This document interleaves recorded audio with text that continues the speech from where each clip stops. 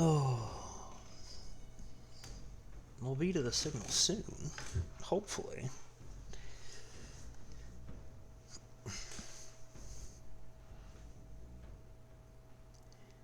It's out there somewhere. Off in the distance. After I cross this canyon, I gotta climb up a mountain too, probably. Okay. Whatever, here we go. Woo! Oh. Yay, I signed in. I almost died instantly.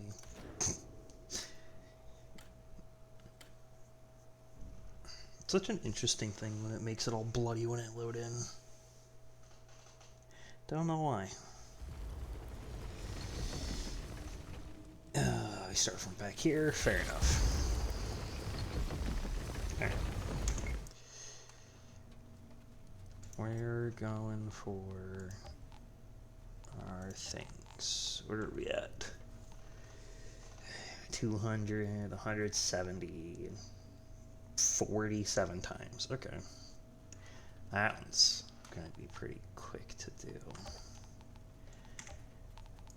For our weapons, though. Bolt actions, 115. Okay. We've got shotguns, rifles, some machine guns, automatics. Okay. Alright. Whew.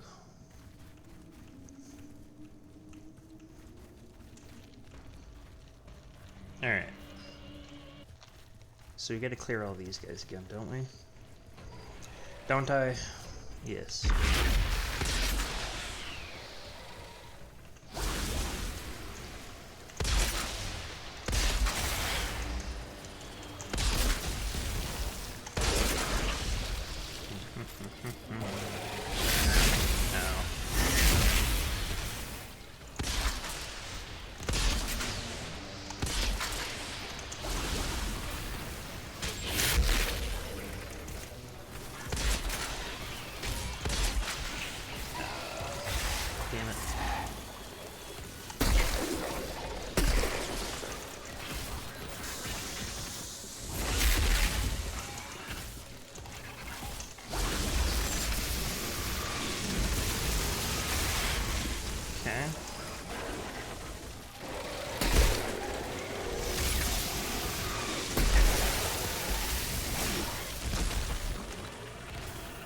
Press the force lock.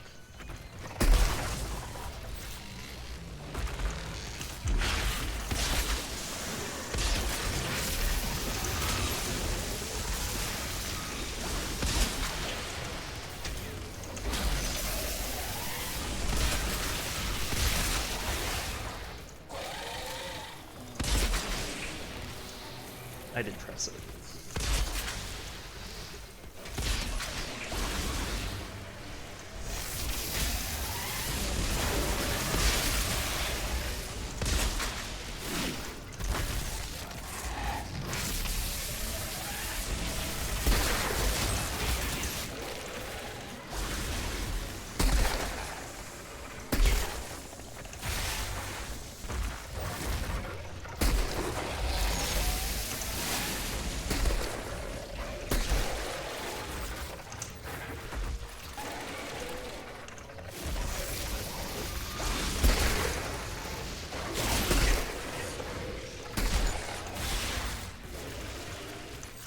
Hey, just keep coming. Fuck, we missed. I missed.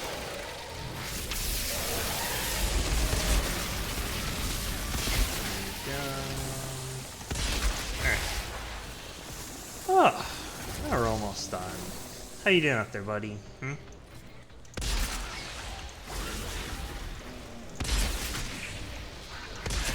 Oh. Alright, thank you very much. Whew.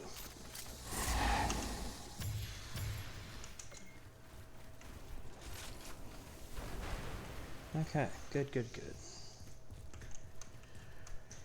Oh, I think that was like 4 for borrowed time. So the way I need to go is that way. I don't remember if I can cause more enemies to spawn going up here. I think I can. Oh, that's right. I must touch. What's this for? Activate.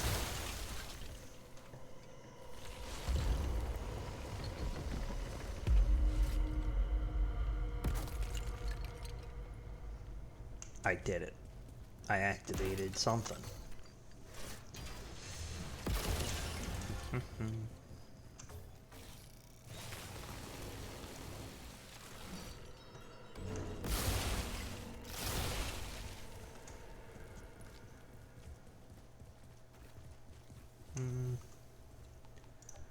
You know what? Turn it up a little.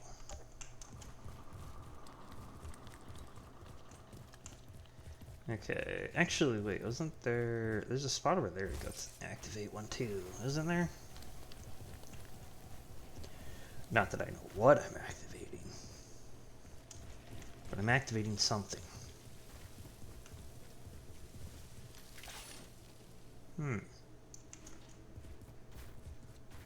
Does that have something to do with that?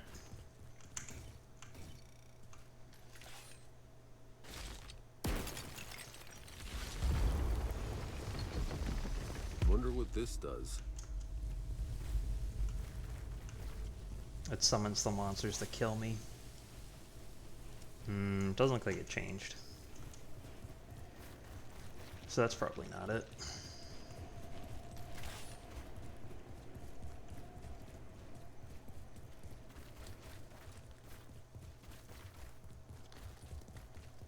There's no music here.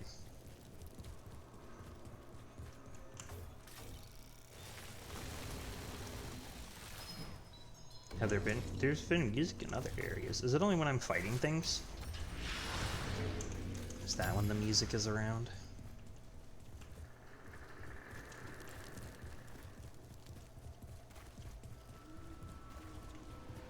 Alright. Don't need ammo, don't need to mark, or don't need to interact with it. Burn. Maybe the music only shows up when I'm in combat. Or about to be in combat.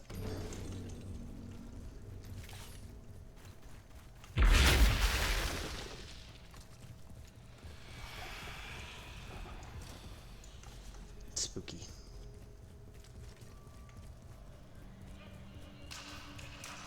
No?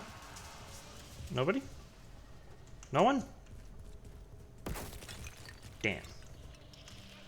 Well, I activated that for nothing then.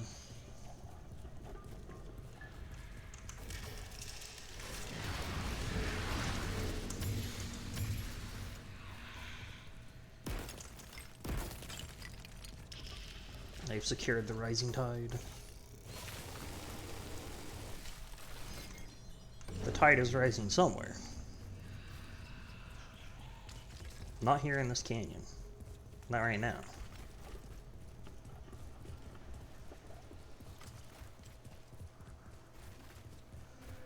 Combat music. No? Oh.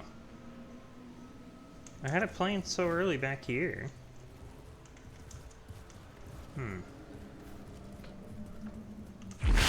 There they are. Howdy, neighbors.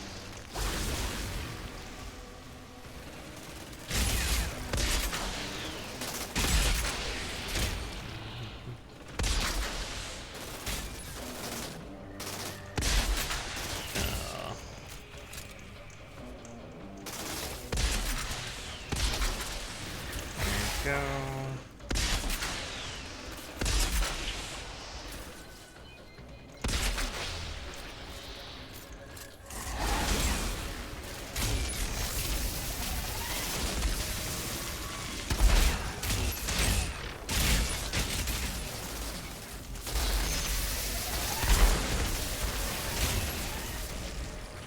Okay.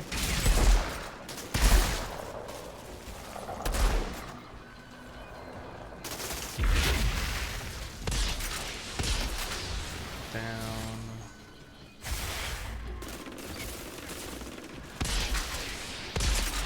Dead. Hey, thanks for coming so close, bud. I appreciate it. I appreciate all you guys coming up here. It's very kind of you.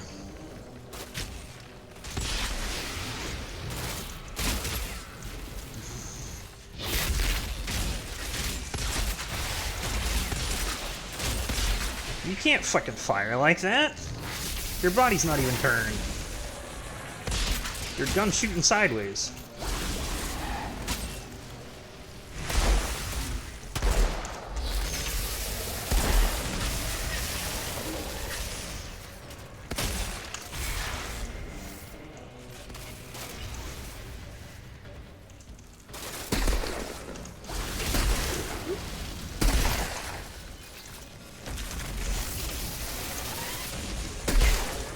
Alright.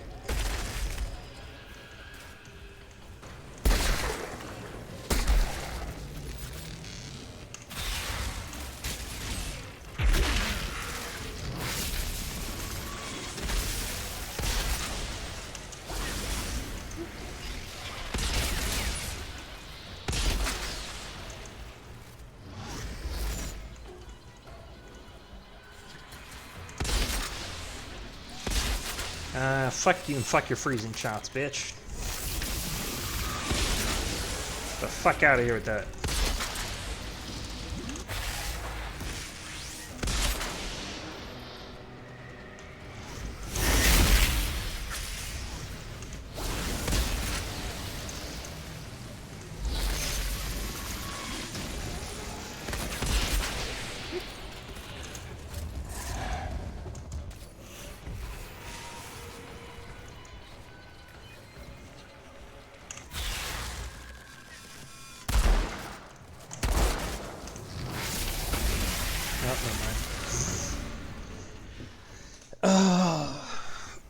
He shot me while slowed.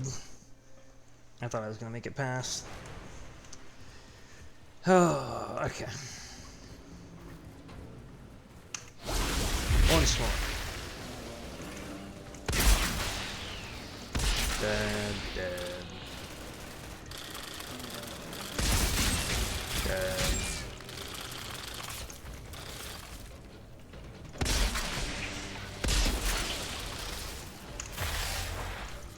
I didn't reload it, shit.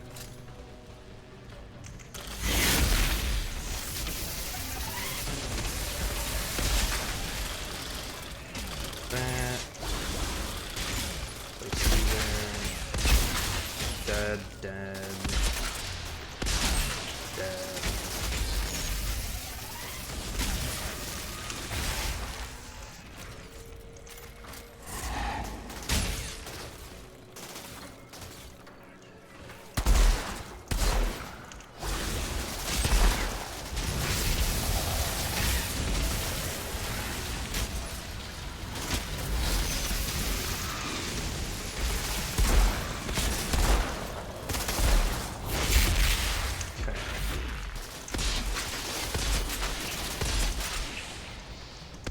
Hi, how are you? Fuck you and fuck your freezing shots, bitch.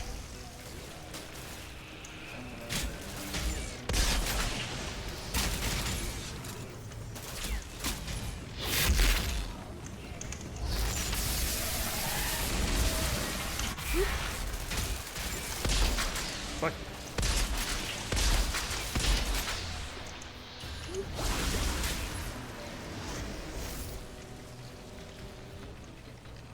Come here, you.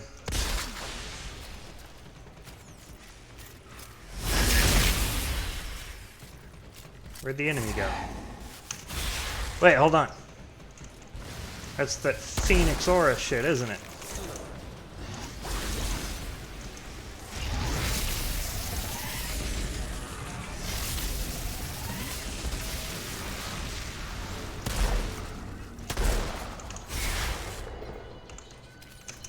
No, so okay, we finished reloading anyways.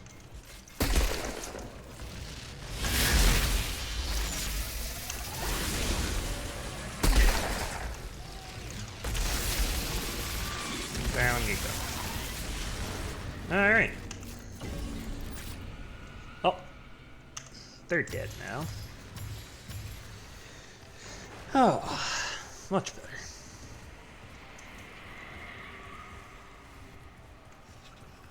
Hello? Anybody down here? Oh, whoops. Didn't teleport back yet. Can't let that run out. It's another one of the kills that I needed for it.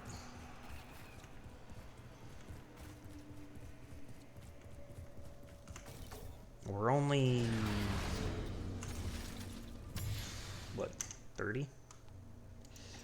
30 some? We're under 30 now. 27 to go. Let's go.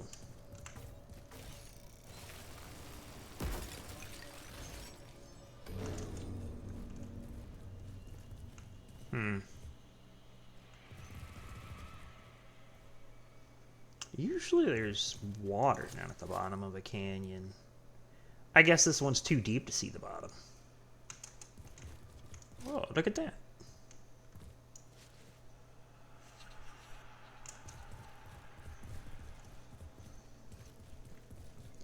Alright, to the Grand Obelisk.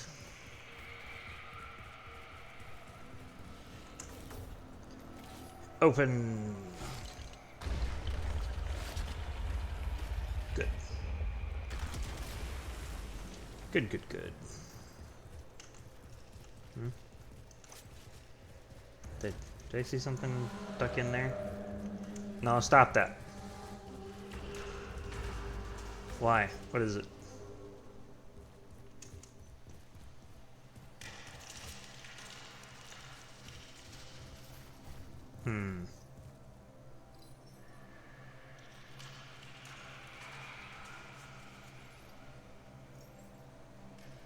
What have I activated? Two. I've activated two of those one pillars that I found, but it's not open. There's a third. Oh, hey, look at that. Treasure. What was that? Somebody get out of their grave. It's not allowed.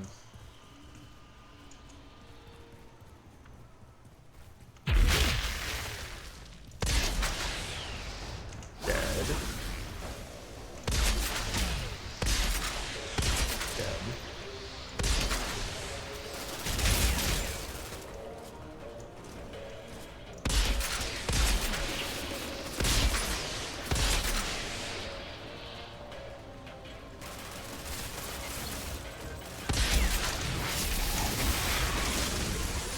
A poof!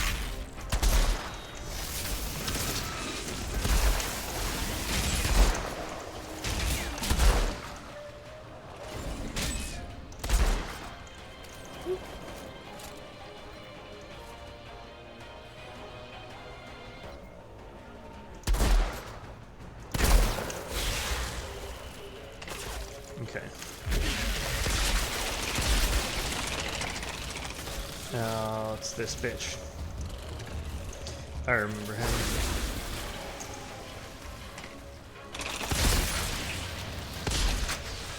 Stop fucking setting me on fire.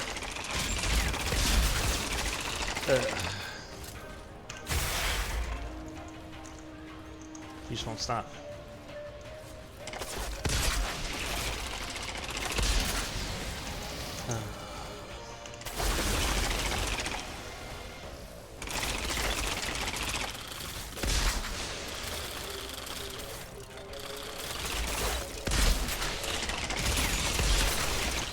I'm plugging the game out somehow doing that. Why the fuck did you go there?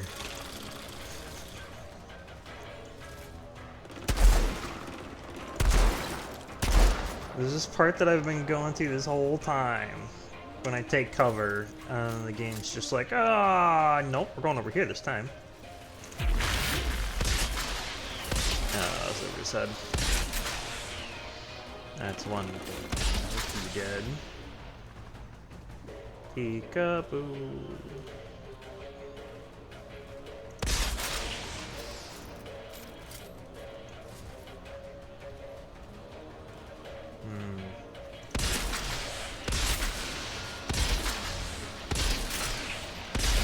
Thanks for not shooting at me, my guy.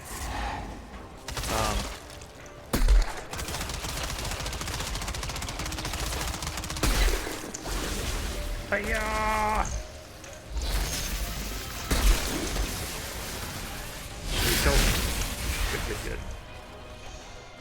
Good. Good.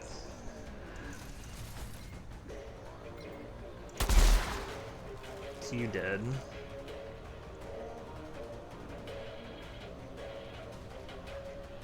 How did... Why'd you run out that way? Oh, you don't even know where I am.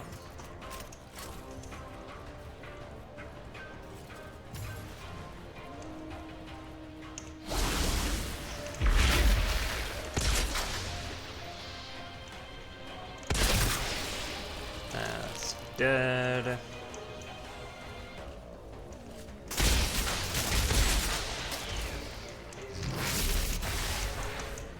Thanks for that.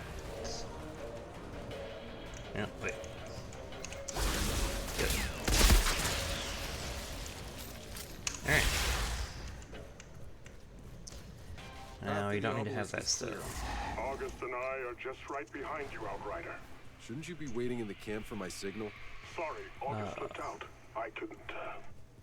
Yeah, August slipped out in this one-way path that you couldn't find him.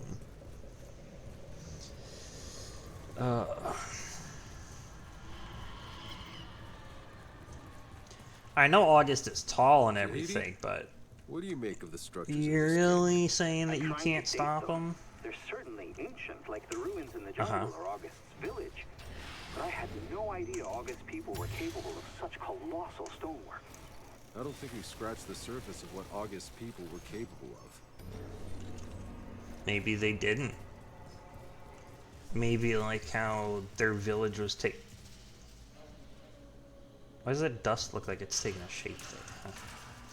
Maybe like how August's village was taken over by those one ferals. The August's people also took it over from another group. Well, I think August is supposed to be part of that group of pacifists that were here.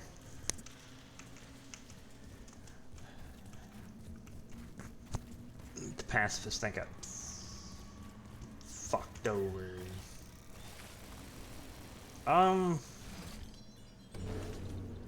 Where was... So we found one over there. One was over there. I don't think there was a pillar over there to hit.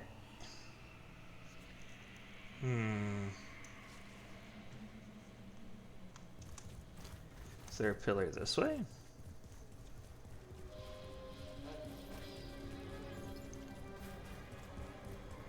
I think this is the way that would lead to it. Because I'm pretty sure, I know one of these ways leads to the historian area.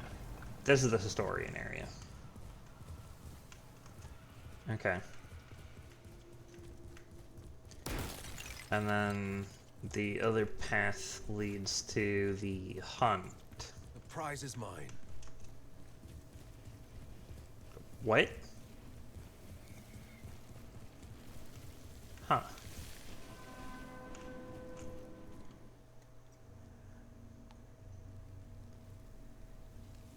I mean...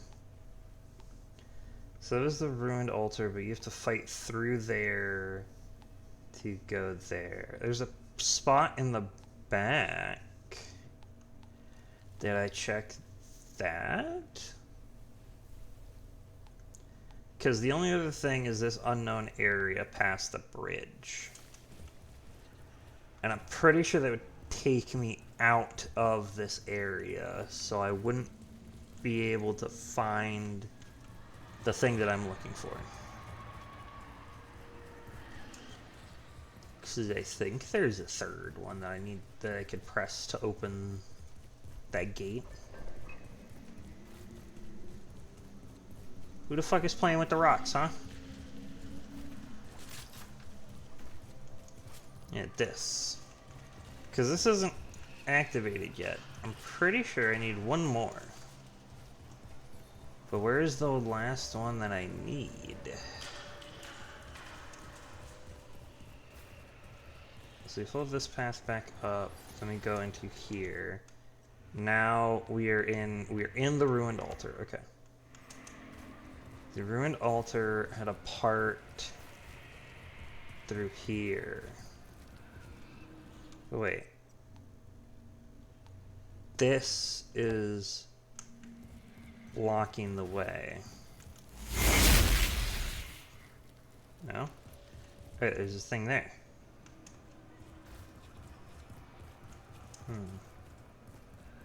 Why?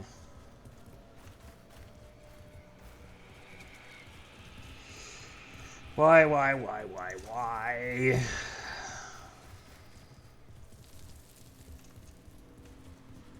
Did I miss the first one?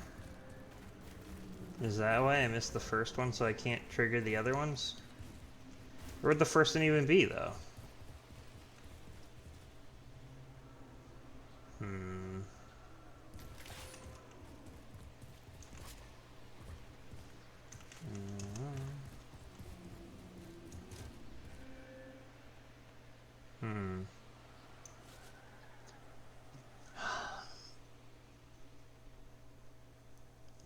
I don't think that there would be one of those pedestals locked behind, locked in one of those sub areas that you can only access once with their mission.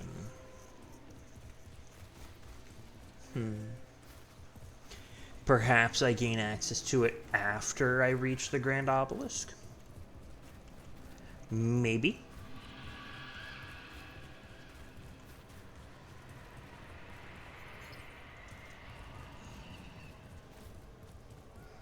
Could be.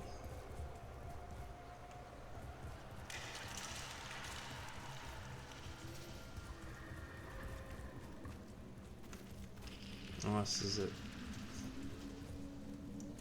on the edge of it somewhere? Not that I can see. Alright then.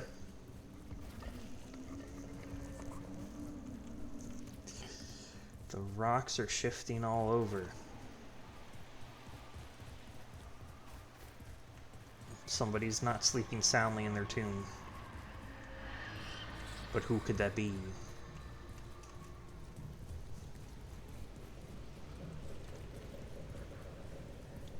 Alright. Wait. What was that? Is that... Oh, is that the pillar of light? Or whatever that is? They're the little beam shooting into the sky. Touch the stove.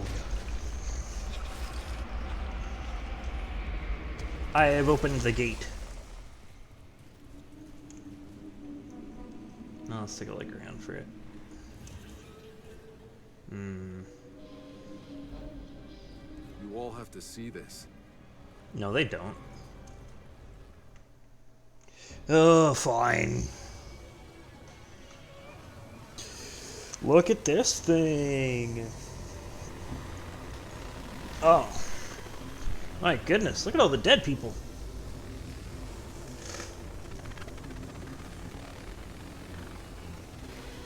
This must be where that general made his camp and died. What happened here? Well, we were following the general guy. So he probably set up camp in here and everybody died. Incoming! Get out of there! Now! Shit. Hide! In there! Go! Incoming from where? Where the fuck? Where are all these people coming from? Oh. Well, that explains it. These aren't people.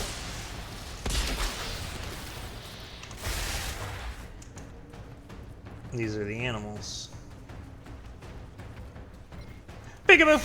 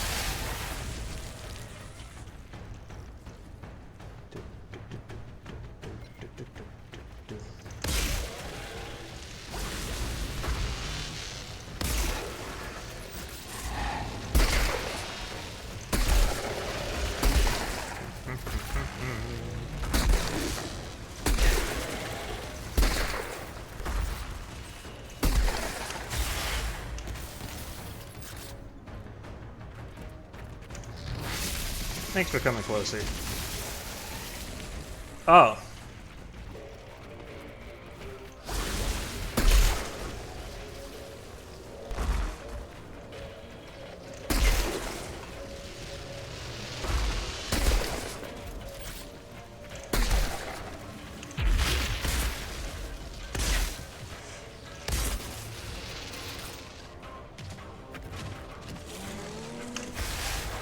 Oh.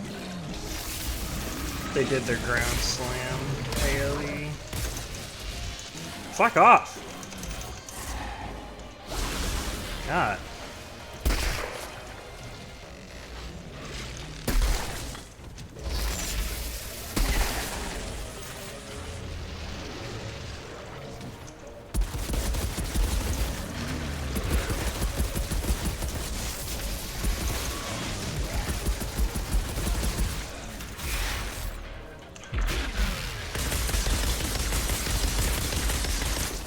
Ow. Fuck off, man.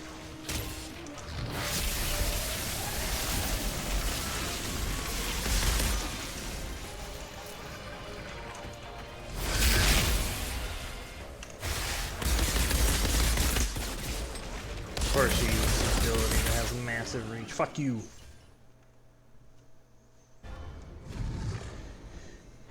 How the fuck did one get inside? August, get behind me. Tiago, what the fuck are you doing? Here! You giant cockroaches! I'm right here!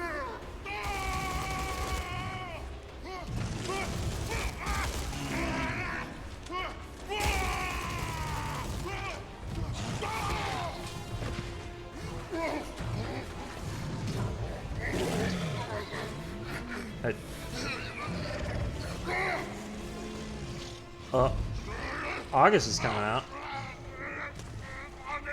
August, help me! You just told August to stay. Grab the gun! August, What is August gonna do? where are you going?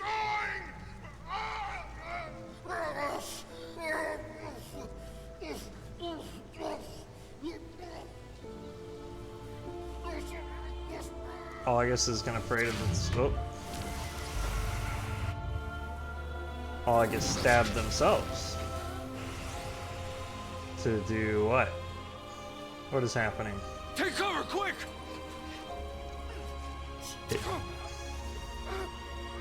What? August is transformed.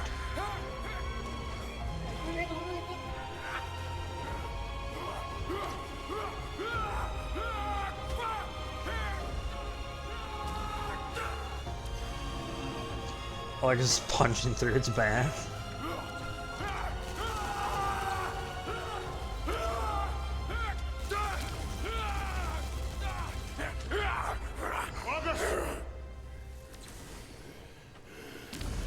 No!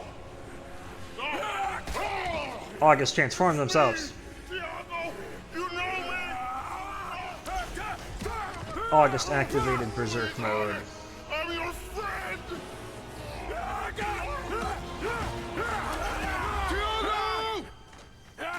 August!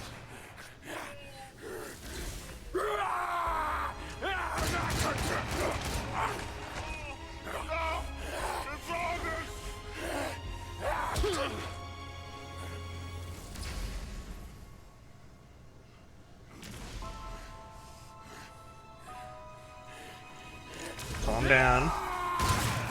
Okay then.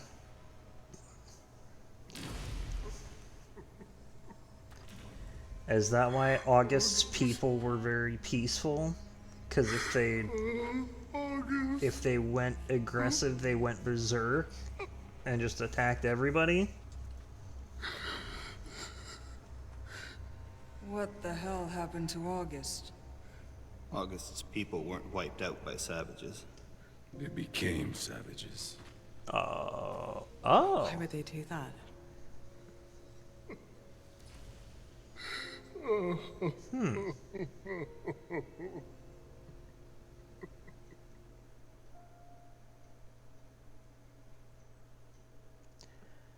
That's a good question. Why would they do that?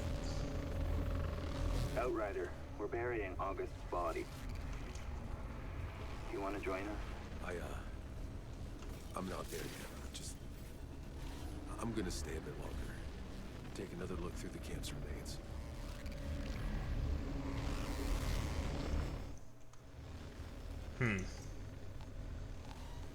Oh no, wait. It's in the journals. August. It's at the end, right? Yeah. In the village you learned this was once August's home and believed it had been taken over by the Ferals. When monsters attacked in the canyons, however, you discovered the true connection between the packs and the Ferals. As Tiago was pinned down by a monster about to have his throat ripped out. I don't know about that.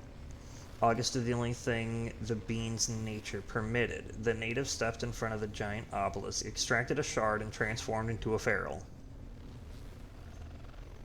Extracted a shard. A feral August fought off the monsters that threatened Tiago's life, but in this wild, bestial, raging state, August could not distinguish friend from foe and began attacking Tiago. You had no choice but to kill August. August must have known this would happen. August knew this sacrifice was the only way to save Tiago's life. The native was laid to rest at the entrance to the canyons. But wait, if the ferals are the packs that have been transformed, like how August transformed, how do the ferals not attack each other? Because you can't distinguish friend from foe.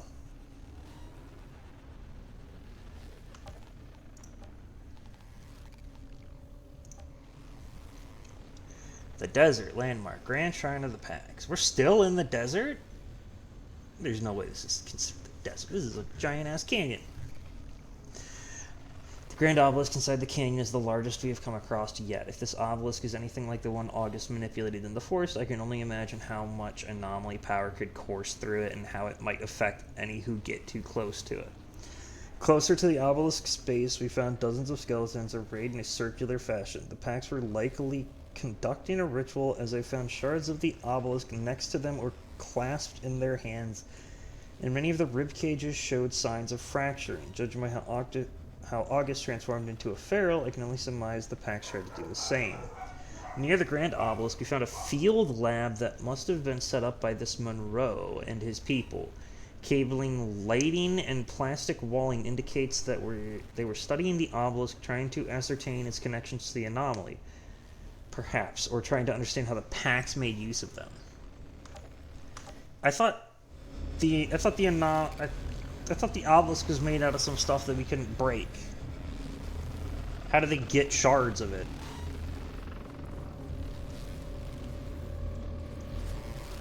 Also, I'm not sure how you discovered that they have like cracked rib cages or anything like that. Oh, there's one. I see it. But a lot of these are face down. There's one that's face up. But also, we don't know the anatomy of these creatures.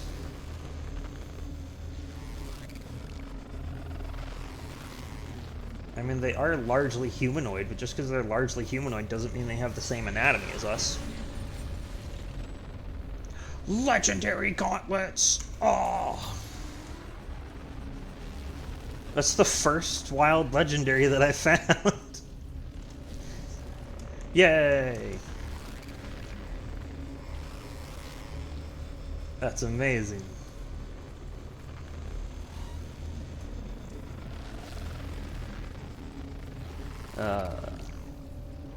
Oh, some notes.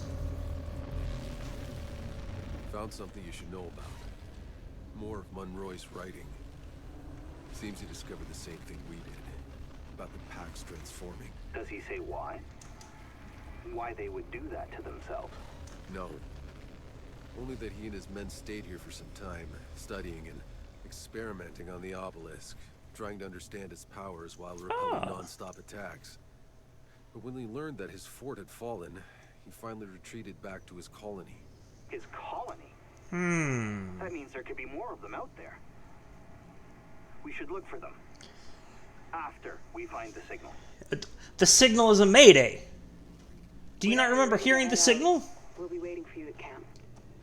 The signal was going Mayday, Mayday.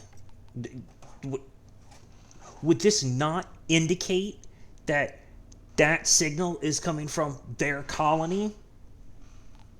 Also, why would you think that there's a fort but no fucking colony for it? Like, they're just here off on their own? Give max health with this? Why the fuck do all the legendaries give max health? You give max health.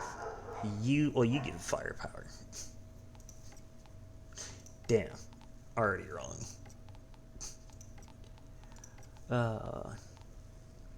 You are 41. Why are the legendaries weaker than these? Is it because I upgraded it? I lose the bullet reflection, but I get killing shots heal me by 5% of my target's health. Okay. Also, there's a chrono suit bonus. Reverting time replenishes ammo in your clip. What in the world does that mean?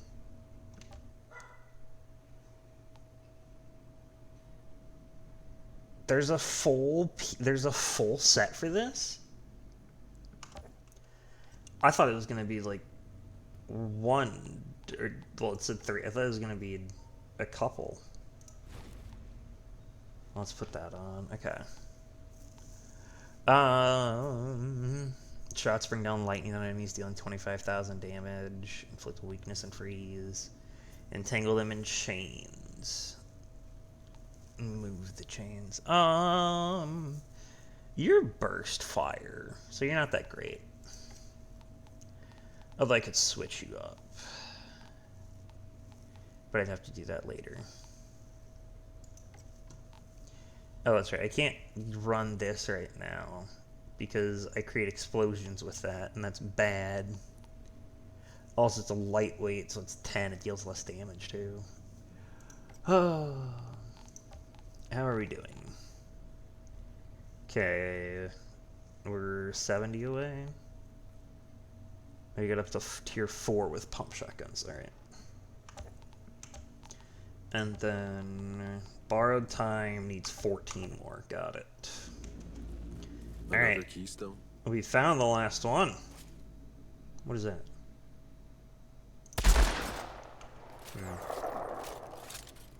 Activate.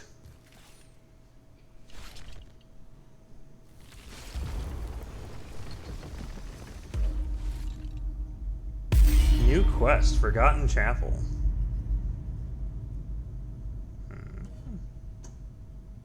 Check your quest into your quest tab for info. Oh, it's the thing that I found that had the 2 lights on it. We did need to get into here to do it. Okay.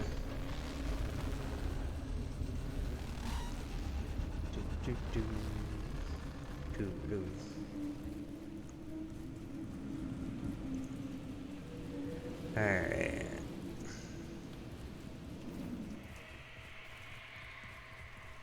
I think after... So we have bolt action to still do, but then after that we have rifle and submachine gun unless we're going to go double shotgun. I don't think I'm going to go double shotgun though.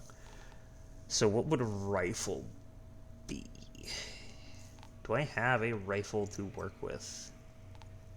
You are a rifle. Okay. Rifle's the one without the scope, because the bolt action is the one with the scope. Even though, I guess it's not actually a bolt action. There's the one-shot variant. But that's not even really a bolt. That's just you firing and then having to reload.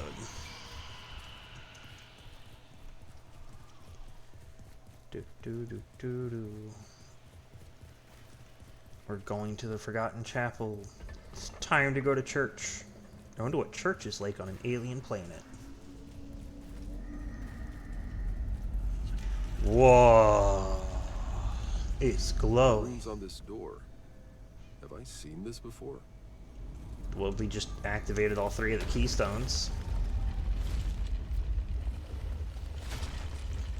I'm opening the door.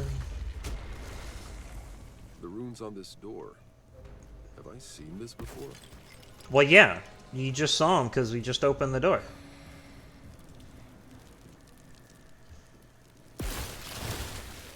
This is it? I thought there'd be a little bit more to it. Oh, I guess this is the thing that I saw. What?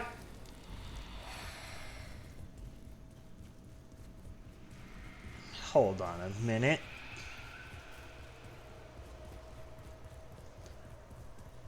Now with that, what do I do to open up this one? There's things back there, there's space back there, I can see it. Curse you. Also, we got another fucking Grim Marrow. They both are the same. How is this one weaker?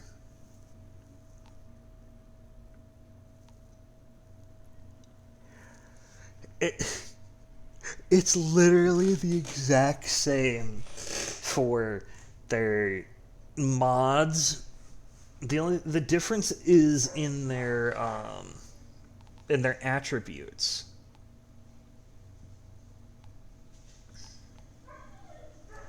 But how is there a damage disparity between them? Like the close range damage is the same for them. What? What the fuck is that? Okay, well, I guess I can't go into there. Not yet. I've got to find the super secret quest to activate it.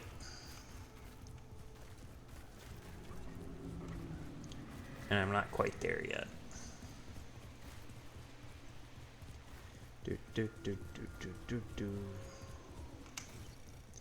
Where the hell do I go from here now? Oh wait, there's a quest available to pick up here. Turning point, it said. Outriders. I don't want to alarm the others, but we're not alone. I can see someone out there, wandering. A wanderer, huh? Stay here. I'll check it out. Wait. Hold on a second. Am I being told I don't want to alarm the others? There's somebody wandering out here. And, oh shit. How the fuck do I get around to that again? God damn it. I want the iron. There it is. So I'm being told that I don't want to alarm anybody, but there's a wanderer out there. And the wanderer is right here. Right here. But if you need to know, it's because I must know its secrets. What secrets? My secrets? You again. Hello. Seems we're searching for the same thing, but for different reasons. There's another monolith I need to examine over yonder. But the danger is too great. Uh-huh. You can't handle these creatures? I really find that hard to believe. I don't fear the creatures. I fear what I would do to them. What I would unleash. But the monolith holds secrets. Perhaps there is a way back. No, those are my secrets. Could you aid me in reaching it? They're my We'll secrets. be compensated. Okay, fine. Count me in. As long as you pay me, we're all good. I can feel it. Just out of reach. Clear the way I need to know. Okay, calm down, man, calm down. Still don't know why these are different.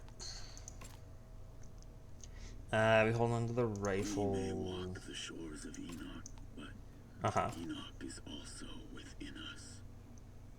We are a way for this planet to know itself. Cool. Whatever you say, buddy.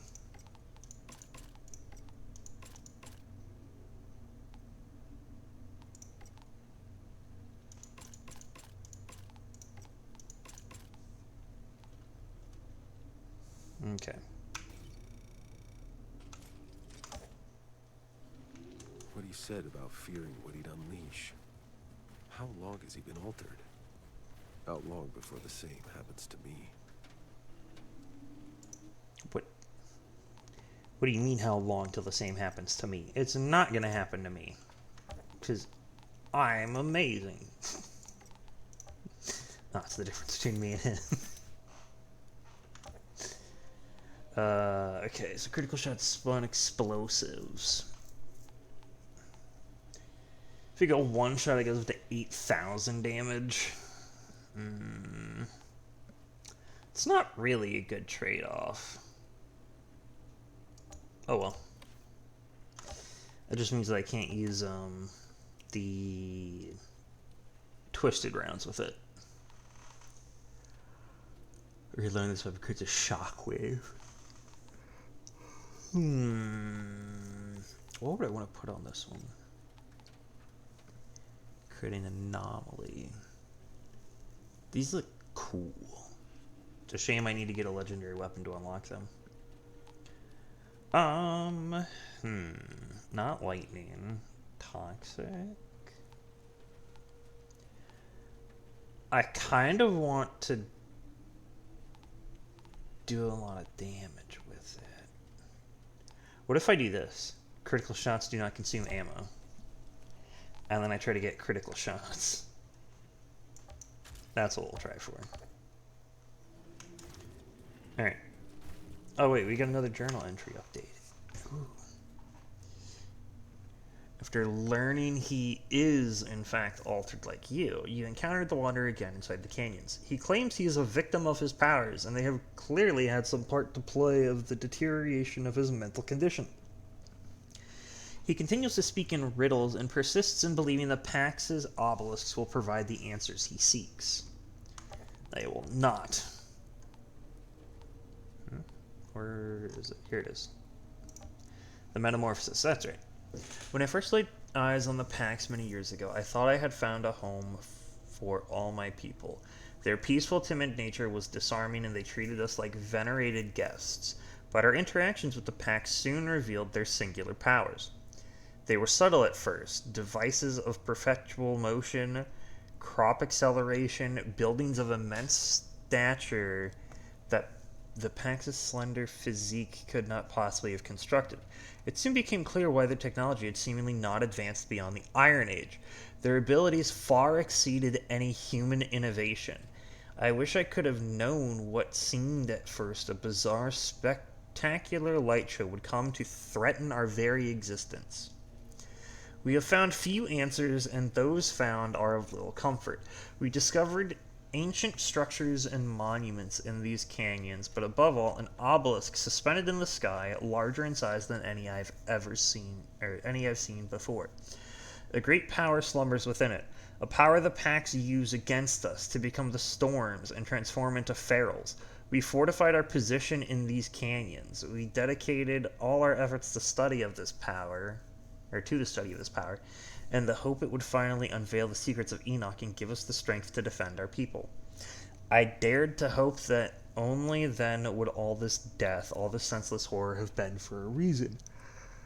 Then we learned that our fort was attacked and quickly fell to the ferals. Not long after, we received another message. The ferals were laying siege to our colony. We have no choice but to cut our studies short and return with haste to rescue our people from this nightmare. Of all places in the galaxy, why did we choose hell? Okay, so this brings up a question.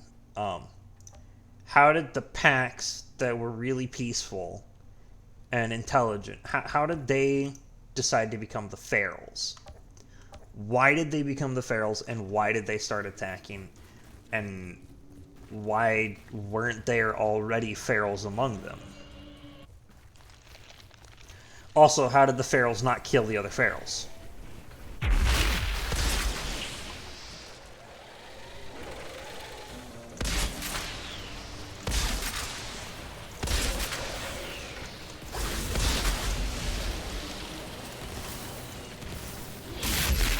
Unless maybe August never thought of Tiago as a friend to begin with. No, that's too sad. That can't be it.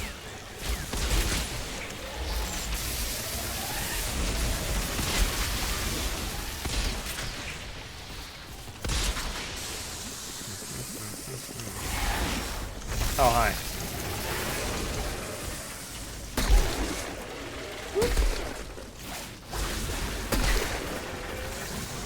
Aw.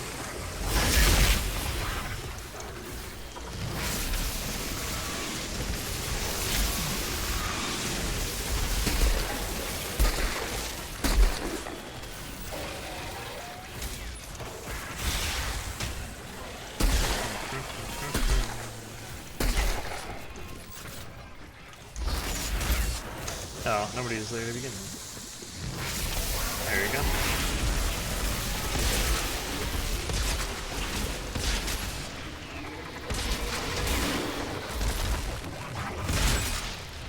Stop that.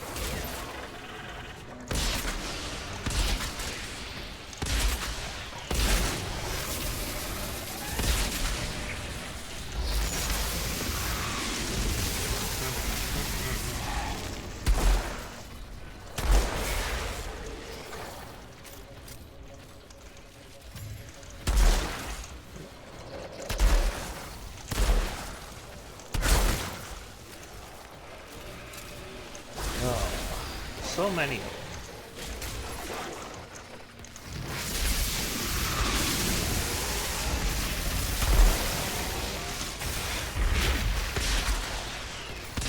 Stop spitting toxic out of the side of your mouth. It's creepy.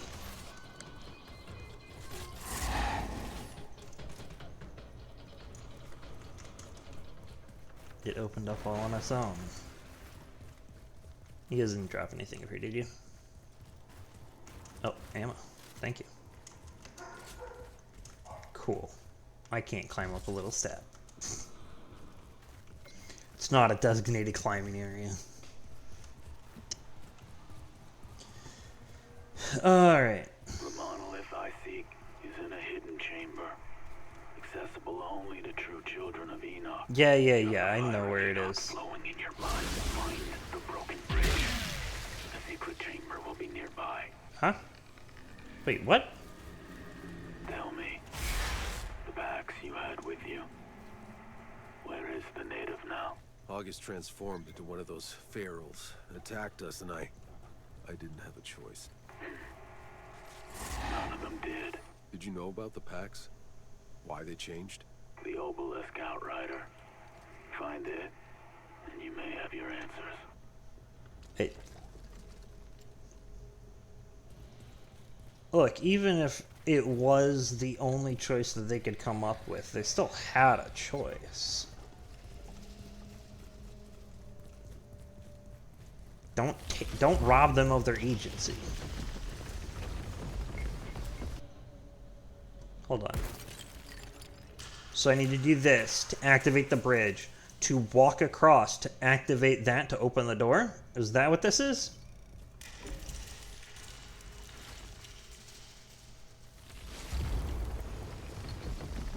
Whoa. I don't know how I did that, but I made it work. Something got activated on the other side of the bridge. Then I was right about you. I didn't actually believe it. But you really are one of us, more than you know. Hurry now. Clear a path to the monolith. The end is near. I've been in Altered this whole time, man. Wait, you just not believe me? Pharaohs sure are drawn to those things. We'll have to clear them out.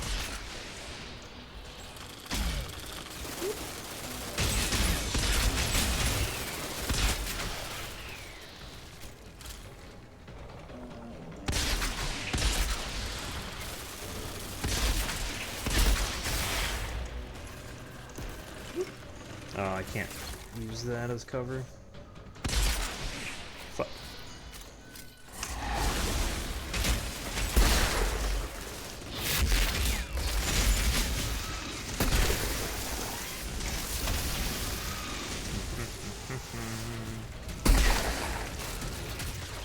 Oh, hey, look, they're different. It's a warlord this time. Back up.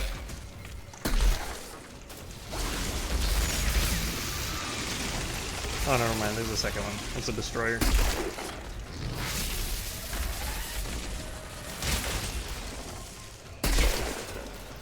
You and your fucking fire bullets.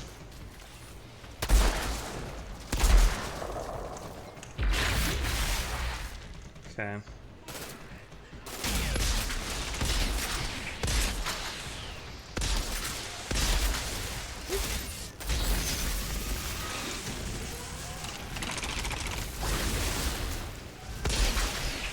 Fuck you. Stop that. Okay.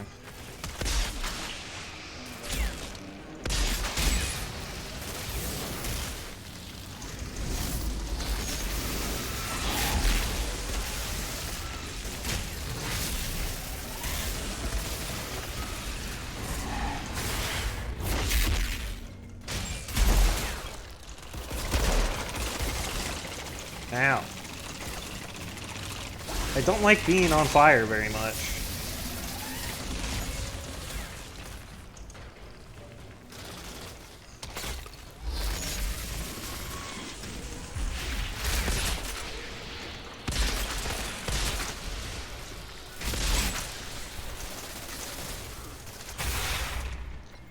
Ow.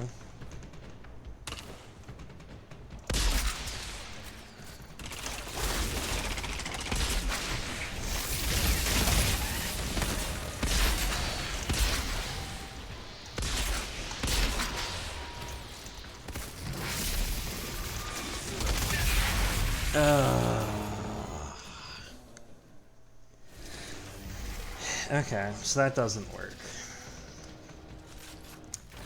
I need to do something different to get past the destroyer. If I fall back too far, he's gonna push me, and then I'm gonna be stuck without much cover, and he's gonna be able to set me on fire repeatedly.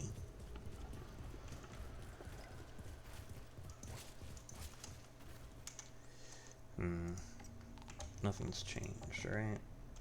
Maybe 3 away, okay.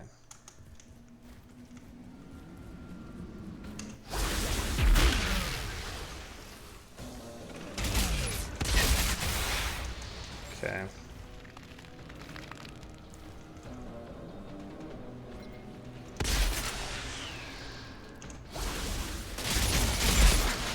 Alright.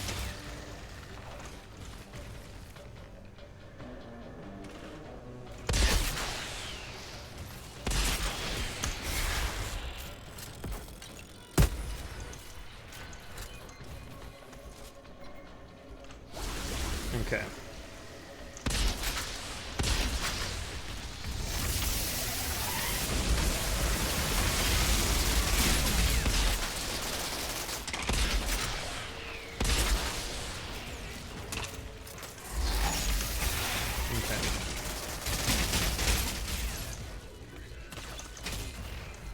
We've finished using borrowed time.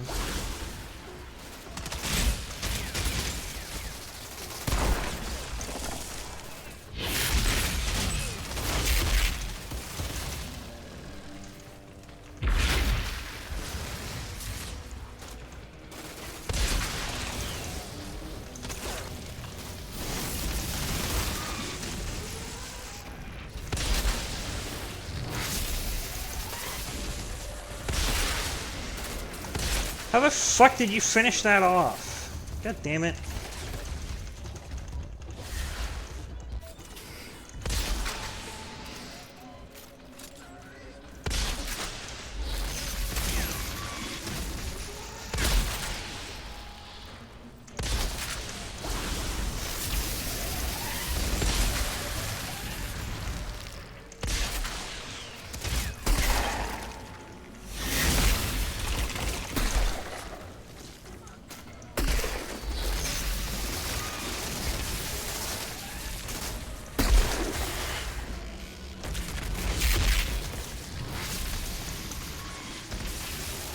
Okay.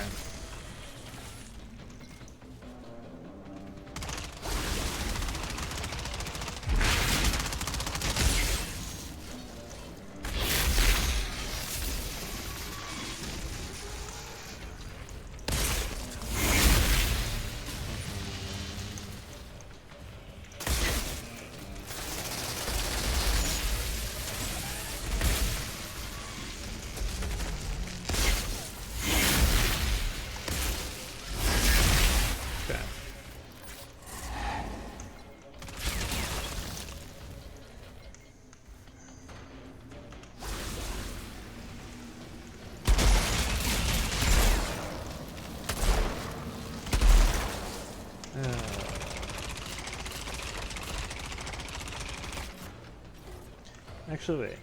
Can I pull him over here? Nah, he's just sitting there. Fuck off.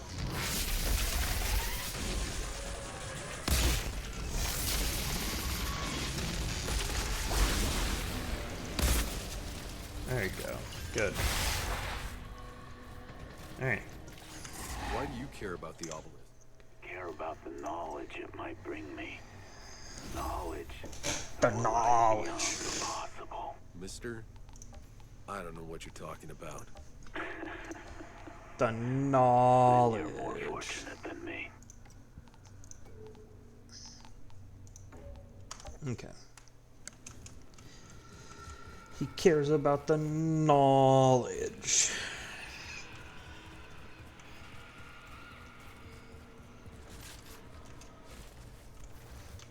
Okay.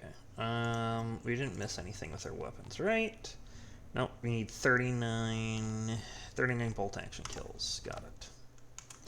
Got it, got it, got it. Open the door! Knock, knock, open up. It's me. Hello. Anybody home? Hey, look. There's a the monolith.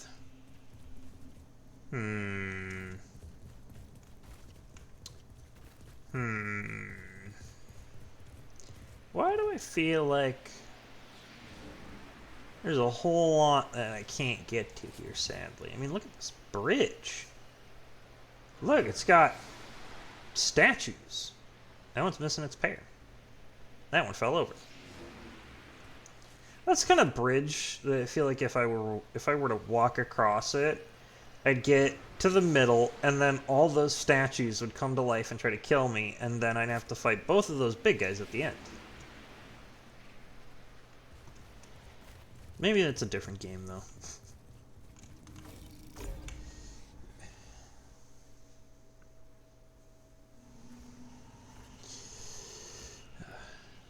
What? How'd you get here so fast? Stand back. I don't wanna. Can't foresee the reaction. What reaction? The reaction it has to his powers. Are you insane? Insane how? Would I know it if I was?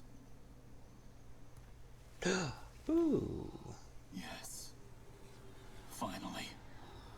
I know what I need to do. Is that a piece of the obelisk? Your compensation.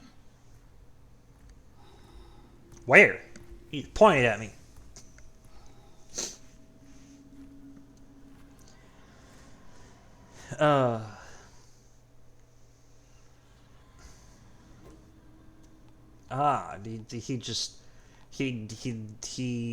He threw these gloves down for me. That's what it was. Cool.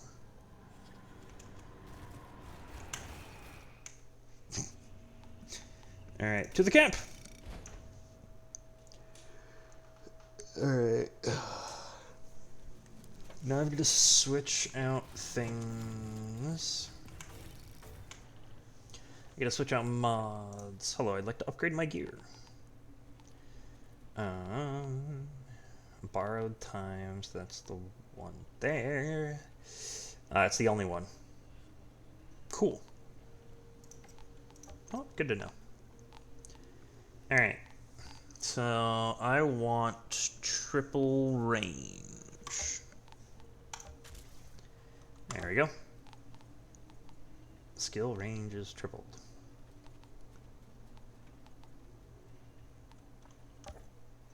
Alright.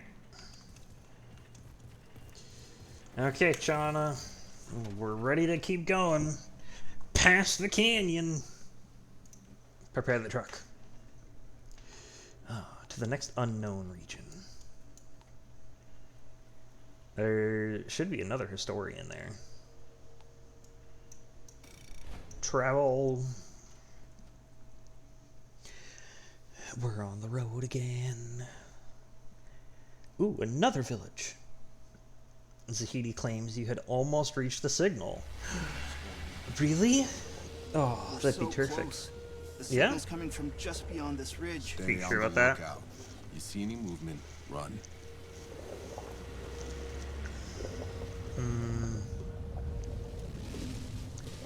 First, we're inside a truck. Second, the fuck is up with all these bubbles?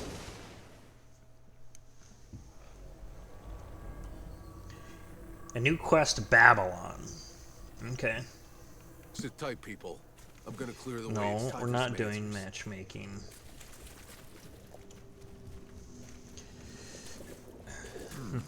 What do we have here? What do we have here? Notes! And a person. Zahidi, I found some more writing from Monroy's people. I think we must be approaching their colony. It seems Monroy didn't believe the Pax were so Monroy's. peaceful. When their tech started getting fried, the Pax were trying to sabotage them. Then, just as a storm was brewing up, they caught the Pax doing one of their obelisk rituals. Did Monroy think the Pax were causing the storms? I, thought the same thing when I first saw August in those ruins in the forest. Monroy ordered his soldiers to stop them. It was on that day that Dr. Indira Okay. reported the first Pax deaths. Please collect all the writing you can find for me. Perhaps we can learn their story. So, if the Pax have the abilities to control the storm, to stop it, it would make sense that they have the power to start it too. I mean, maybe it's a different obelisk that starts it, because the one that we were at in those ruins in the forest, that one stopped it, and then the grand obelisk turned them into the ferals. I don't know, man.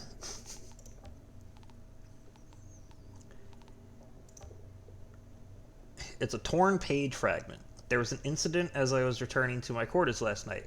What seemed like a storm was quickly gathering over us, and it started playing havoc on our electronics. As we scrambled for shelter, the storm above us exploded into turmoil. Moments later, we saw a group of Pax gathered around one of their strangely shaped obelisks, performing an odd sort of pantomime. People were terrified, and Monroe ordered the Pax to be stopped. Before I knew it, soldiers had stormed in, one even opened fire. Yet moments later, even as those two poor Pax souls lay bleeding on the ground, the conflagration in the sky came to an end, as if the obelisk had somehow calmed the storm. Everyone's been on edge since then. I believe the Pax likely saved our lives somehow, but there are some who don't see it that way. Monroy and those close to him have begun questioning whether the Pax hold too much power, a power we don't understand, the very power that caused those storms. Monroy is riling the people up, asking what happens if the Pax ever decided to stop being so peaceful. What happens when they decide to stop pretending they have our best interest at heart, just as we let our guard down? You should never believe that somebody else has your best interest at heart over yourself. Okay? There are very few people in the world that are like that. And especially if this is an entire... What would this be? Would this be a race? A tribe? An entire group like this is very unlikely. Text unreadable. If I'd been given a chance to speak to Monroy to convince him that the Pax meant us no harm, that they had used their powers to calm the storm, maybe things would have been different. But by the time I was granted audience, things had escalated far beyond my reach. By the time I looked into Monroy's eyes as he waited for me to speak, I was too late. The rest of the page is torn. Okay. So the Pax meant us no harm. It is not entirely possible for you to know this. Now here's the thing. You say that the obelisk stopped the storm, but you say they were doing an odd sort of pantomime. They were ordered to stop. Moments later, even as two poor Pax souls lay bleeding on the ground, the conflagration in the sky came to an end. You assume it's as if the obelisk had somehow calmed the storm. It is equally as likely that the obelisk was creating the storm, and the Pax were interrupted before the storm was created.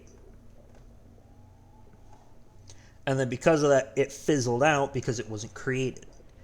Like, see, if they're doing something to calm the storm, and they're interrupted from calming the storm, how did the storm get calmed then? They were interrupted. They weren't able to finish it. So, naturally, they shouldn't have calmed it. Right? And you believe the packs likely saved your lives. You have a language barrier that you haven't overcome. You have a language barrier that you haven't overcome, and you believe that they have your best interest at heart. I would find it hard to believe that that another group has our interest at heart. It would be very hard to sell that. Because it's only natural for them to have their own interests at heart. Also, if they had your interest at heart, why would they turn into ferals to kill you? Like, did they turn into ferals only after you stopped them because you thought they were making a storm? Covering lake? That's what this place is?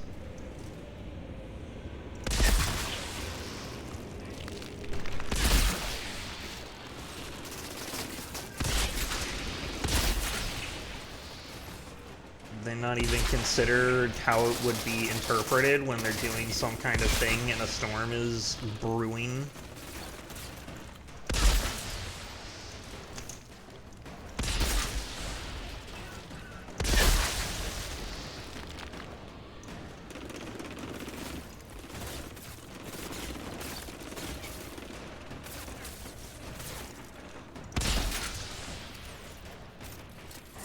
I mean, even if you're trying to do a good thing and save people, if it's done in a way that doesn't look the best, you can't blame them for not interpreting it in the light most beneficial to you.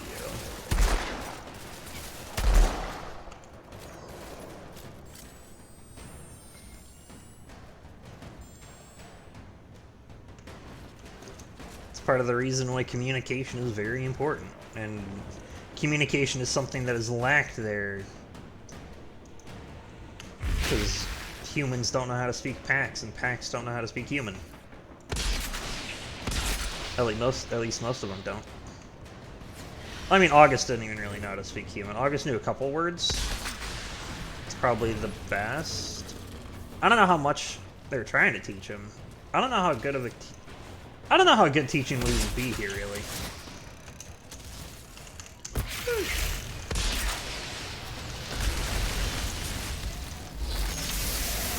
Like, I can't imagine that even Tiago had the best education on how to speak English.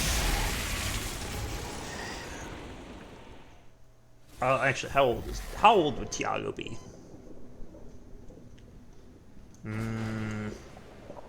I don't think he's too old.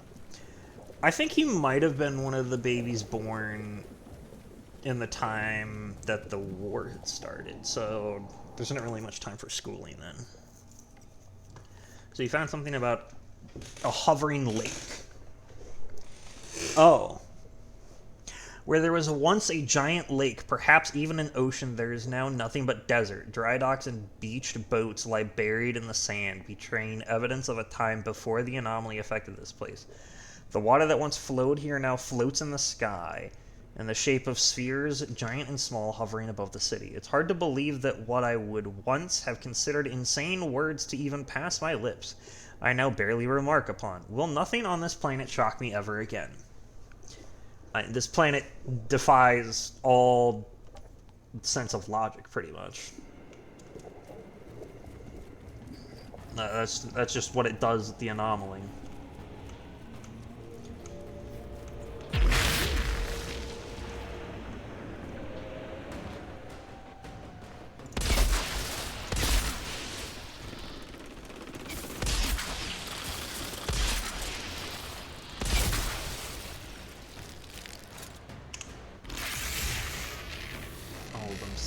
No.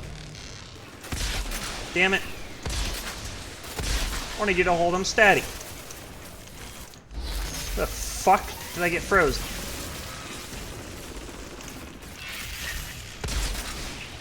When did you throw a fucking axe at me?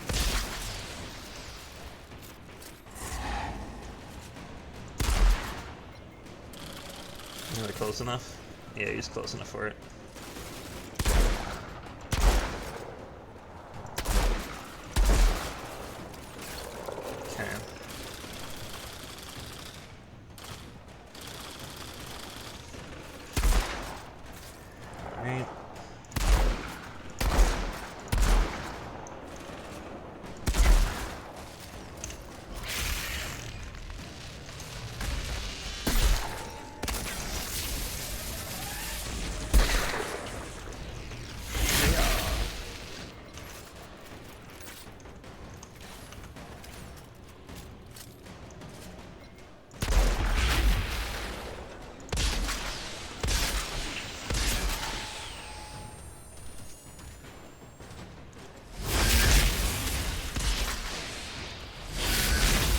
go. Not there.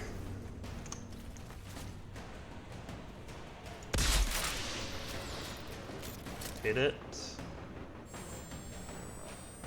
Did we miss it? Fuck, I missed it. Oh. The Warlord here. Hold your horses, Mr. Warlord.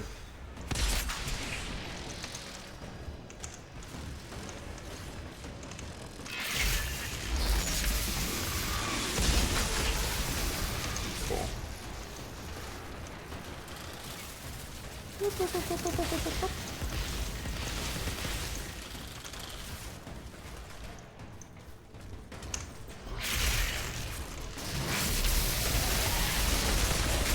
Fuck off.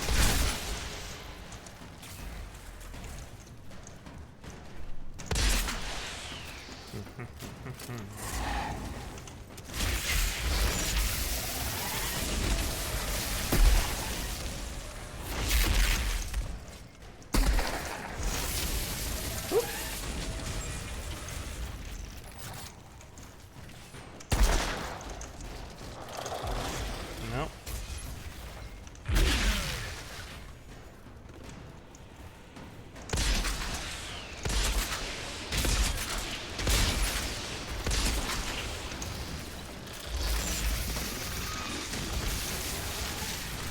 Alright. Thank you.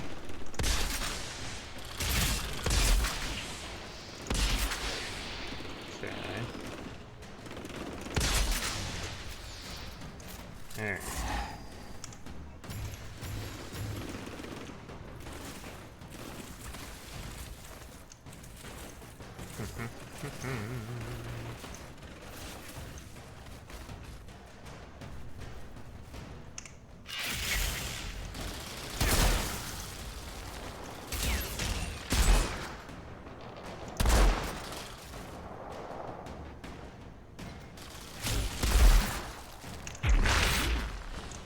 Alright. Freeze!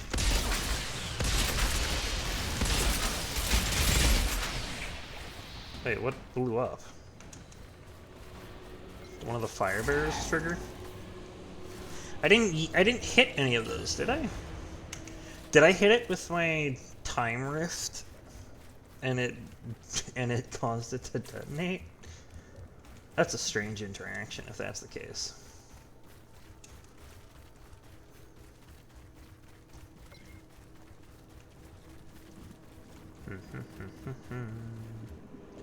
Ah, more notes. Obviously from Monroy's people, right? I mean, look at that. Look at that. Definitely Monroy's people. After the first big storms burned out most of their tech, sounds like Monroy got furious. He demanded explanations from the packs and access to their powers, but they didn't understand. They offered everything they could. They led Monroy through the jungle to their sacred city. Probably this city. The place we've discovered.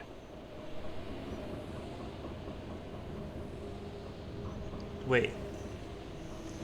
Okay, hold on a minute. Zahidi. The packs led him through the forest from their base to a sacred city. And you think that this is the sacred city when we went through a forest on the other end of the desert? Is there another forest coming up or something?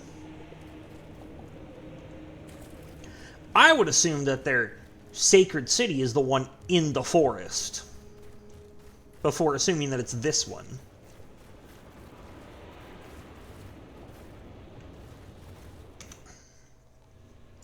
So what do we get for the journal here? Okay. The Dr. Indria Ocasio's journal. Okay. I know we would not be on Enoch if not for Monroy. He saved all our lives, but his actions that have followed our arrival concern me greatly.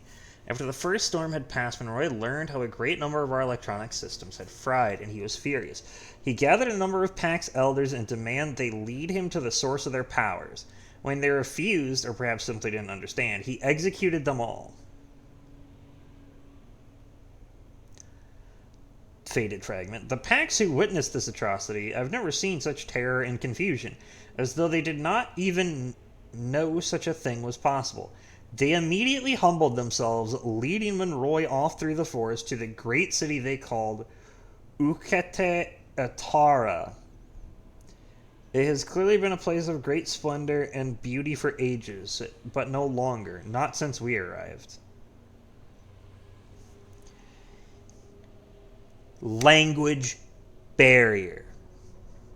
How many times I gotta say it? You can't communicate with them if they don't know what words you're saying. But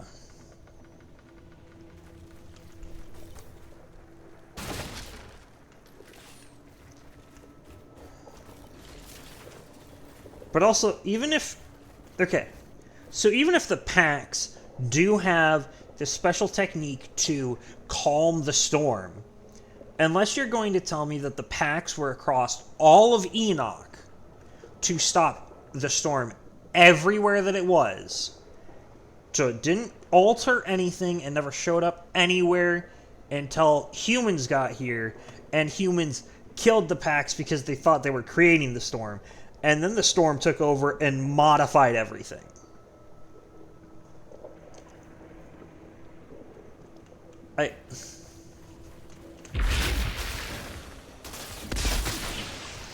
I don't know if that would even be possible. I mean, I guess there is just an infinite number of ferals, pretty much, so maybe it is. Although, they don't really look like they're transformed Pax. Not these normal ferals, at least. Not the warriors and stuff.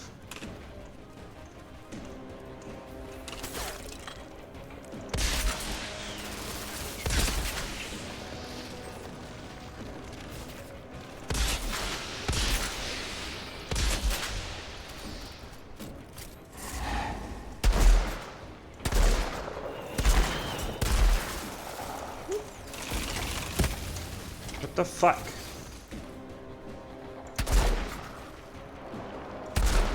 I don't much appreciate being set on fire. It's very rude of you.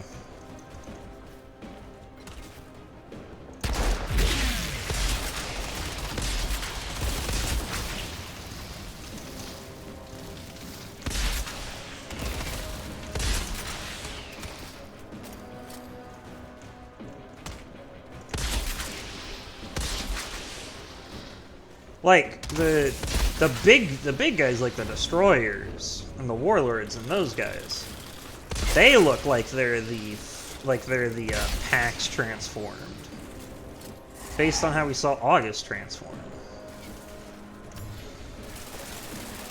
Like this guy, he doesn't look like a Pax.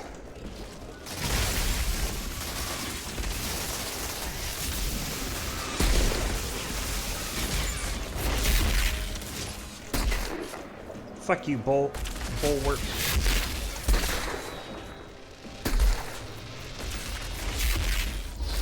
Yeah, he's dead. Okay. Or you're down.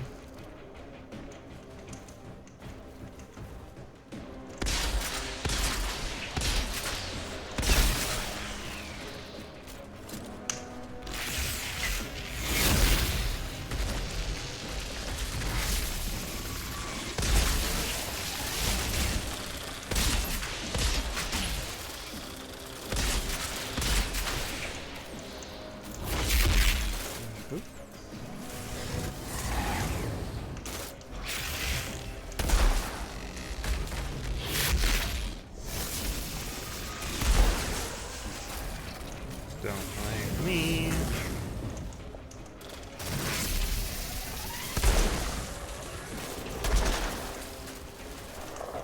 Fuck off.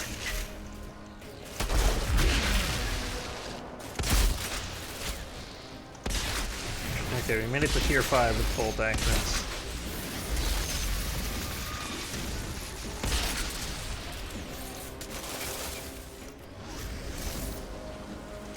No.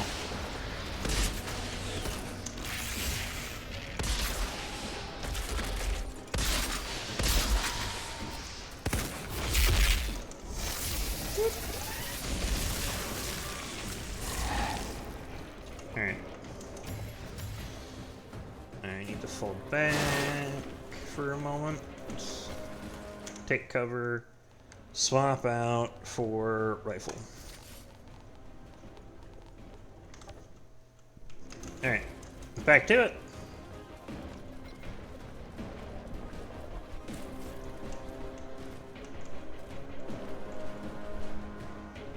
Pick your head up.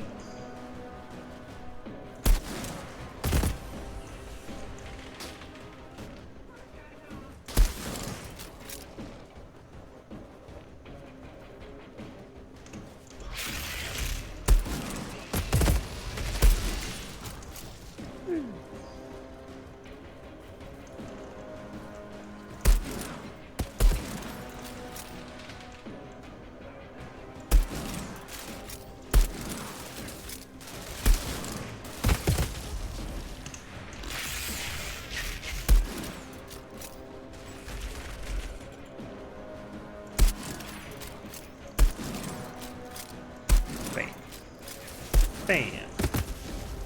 Bam.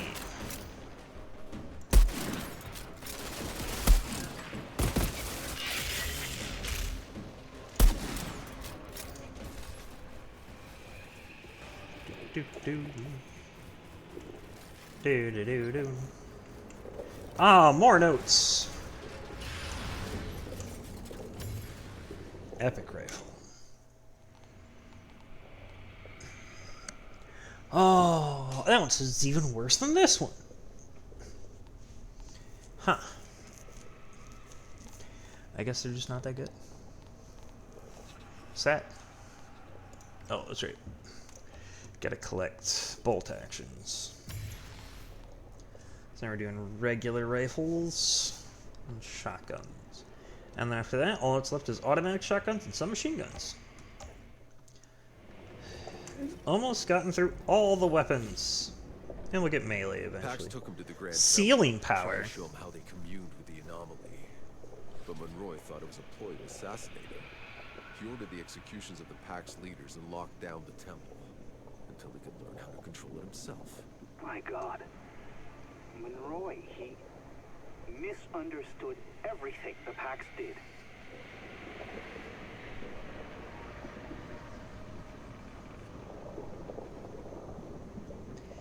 He misunderstood. Okay. In order for us to know that he misunderstood, first we would need to know what the Pax intended to do. And that they did not... We would just need to know... We would need to read the minds of the Pax to know, you know, they didn't try to do this. An assassination plot where they're trying to show him how to commune with nature... Probably not. But could they have been doing something to curse him or something? I don't know. I have no idea. Monroy discovered the massive obelisk and walked in on the great ritual by the city's most sacred elders, the Yoruk Otara. I recall the look of fear on Monroy's face as gravity itself seemed to forget its rules, with small rocks and debris hovering mid-air, and eventually even Monroe himself was lifted off his feet, while sparks of strange energy flickered around the obelisks. He was convinced it was all a plot to use their power to assassinate him. I now believe Monroy has completely failed in his leadership. He had all the spiritual leaders executed, all but Dregruk, and sealed off access to the obelisks. Okay. So, you know that their name is Draguk. Could you guys communicate with them? How do you know that they're Draguk? Did you name them Dragruk? Also, if he walked into an area and he was lifted off his feet and hovering in midair. It makes sense that he would be scared. I mean, what was this, just the natural state of things around the obelisks? What happened? There had been increasing discontent among many with Commander Monroy's mistreatment of the packs. While most understood the need to ensure our security, what we've done couldn't be justified. Some demanded an audience. Commander Monroy accepted a meeting and promised to address our concerns, but instead guards dragged the XO in front of us, handcuffed, bloodied. The XO confessed a plot to assassinate Monroe himself and seize command of the mission. He begged forgiveness for his crimes, then he slowly began to read out names from a list. Those of all his co-conspirators. Every time a name was mentioned, guards would grab the crew member and drag them outside. I could feel the terror spreading among those besides me. After a dozen names were called, a voice echoed in the hall. Fuck those who opposed the mission. Hail Commander Monroy. But it made no difference. His name was called out anyway, and he was dragged out with the rest. I felt numb from fear, from relief, at every name read that wasn't mine. Finally, the last of us were escorted outside, where the conspirators had been made to kneel. Then we were given guns and made to execute them. Now we are all tainted.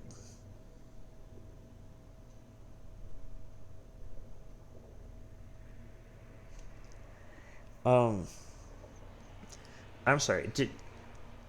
Does nobody else have a gun?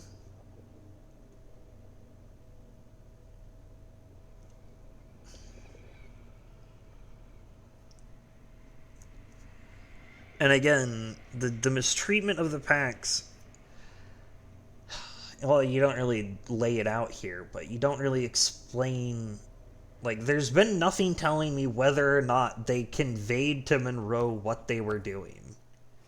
Or if they were just like, come here, and then they did magic stuff that he has no understanding of and is definitely going to be scared. I mean, if you walked in somewhere that you were led to, and you just suddenly started floating off the ground, wouldn't it be pretty scary? Especially if you're being led by people that you can't communicate with. What? Why did they even... Okay, why did they even stay together? Why did the humans stay with the packs? Were the humans living in the Pax villages? Did the Pax go to the human colony? How did they intermingle so much? There are countless cages here. They're filled with skeletons. They look like Pax skeletons. I'm impressed that we know what a Pax skeleton looks like. Also, wait, where?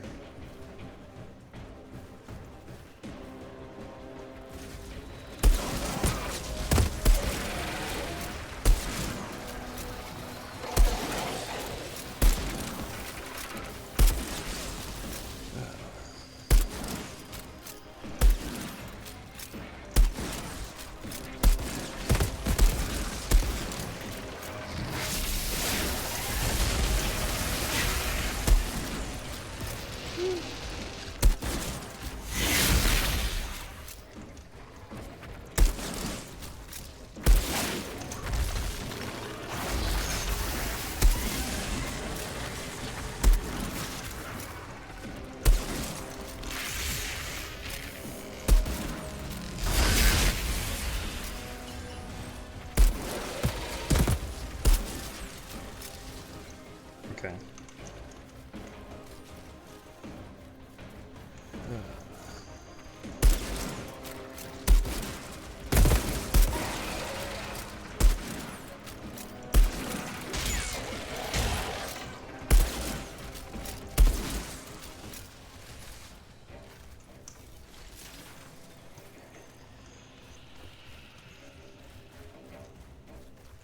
And these notes don't make a whole lot of sense looking at it from an outside perspective. Oh, here we are. Here are the cages.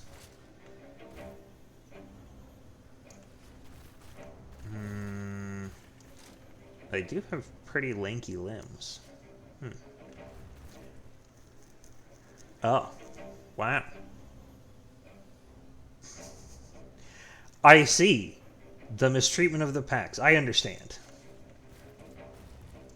Yeah, this is definitely not good. But these notes are all coming from the perspective that we knew what the packs were doing. But if you knew what the packs were doing, surely you could communicate with them. Right? Unless you're assuming that the packs are doing these things because you want to believe it's that way. Which doesn't really help you much, because how are you gonna show Monroe and be like, look, they're not summoning the storm.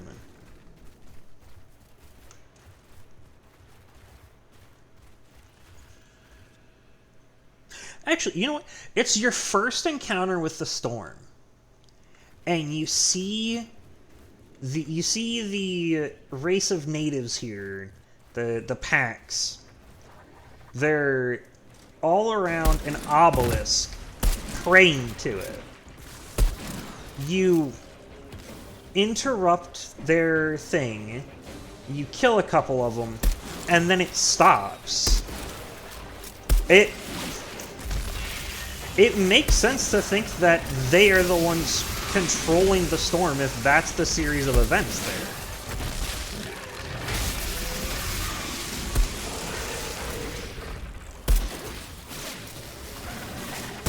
Now the question is, was there like another storm that happened?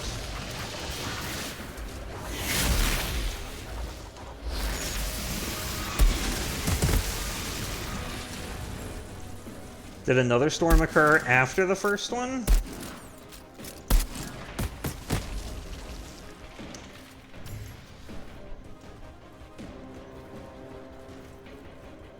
Because it sounds like it was one storm that occurred.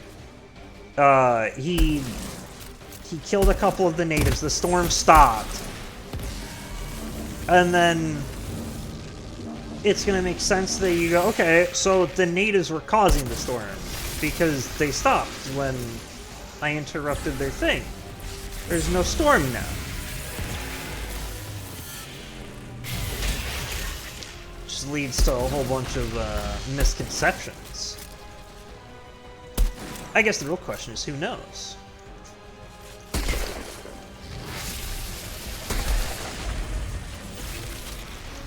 It could be that the packs don't like humans, and they actually were trying to kill them with the storm.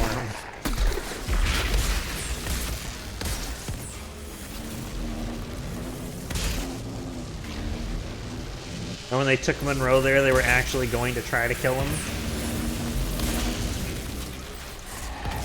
The fuck did you get immune to anomaly stuff again?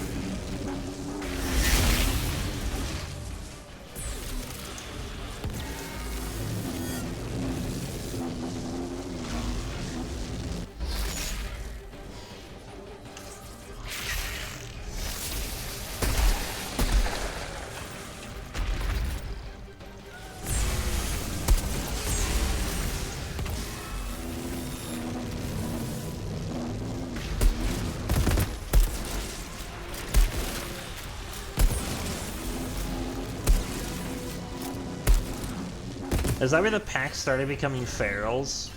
Because of how they were treated here by Monroe?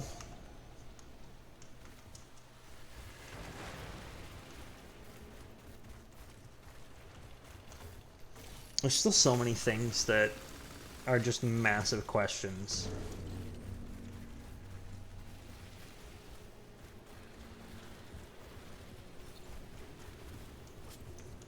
Historian area. What the fuck is that one? Uncover the history of Monroe and his people. Or Monroe and his people. Sure, we'll uncover their history. You know, We've got a bunch of notes from the doctor. Are we gonna get notes from anybody else? After they'd executed the Pack's leaders, Monroy's people started moving into the city. This was their colony. They took over the homes of the Packs, forcing them to work for them, to serve them. In other words, they made them slaves. They believed the loss of their machinery was the Pax' fault. Doesn't matter what they believe. There's no excuse for enslaving another race. Okay. So... if they moved in here after the leaders were executed, where were they at where Monroy saw Pax praying to or doing their thing at an obelisk when there's a storm occurring?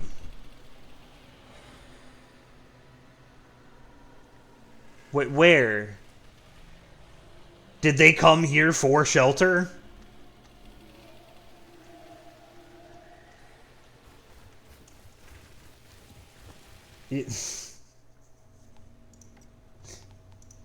Oh, what do we get? Pax City. Oh, okay.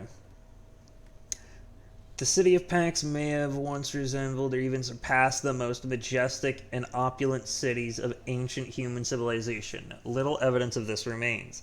Dilapidated houses, desecrated temples, abandoned markets, and filth-ridden streets roamed by monsters and pharaohs stand under a menacing cloud of the large spherical bodies of water that float in the sky. Sun rays are refracted through these giant spheres, casting a swirling, rippling, eerie light onto the city's ruins. That sounds pretty cool. I have seen cities like this before, back on Earth. The memories are still etched into my mind. Towns and cities turn to ruins. The same thought went through my head as it did then. I wish I could have seen them before, when they were filled with life and commerce and possibility. Okay. With the packs, how they are. What is the purpose of a market here? I haven't found money from them. Is it a bartering system? Perhaps it was a bartering system. This is the note. Another note from the doctor. Doctor. Monroy. Unknown soldier. Okay. What do we have from here? Our people have begun moving into the residence of Uruk-Otarath, displacing the Pax already living there. Wait, hold on a second. Okay. The city's most sacred elders, the Uruk-Otarath. Huh? Wait. So Monroe discovered the massive obelisk and walked in on the great ritual by the city's most sacred elders, the Uruk-Otarath. Our people have begun moving into the residencies of Uruk-Otarath.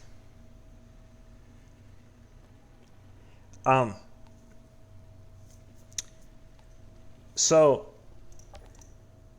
the most sacred elders are also the name of the city?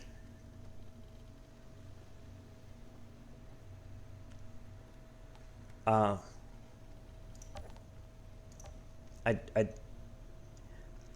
don't see how that makes sense.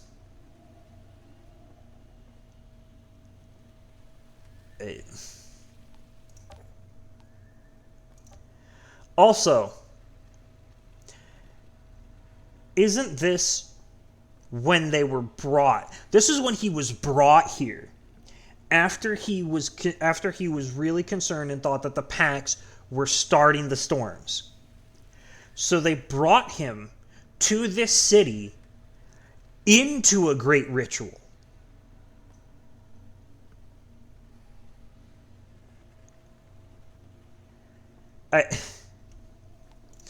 Why did they not do the ritual a different time? Or not walk him into the ritual?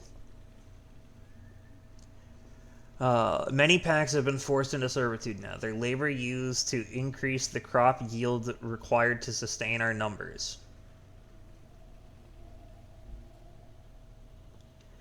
The labor used to increase the crop yield required to sustain our numbers.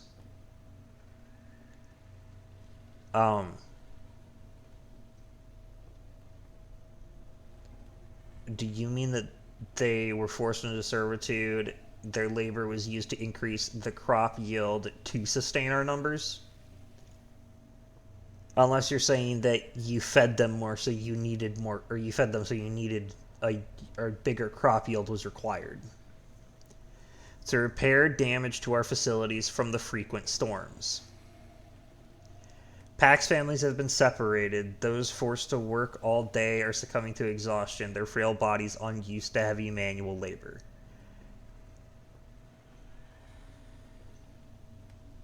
There have been frequent storms. And did nobody bring this up? Did nobody think for a moment, hey, that first storm that we had, those packs were doing a ritual. And then we had another storm, but the packs didn't do the ritual.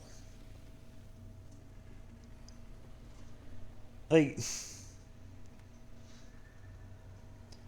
this is just illogical. It's also illogical that nobody had fucking guns to stop Monroy.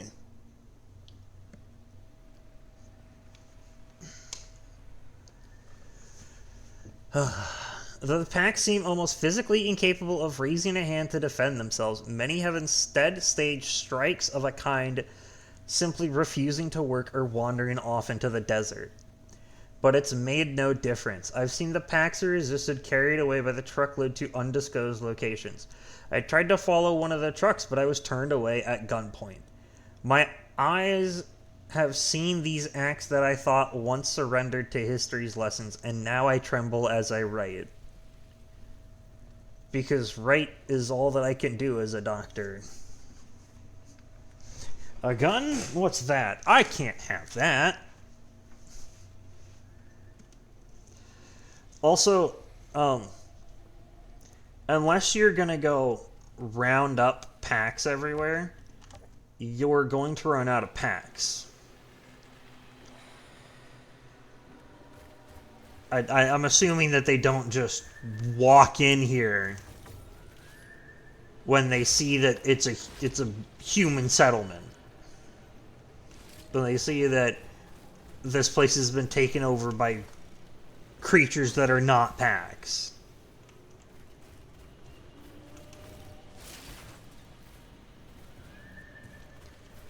What is this? A cart for the dead?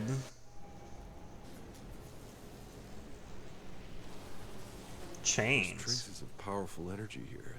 Somebody unleashed this on them. But who? Huh? If there's someone else wiping out ferals, I need to know who they are. Are these packs or are these ferals? What? I thought the ferals were after they transformed. Does this mean that the ones that were tied up were ferals? What? What?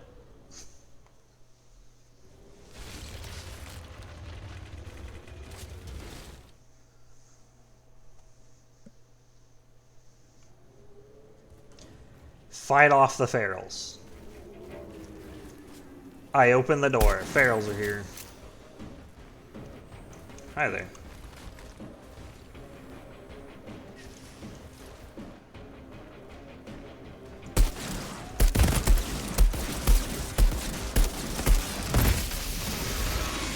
Whoop.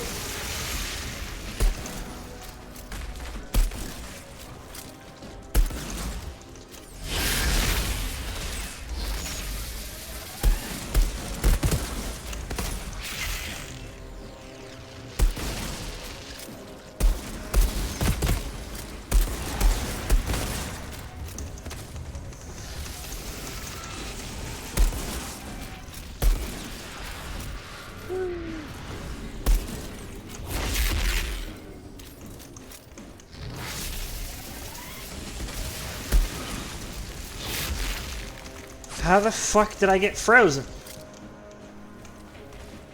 You didn't fucking hit me. What the fuck was that? Maybe that's how they had so many packs here. They just fucking appear from the ground.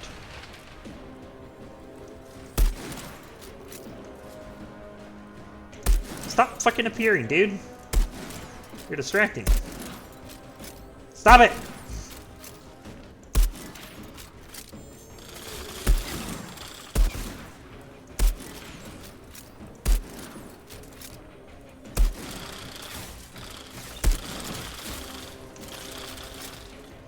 Cool. I love being quick shot by a hunter.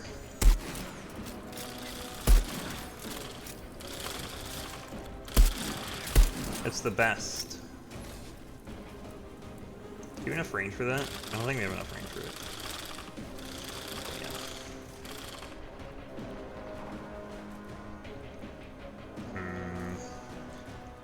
I need to move up.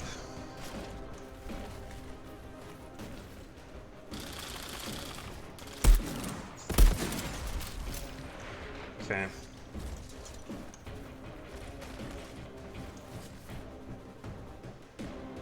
Where are you? Right there. Thank you.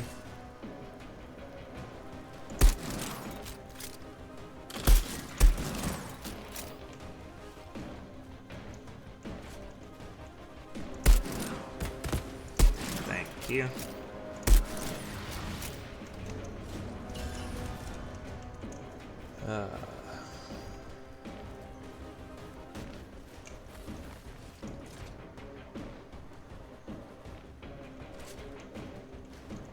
I see you. Fuck your head up. Actually, wait. Ah, it's not a headshot. That one was. I wasn't expecting that. I was not expecting that to hit their head there. But we got it. I got that headshot.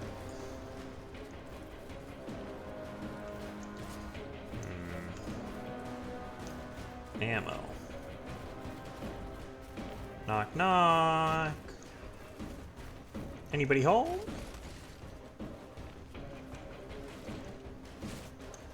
Anybody here? Oh, hello. Oh, fuck. They can not whiff like an absolute fucking jackass. Fuck.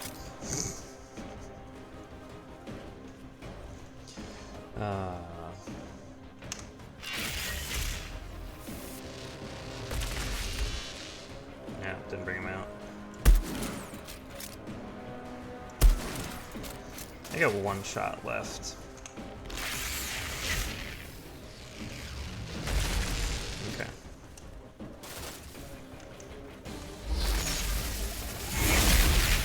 There we go. Woo!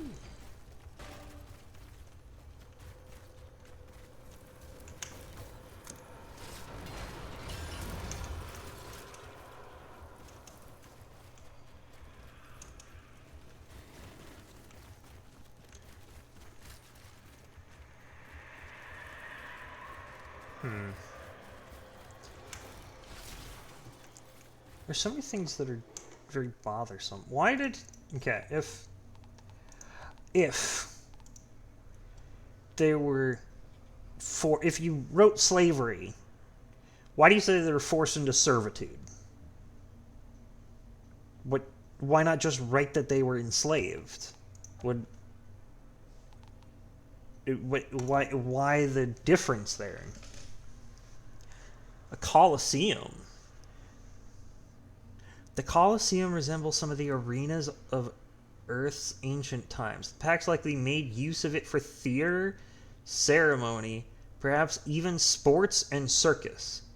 Monroy's people used it for recreation too, although judging by the stocks, shackles, and bodies scattered around the arena, their brand of entertainment was decidedly bloodier.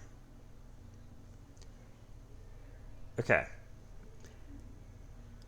If the Pax are peaceful people, what sports would they do? They're playing croquet or shoot. What's the one on the lawn? I think it was croquet.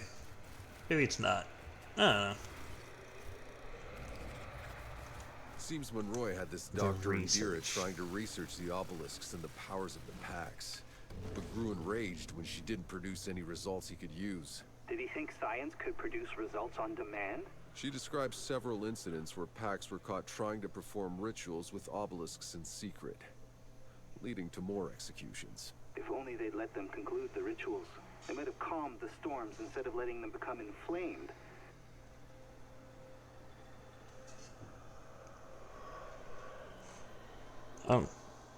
Zahidi, I understand that you are a scientist, but can you not think of it for a moment from the perspective of the people that were scared and thought that the rituals caused the storms? In that moment, I would have to ask, why did the Pax continue to try to do the rituals in secret? No wonder he continued to think that they caused the storms, with so many of them doing rituals in secret.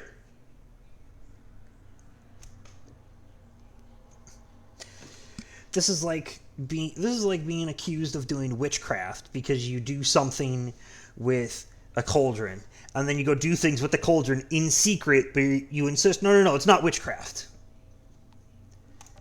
Like, just don't go to the obelisk. I don't understand why they're going to the obelisk for this. With that, it sounds more like it's a compulsion thing. But I don't understand. If the obelisks are just to calm the storm, it shouldn't be that pressing for them to go to it. There must have been something else to it. Commander Monroy had assigned me to study the ways and customs of the Pax, but he has expressed disappointment at my findings so far. He didn't care about anything I reported about their ways and culture, only the Pax's powers, which I had very little to say about. Okay. Understandable. You did have things to report, so you did have findings, but they weren't the findings he was looking for. None of our experts have an explanation and analysis of the obelisks, or an analysis of the obelisk has revealed nothing of Fated Fragment. Whatever the mechanisms or science behind these powers to us, they may as well be magic. It is magic. Pretty much.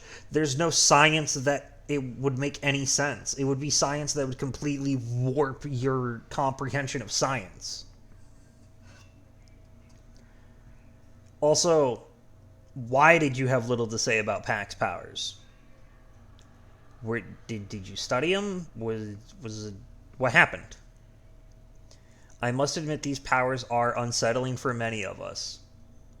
Monroy discovered the Pax engaged in rituals surrounding their monoliths that he feared were meant to harm us and retaliated fiercely.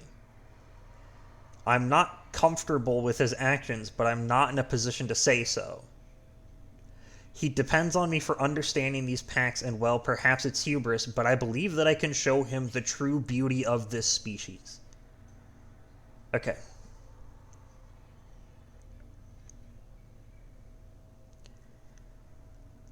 How do you gain an understanding of this species? When did you learn to communicate with them?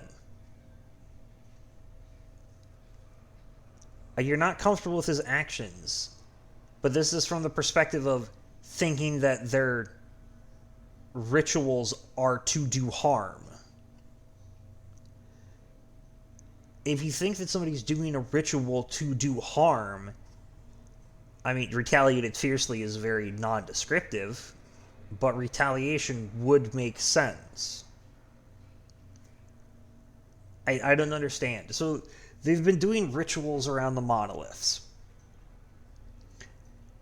And my question here is, first of all, if you think that the monoliths are where they perform these rituals that do these things that harm you, why don't you have, like, around-the-clock guards on the monolith? First of all. Second of all, why do the packs keep going to the monoliths? I don't see how this intelligent species didn't understand what happened. Monroy saw them around a monolith when a storm was happening. He saw them doing a ritual. 2 of them were killed. He walked in on another ritual. Killed more people. I don't know about you, but I'm seeing a pattern with, if he sees packs doing rituals, then the packs die. I don't understand. Did the packs not comprehend it? What did they do? I truly believe they have no ill intent, nor are they interested in displays of strength. I believe they have no ill intent. Again, it's all because you can't communicate with them. Maybe if you were there to learn, if you were there to study the ways and customs of the packs, probably the best thing to do first would be to try to learn the language. I mean, honestly, that would be a very important thing to learn, because then then you can see their customs that they're doing, and you can communicate with them, and you can hear them, and then you can translate to Monroy what is happening. From what I have seen, they only use their powers for convenience, to light their homes, to influence the weather, and better grow their crops. We have a lot to learn from each other. We couldn't have asked for better neighbors.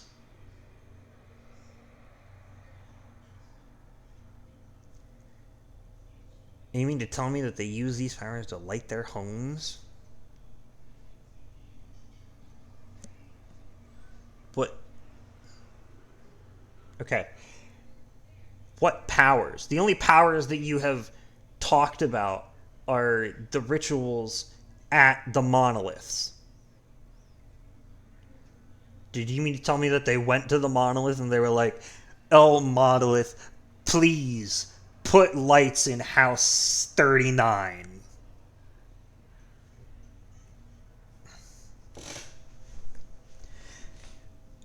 Also, we couldn't have asked for better neighbors. These neighbors that you see have not comprehended that Monroy and some other people are terrified of their rituals and think that they are terrible. And there has been, from what I have seen in these notes, there has been no attempt to communicate that there is no ill will with it, that there is no harm that will come from it. I mean, look, if these powers are things like lighting their house, lighting their homes and stuff, doesn't necessarily mean that it's an innocent thing. I don't know how these rituals really worked, but you could construe it to be like, I pray at the monolith, an animal dies in the wild, and now my house is lit up. I don't know.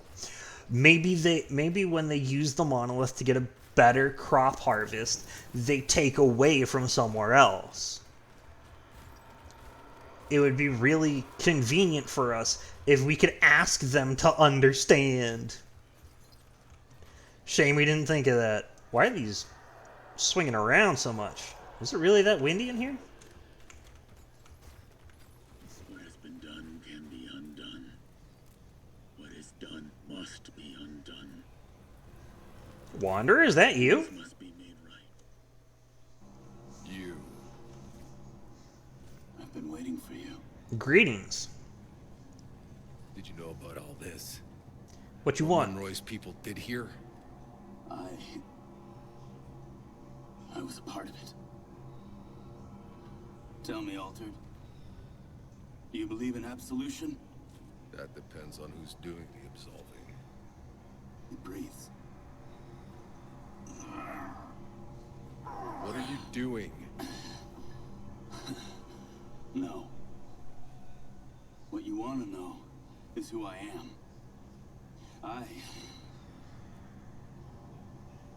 I am the doctor. In Roy's army. I did everything he commanded. I studied the packs. I learned their language. I knew my enemy. You learned their language! And then I exterminated them. Men. Women. Children. All for the human project. Hey, so... And turn us into gods. Mr. Number 2 in the Army, did you ever possibly think about teaching Monroy their language? But when we began to lose, my regrets grew. Until I chose exile and wandered the desert seeking death. Instead, I was afflicted with this condition. Ripped apart by a storm. And cursed with the very power we tried to steal. I was the first of us. But now, I've finally found a way to make things right. And bring back the children of Enoch. Pulled that out of nowhere. Enoch is ripping through me! I don't have much time left! Will you help me? Keep the creatures at bay until I'm ready! You're fucking crazy! Make it quick! The second in command knew the fucking language. And you're telling me you didn't fucking communicate with them?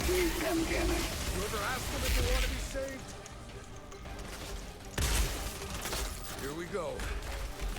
More of these little shit incoming. Oh, of course, the fucking grenade got stuck up high and still hit me. And I'm on fire.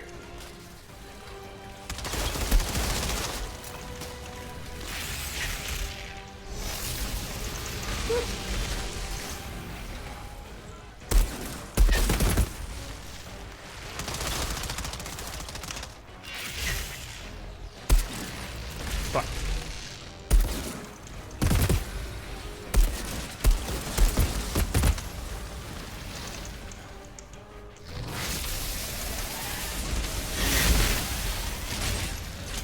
Oh, Jesus Christ.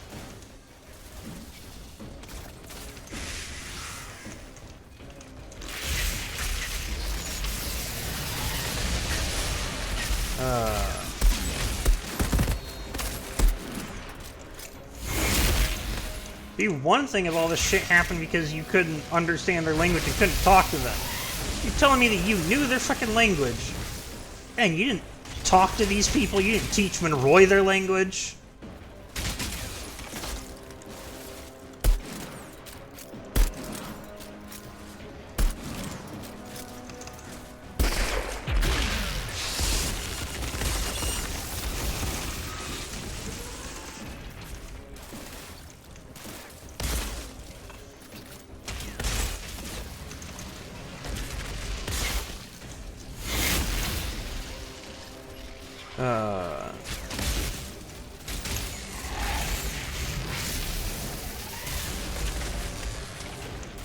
Also, if you knew their fucking language, why the fuck is Dr. Indra going, I believe that they mean us no ill will?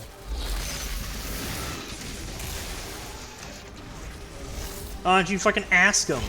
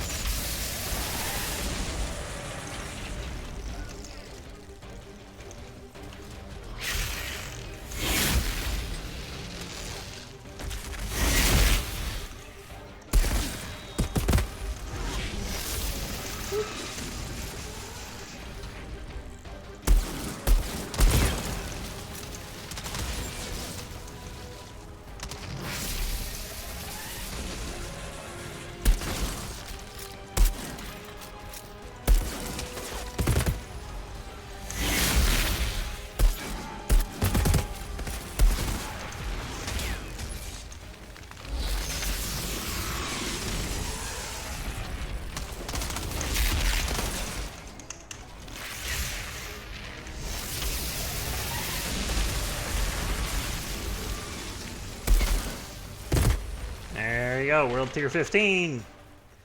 Let's go, baby.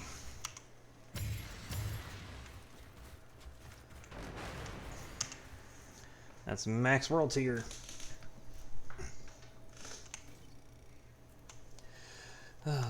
Okay, what do we get? New one? A disintegrator. That's a fucking pistol. Sweet.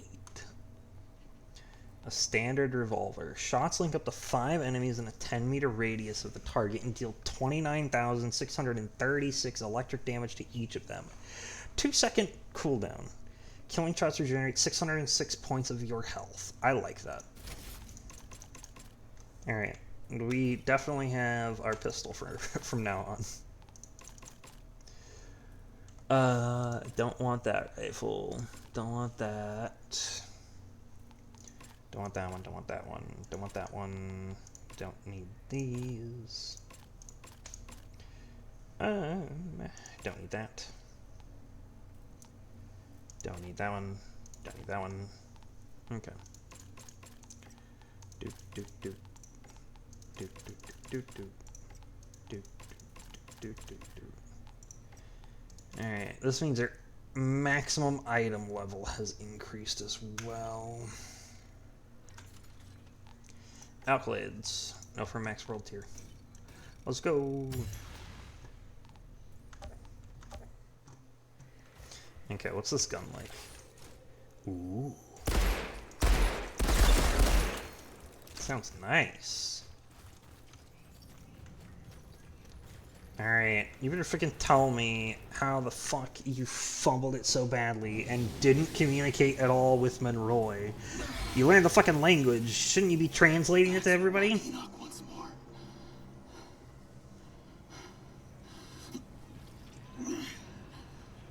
Come on, change.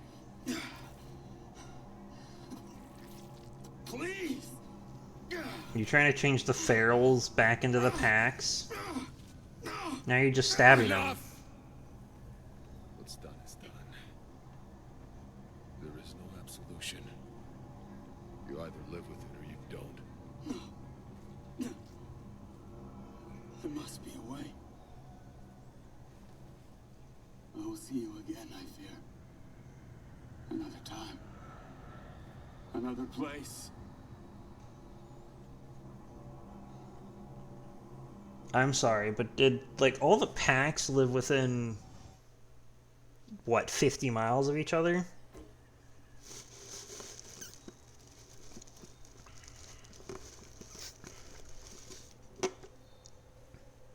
Like, there's no packs out, like, are there other villages? There should be other villages.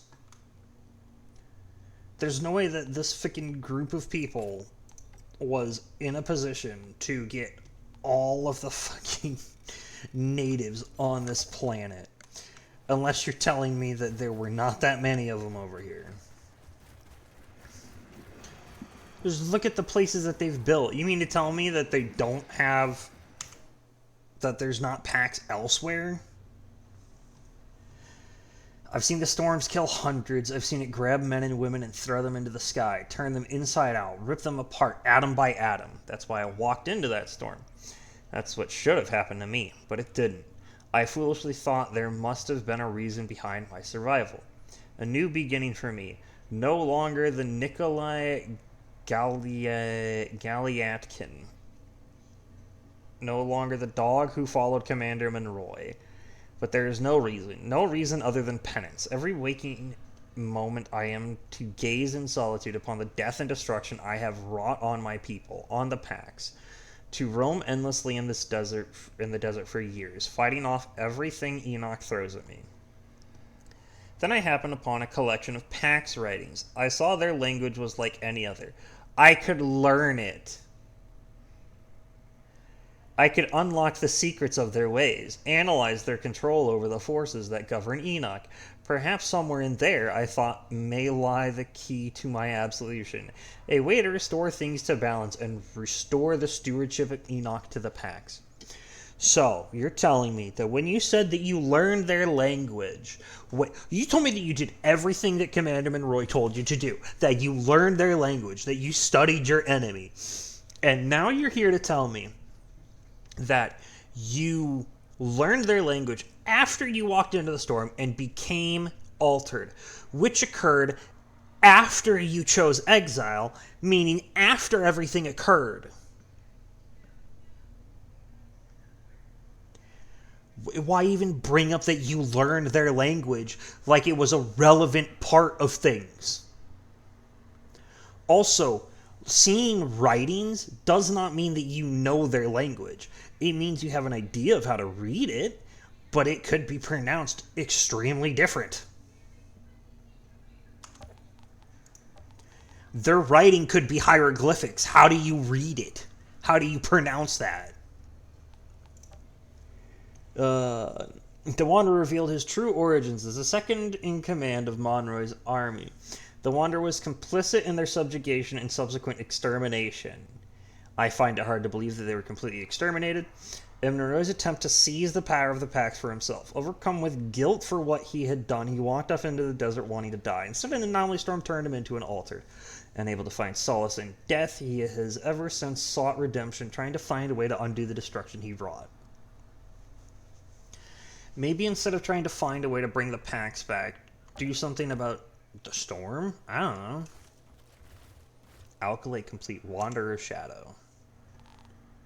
We completed this questline. Woo! Seriously, why even bring up that you learned their language and everything if you learned it after everything took place?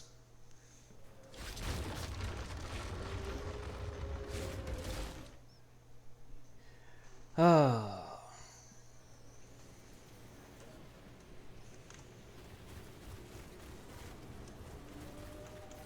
Alright, here's the historian area. Let's go. Look at the area's name is change. What are we gonna find? Loose change? I found 2 quarters.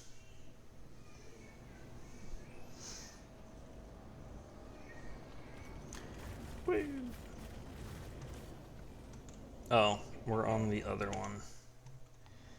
1 second here, ferals. Don't try to kill me just yet.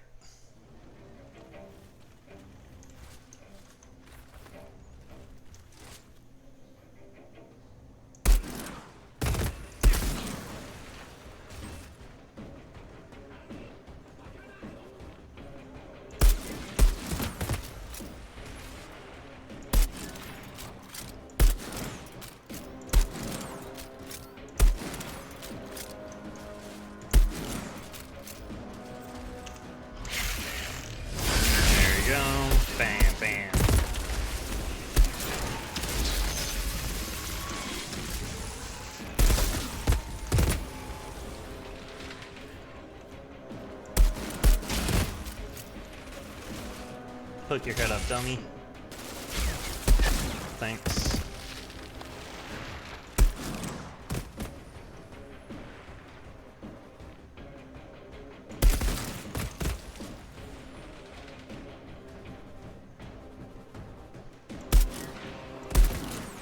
Thank you very much.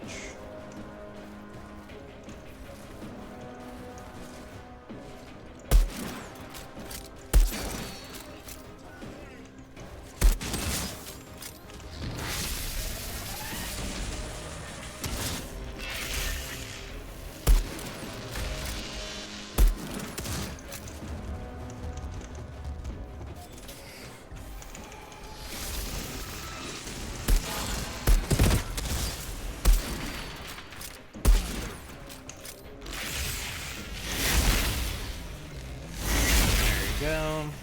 Melee kill.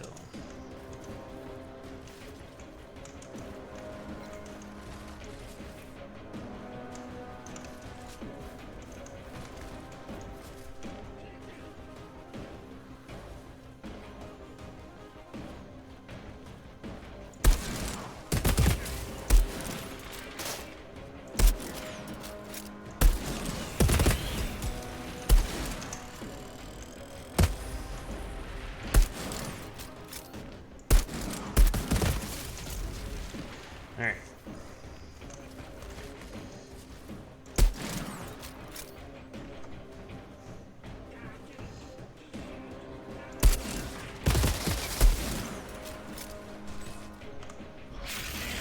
Where is he? There he is. Oh, I only saw him for a brief second. Why are you running? Why'd you run all the way back there?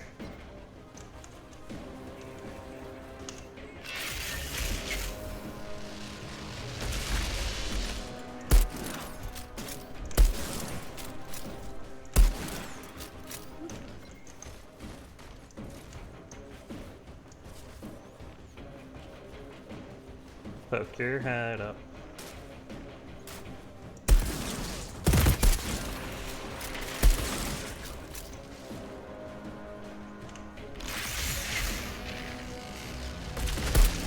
Damn it. Can't reach him. I know you're there.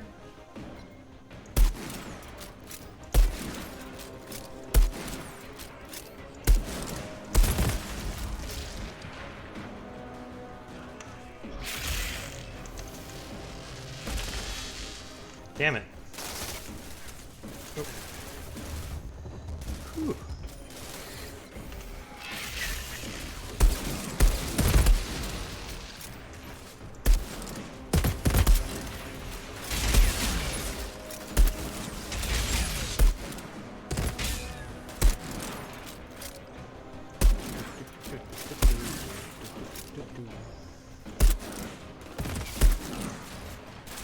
Okay.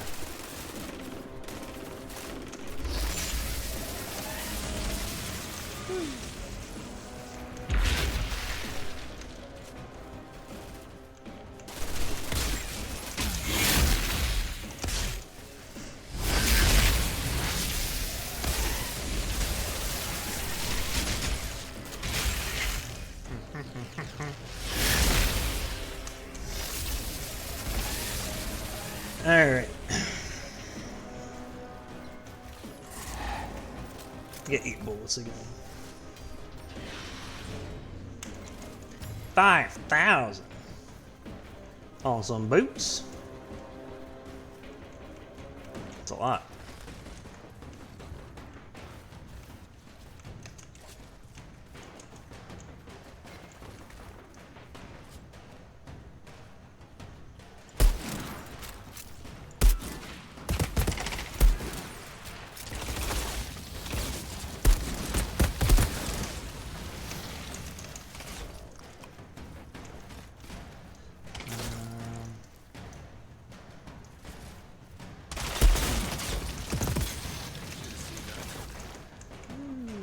Okay.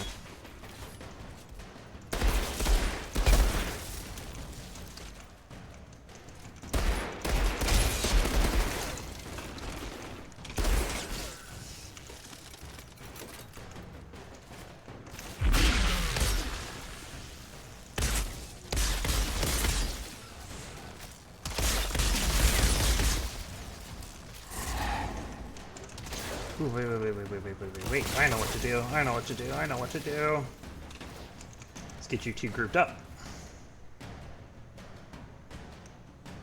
Come on, you two.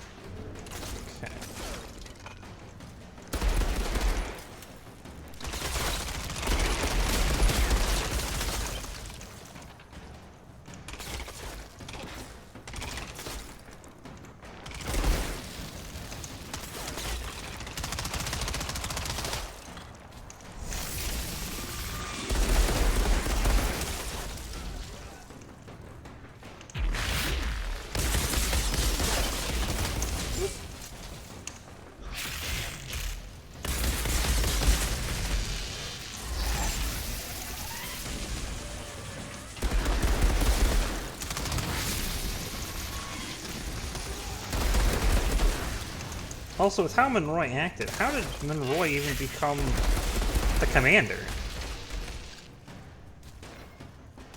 What, did everybody else that was there just die suddenly?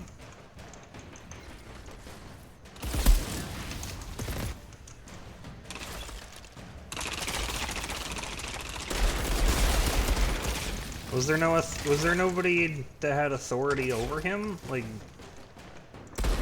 what the fuck was their setup?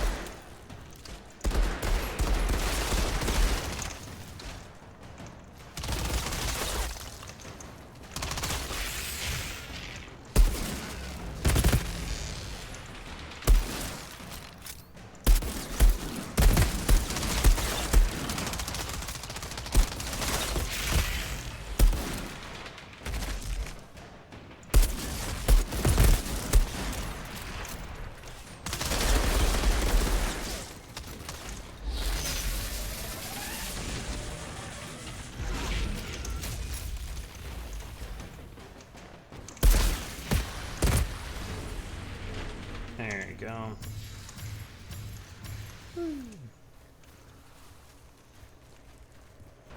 Got all the things. Oh, it fell. Was there a chest somewhere around here? Or there's got to be a chest around here. That can't be it. Looks strange.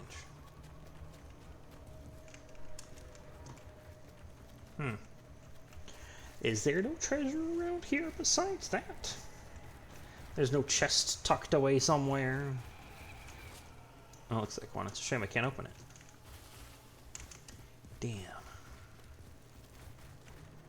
Unfortunate.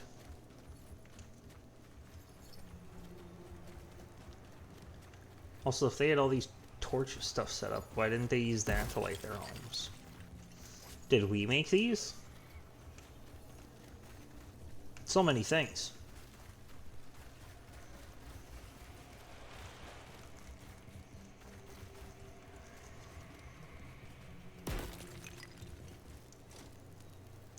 It's interesting. What is it? Backpack? This thing?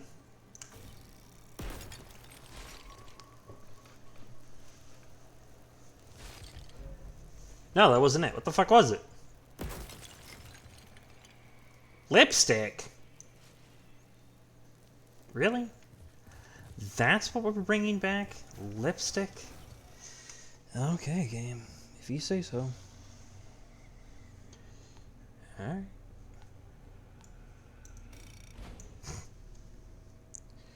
Why does it say sins of our fathers? That's not even his father or anything. It's the same guy.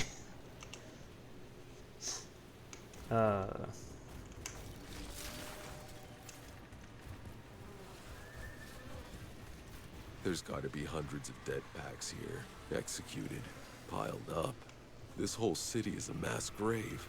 Monroy's people, yeah, which doesn't make much sense. Real clear who the packs were scared of, who they changed themselves into pharaohs to protect themselves from.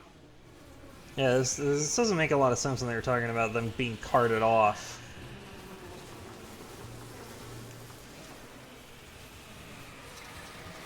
Also, I love how we know that all these bodies are definitely packs. Where did the bodies of all the people that didn't support Monroy go?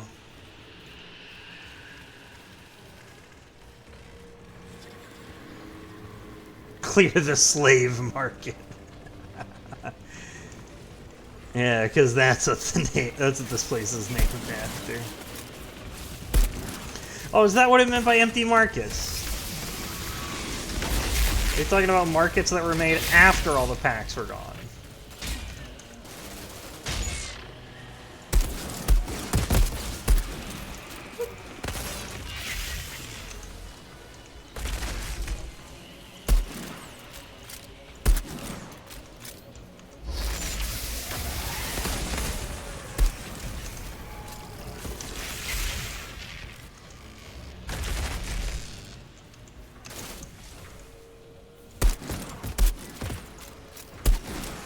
Oh. The fucking two of them here are the fucking big guys. I thought it was just one big guy and then two of the fucking shotgunners. Alright. In that case...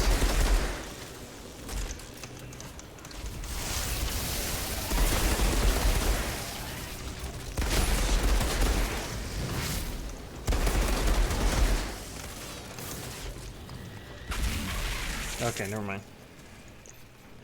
I think we just took like 5k right to the back there. Alright. Since they charge me, we can blast them down.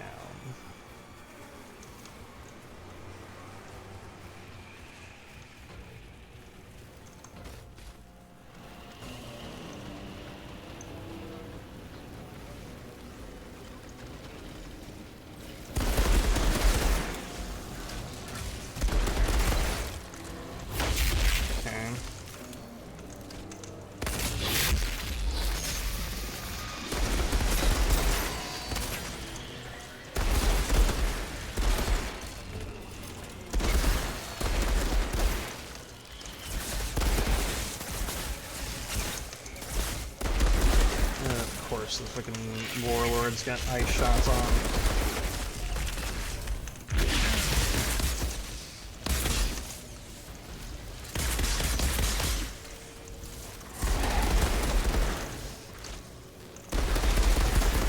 The one that does the wandering flames has fucking healing light too. That's a pain.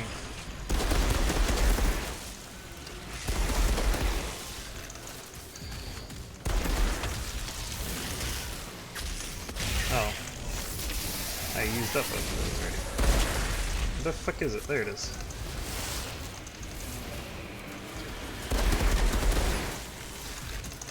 Fuck off! You and your fucking freezing shots.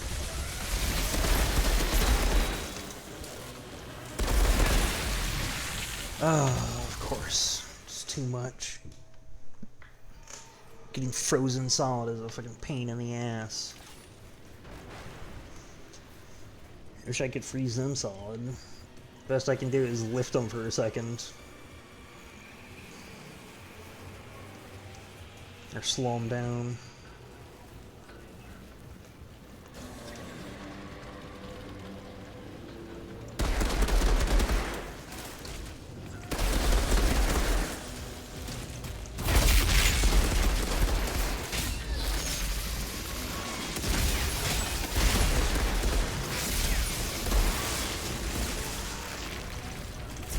Fuck off. The fuck am I getting frozen by?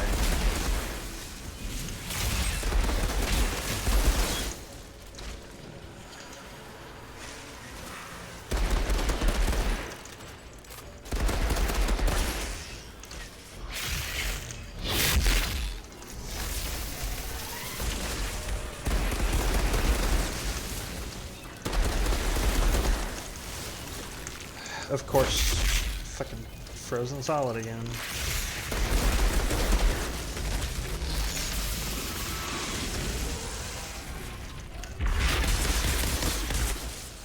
How the fuck are you not dead? Cool, that's one dead.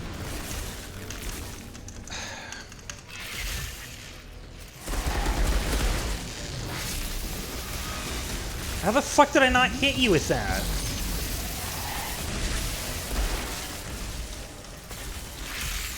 You were in the path of the slash. How did it not touch you?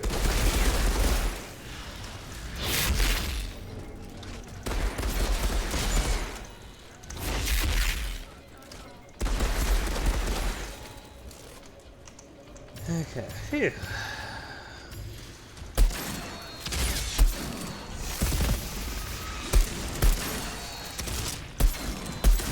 Oh, that's right. You put up your fucking shield so it protects you from it, even though I fucking hit you before your shield was up.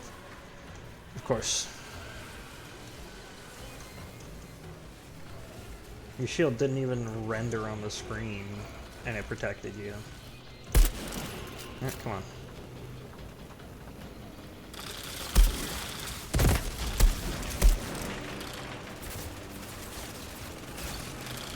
Jesus.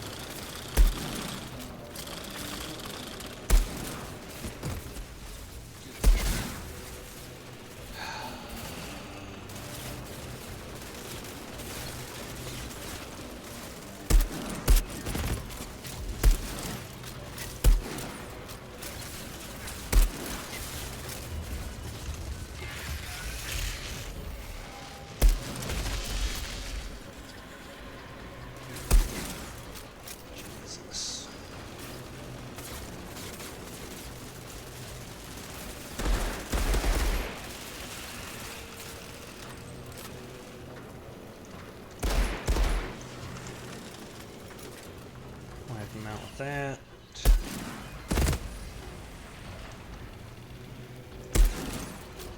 Okay. Alright. Where the fuck are you going?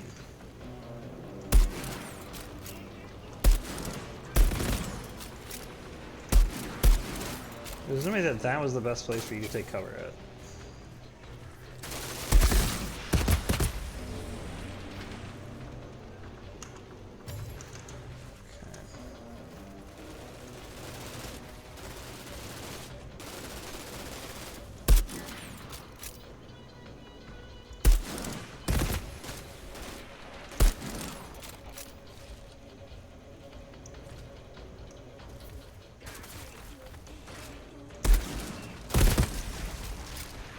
Alright.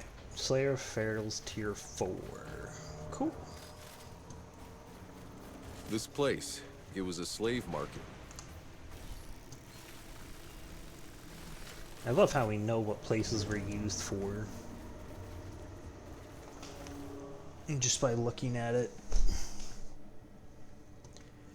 Not even, I think this was a slave market, just definitive. This was a slave market. Oh, there's a thing over there for me to pick up, that's why it's telling me to go that way. There's ammo too.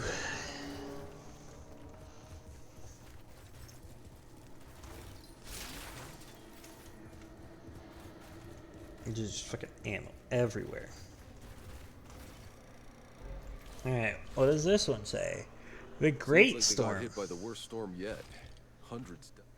Humans and... Okay. I did not know it was possible for the strange storms to get even worse, but we barely survived the last one. I saw colleagues torn apart, buildings pulled into the sky, into the air, against all known physics. I saw packs make numerous attempts to enter their temples to reach their obelisks, even though they were were damaged by the storms. But Monroy had them gunned down. How can you believe the packs are inflicting this madness on us when as many of them died in the storm as our own people? They're calling it the Great Storm, but I have trouble believing it will be the last. Enoch itself has started to change. Once fertile soil has now become barren, and nothing we do to grow crops seems to work. Green valleys and woodlands are turning into deserts. The clear waters that ran through the rivers have turned dark, undrinkable. The lakes and oceans have begun to dry out. The madness of Monroy knows no bounds, and it's not just him, but all those who follow him, driven by fear or their own bloodlust. These were never good people. Good people didn't make it off Earth, but those of us that have tried to retain some shred of decency, I don't even know if there's any left. Even Nikolai, his loyalty to Monroy for saving his life has made him blind. He believes everything Monroy tells him and follows his orders without question. In the wake of the Great Storm, packs were fleeing the city. Nikolai was put in charge of rounding them up to make an example of them. No one would tell me details. A week later, I found a note someone had placed in my locker. It was a tip, coordinates to a location half a day's ride from the city. The temperature, faded fragment, above 100, the sun was scorching, and I was covered in sweat. Then I found where they've been disposing of the bodies. The wind started picking up as I stood over the mass grave. I was quickly being covered in a coat of gray powder, the bones and ashes of the packs that had been burned en masse. The remains blown around by the wind. It's still stuck in my hair to my clothes. I cannot get it off me. What have we done? The rest of the page is faded. So there's a giant-ass storm, and the packs are trying to get to the obelisks, but they aren't at the obelisks. I mean, look, the thing about them inflicting this madness on you, it could be a separate tribe of packs or whatever that are doing it. I don't know. Like that could be the thought process there, but there's nothing showing anything. There's nothing there. So this is just absolute insanity here. Also, if it changed from being fertile soil to barren places and deserts, and the packs were using rituals to actually grow things and make their harvests better, does that not mean that this place... Wouldn't that mean that this place was barren before they came here? And they were using magic to make it fertile? Or perhaps it's the repercussions. They were pulling from future nutrients or something? Flags, all with... It's gotta be his face. He made himself king of the packs. A king? A tyrant.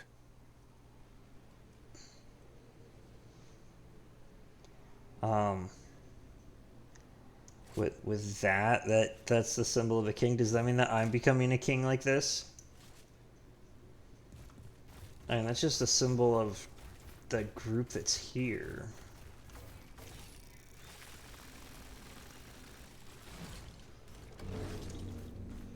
I mean, maybe if he carved his face into statues or something, then you'd have something there. Something that seems a bit more solid of evidence of trying to make himself a king. Oh, we got the boots.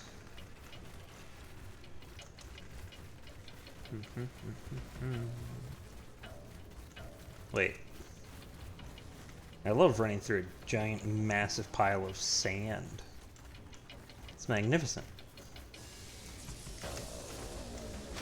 Ah, of course.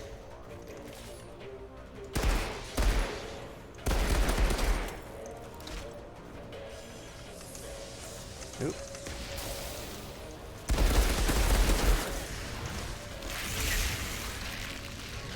Cool. Rift. Monroy's Palace.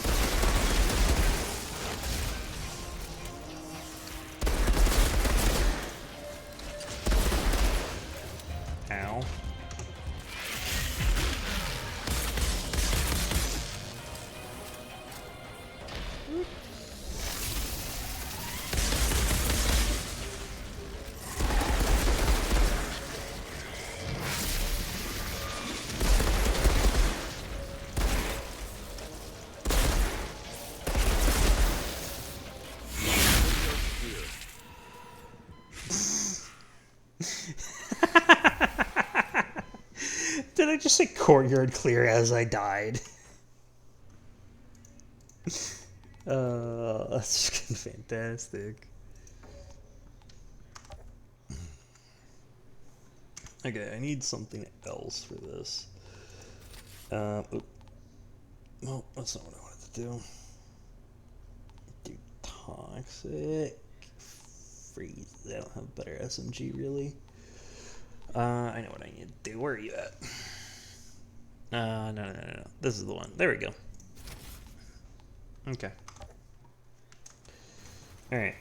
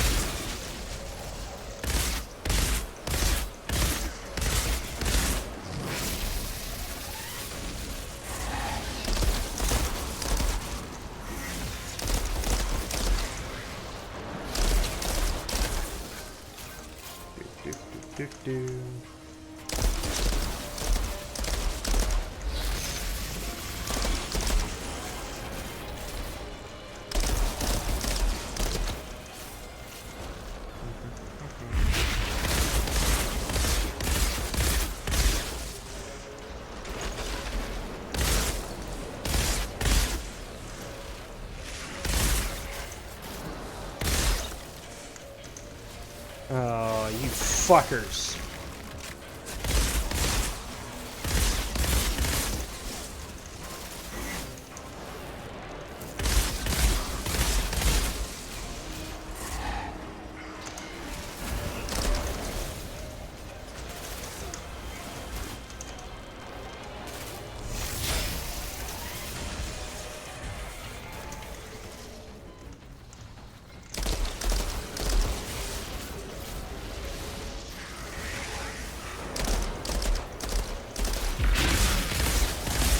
Ah, fuck, the Wandering Flame got me. Damn it.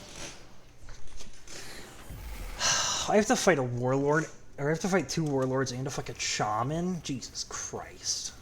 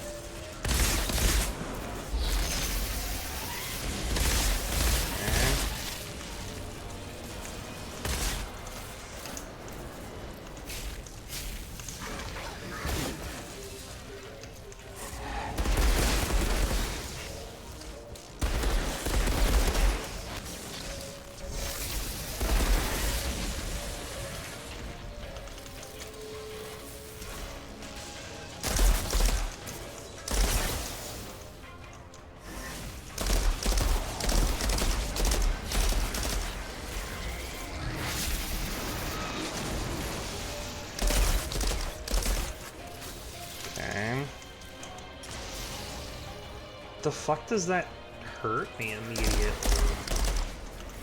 I guess because I'm in the middle of it.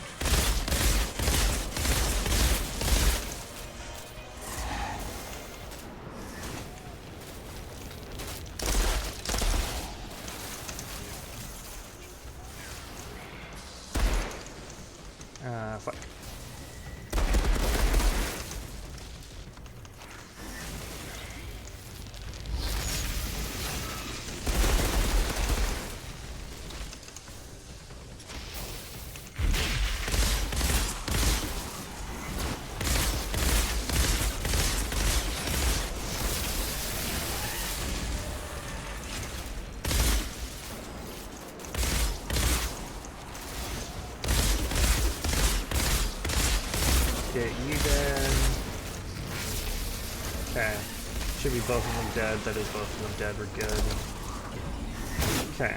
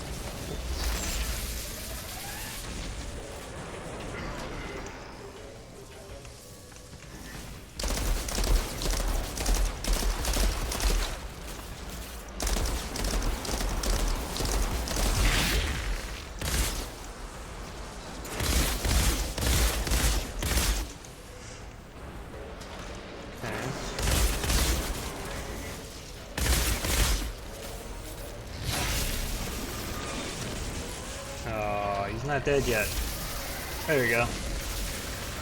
Woo. I didn't pay attention when my legendary dropped. I don't know what they look like on the ground. What did we get? We got more rifles.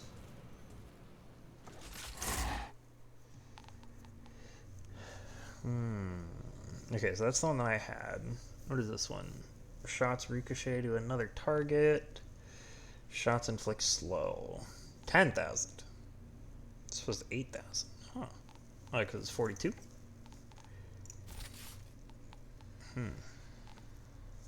Well, all I really need is damage with them so I can kill people.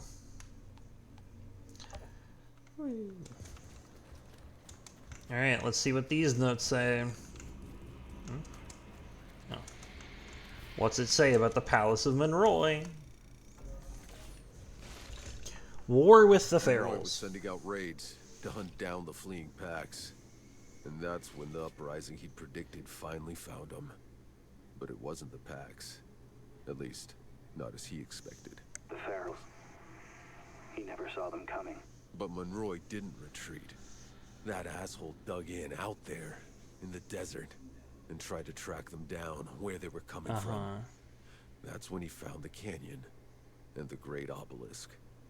He finally understood there who the Pharaohs were. But that's when he got word that the city was under attack. And so it was. The beginning of the end. Okay.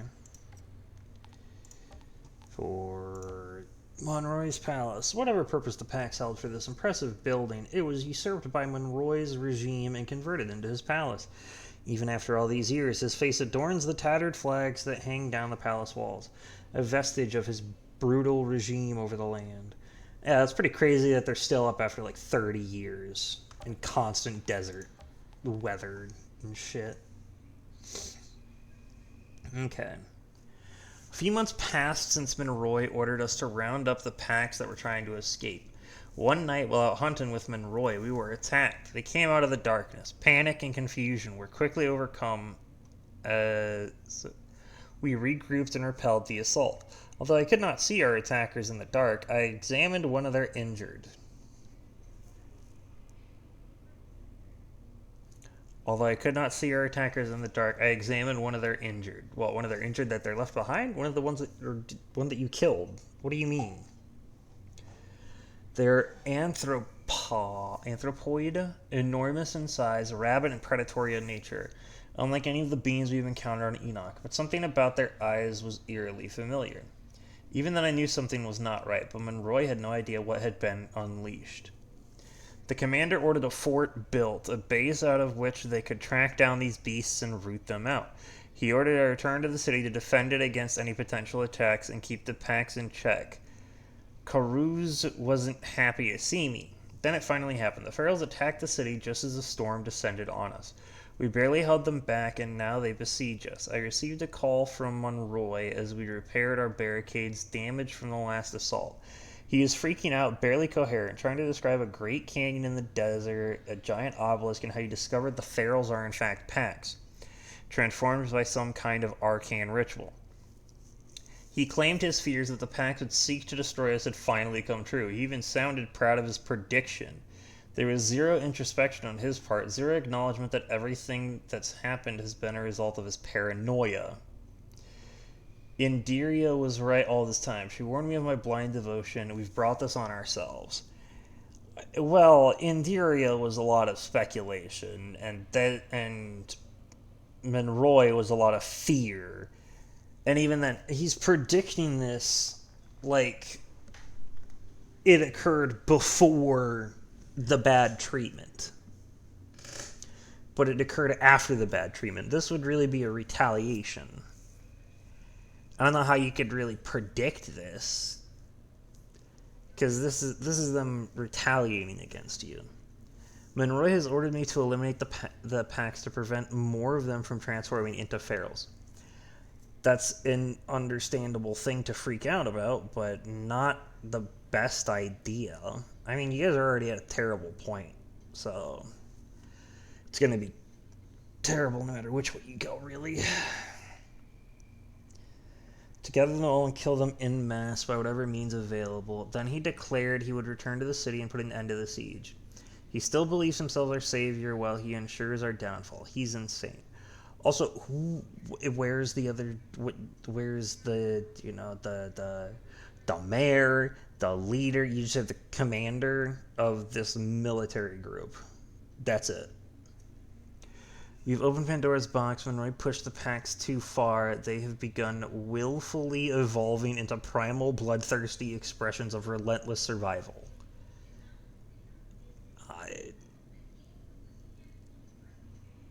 Okay. Or maybe they regressed to an ancestral step of their evolution, a step natural selection saw fit to bring them out of, a step only human intervention could revert them to. I don't know how they would have evolved beyond those creatures, with the creatures attacking friends as well. Although I guess maybe that was just August and the others don't do that because, you don't see any of the Pharaohs shooting each other. I don't know what to do. Doubts have taken over my mind. I am paralyzed by the realization of what we have brought on ourselves, of what we have sown, and what we are about to reap. Hundreds of thousands of packs are still out there, each one of them a possible feral. How in the world do you know? Eliminating them is the only way we can live, the only way I can continue to wake up every morning and watch the sunrise over the dunes. All I have to do is give the order. I can feel the words sitting on my tongue. My soldiers look at me expectantly, waiting for the slightest gesture to signal they can begin. But I still cannot bring myself to do it. Caruso saw my indecision, my paralysis. He seized his chance and took control. He walked out to execute Monroy's orders. I didn't even resist because I can no longer be a part of this. Okay. How in the world do you know there are hundreds of thousands of packs?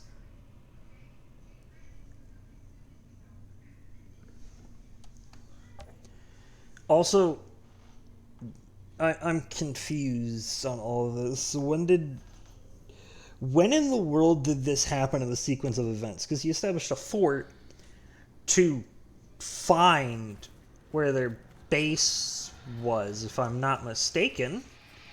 Unless that was an interpretation that somebody in the group made and not something that we read from the notes. Actually, wait, hold on. I can check the notes.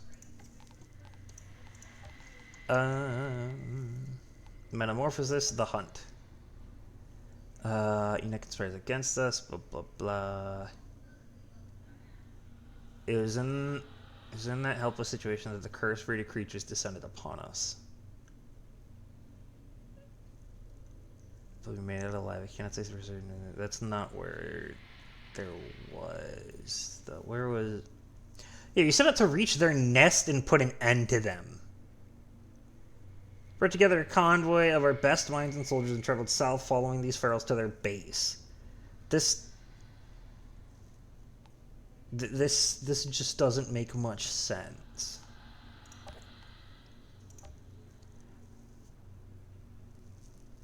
Also, this is the ambush that happened by a convoy.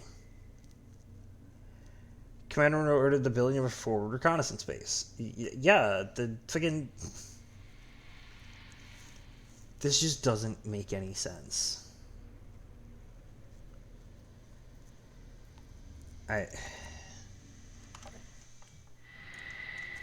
I'm gathering information that overwrites what the previous information has said. Unless you're telling me that the commander went on recon missions.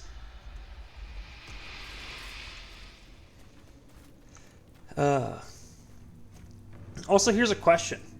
If the planet changed after the storm started coming around, really, what was the canyon beforehand? Was it still a giant-ass canyon? Just, what, the desert was, you know, grassland or something?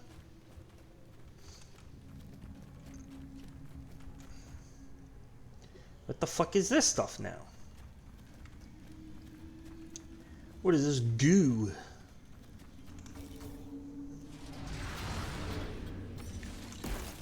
Ritualistic footwear. Or ritualist footwear. But I'm not a ritualist.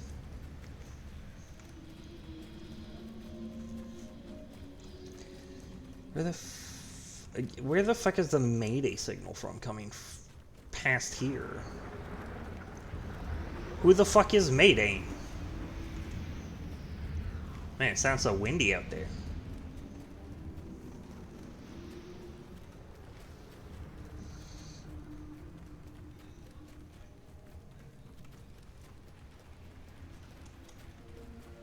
No, there's nothing there, that's right. Enter and investigate the Monroy's palace. Hey, look, notes. What did he say? Found Mutiny. Dr. Deer's last journal. Because she wrote it just before getting executed. By Monroy. A torn journal with multiple missing pages once belonged to Dr. If she surrendered Monroy to them. She doesn't. Apparently, nobody else has guns besides Monroy.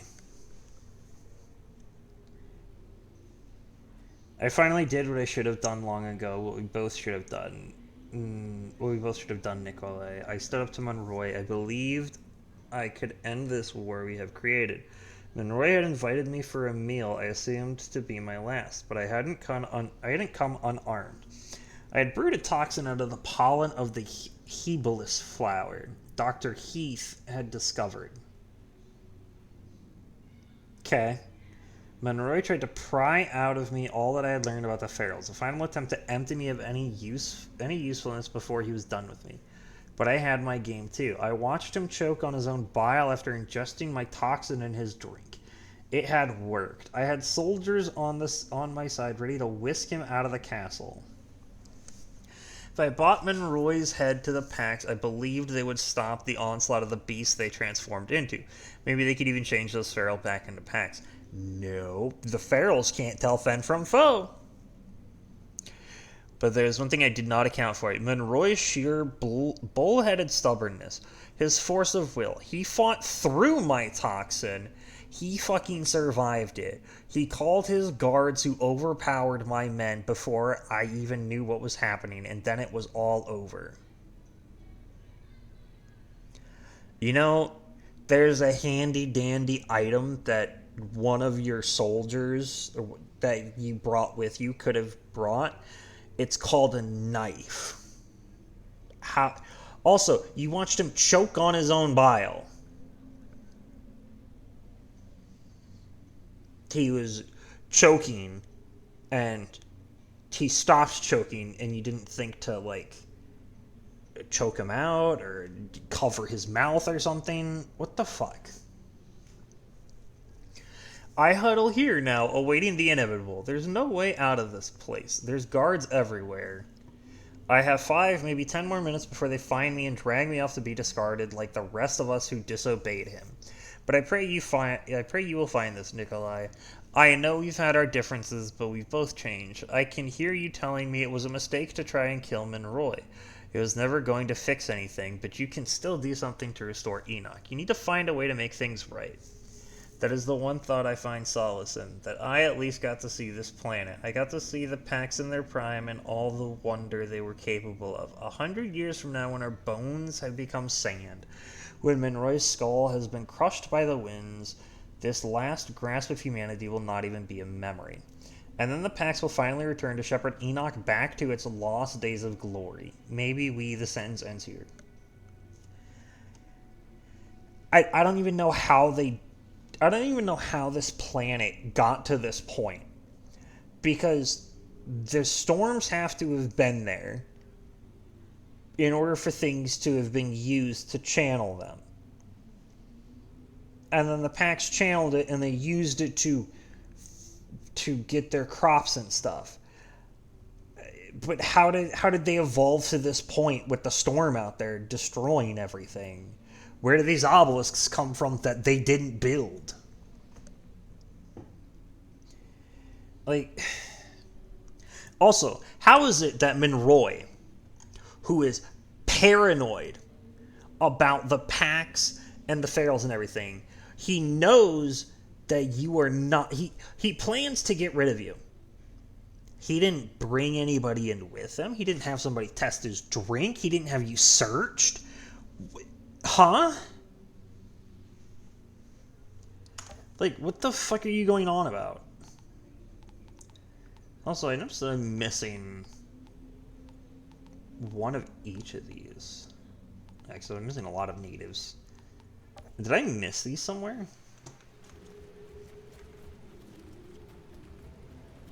Maybe I did. I don't know.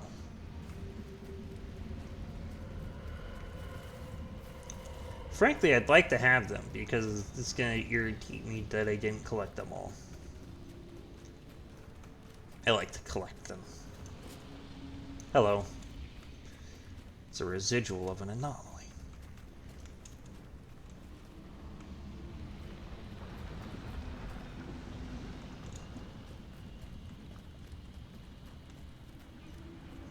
I made it to the top. Palace is clear. What do you see? better come up here and see for yourself. Oh, you gotta see this.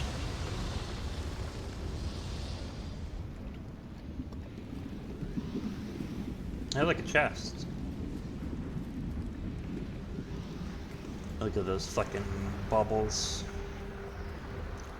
Also, why is it that when I shoot the bubbles, nothing occurs to them? Nothing happens with them. It's sad.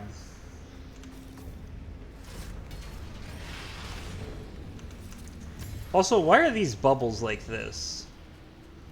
Doesn't this mean that each of them has their own separate gravity? Because this would mean that that split off from that part there, that part split off from that part there, that split off from there, and everything like that. Like, how did this occur?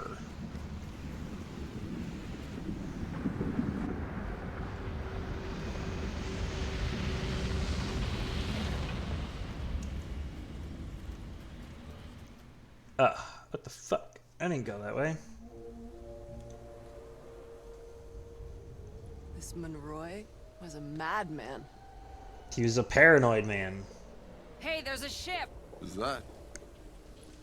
The Caravel? That's not possible. The Caravel never left Earth. Its engines exploded. Aww. Thousands died.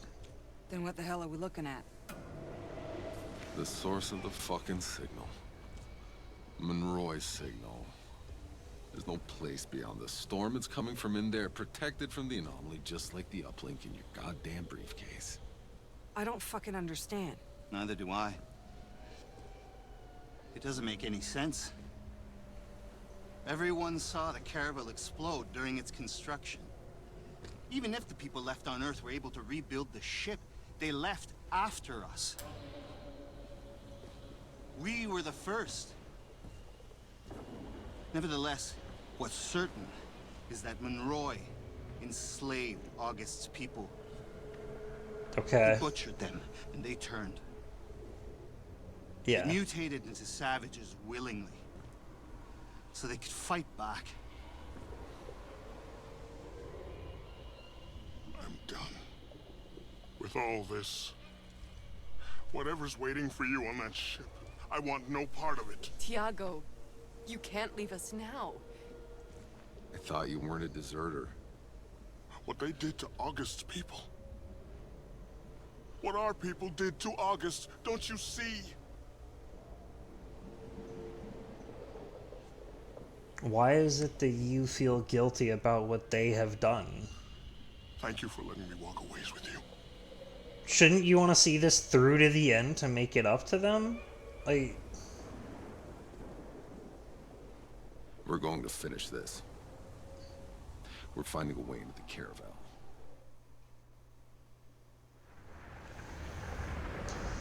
So the Caravel's here. This is it now. That Awesome. ship, the signal, the garden. I'm ready to make some sense of all this. We'll leave on your word, Outrider. No, I'm not ready to make any sense of all this. What the fuck is going on?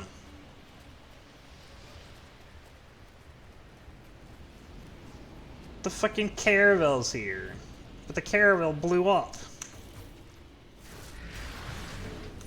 That can't be the Caravel. It's gotta be something else.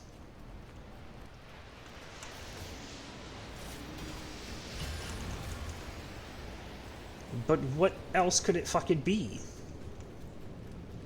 Also, how the fuck is it how is the signal protected in it? You said that moon metal was what protected the briefcase. Are you telling me that the entire exterior of the ship is made out of moon metal? That's fucking insanity.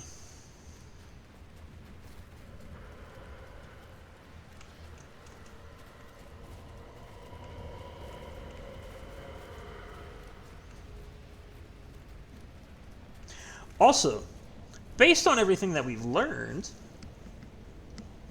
that means that we should have been seeing signs of the anomaly before we left to come here. Before we left to get here.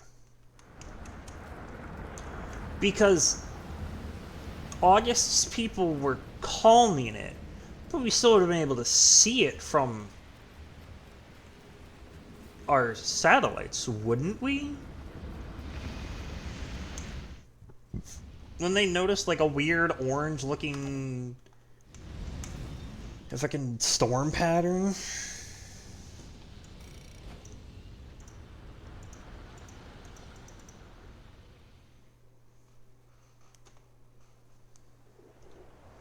Also, you got a whole bunch of journal entries.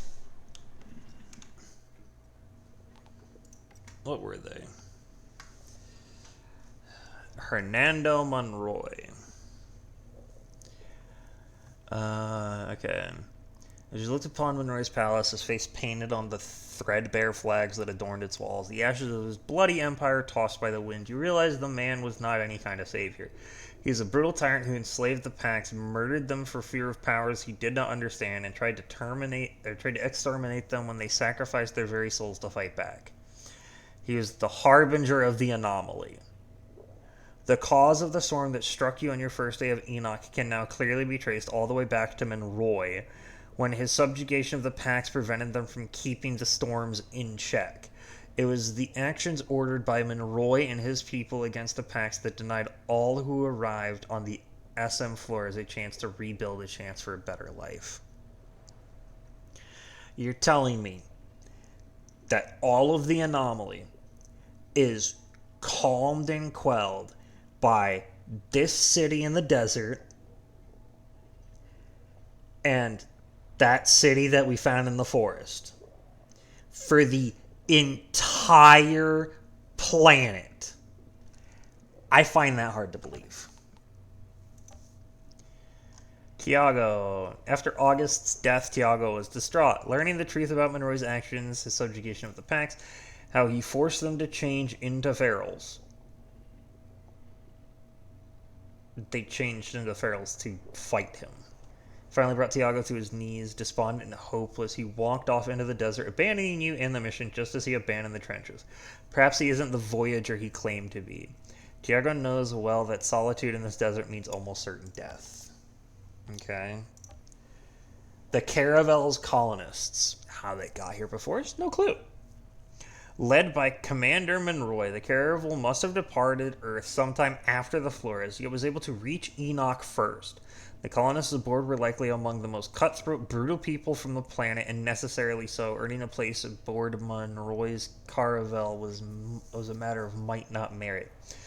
A small number among the colonists that worked as engineers and scientists were brought on for their expertise rather than their savagery, but their descent was evidently not enough to stop those more than happy to follow Monroy's orders as he subjugated the Pax, unable to foresee how this only ensured their doom. The Flores was the only one created in space, right?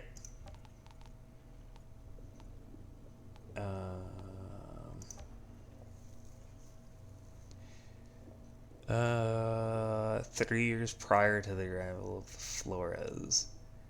I don't know how it would have done that, but especially if it left after us. But where was it?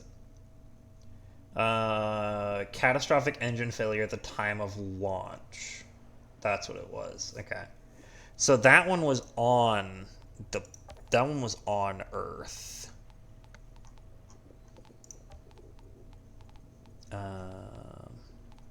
Right? That's what it seems like. Okay. Summary of the history of the Pax.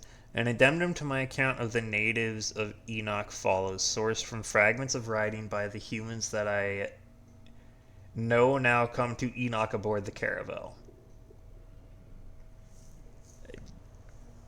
Assuming it's the Caravel, even though that doesn't make any sense through any means of logic at all.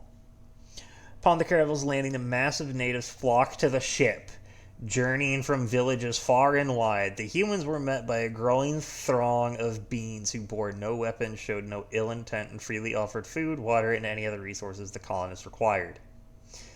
Don't know how, because they can't fucking communicate with each other. The humans granted the name of the Pax. Humans and Pax lived in peace for a time. All that changed when Monroy and his followers realized the powers the Pax possess. Who sees a ship coming down from the sky and is like, ah, yes, Let's go greet our new guests to the planet. We're just calling it the Caravel. What the fuck? It doesn't make any sense for that to be the Caravel. The Caravel, believed to never have left Earth, towers above a settlement. A miserable place that reeks of death and despair. The same place you've been seeking all this time. The source of the signal and the end of your journey. Sure. There is never a place beyond the anomaly. The signal is being broadcast from the Caravel ship that was supposed to have never left Earth. I was like we could have known that when we started this journey. I'll radio when I've secured a path. There's no... Oh, I interrupted them. They're probably going to say something like, there's no path. Killing shots regenerate health for you. Maybe I removed that. Maybe I swap it out for something else.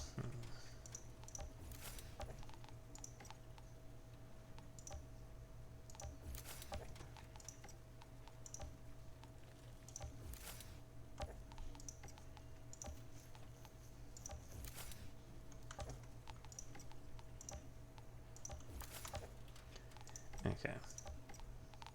Let's go ahead and switch the mod here.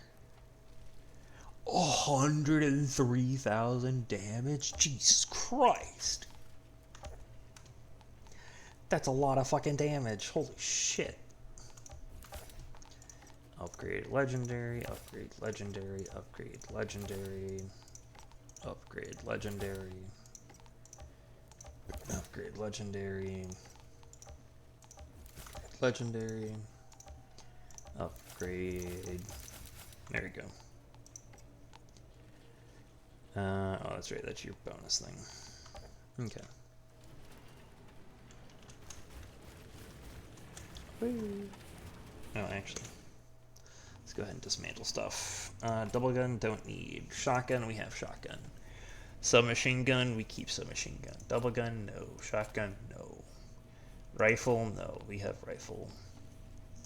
Not light machine gun, not rifle, not this one, not this one, not this one, not this one, not this one. Get rid of that, get rid of that, get rid of these, get rid of these.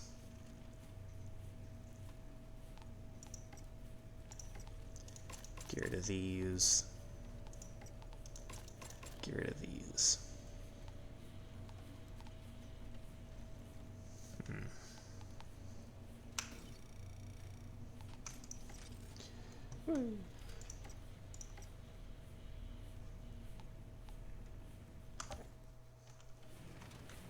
Okay.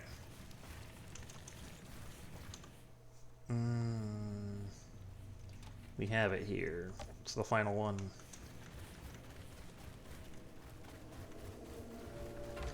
Alright, let's go.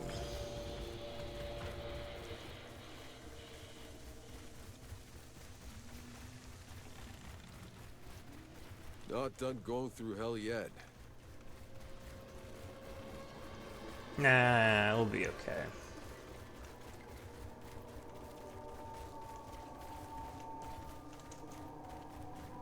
Hey, look, a note. When the pack started to flee the city, Monroy rounded up every last one of them that stayed behind, that were loyal and trusting, and threw them into these labor camps. But I know of the packs, they could not have survived. For what? It was all Monroy. When he understood the packs were turning into ferals, he sent out an order to murder them all before they could transform. All of them. All but enough to run his camp. Yeah, man's paranoid enough to think that they're gonna kill him, and then he's like, hey, you know what? Don't kill all of them. We need enough to run the camp. Sure.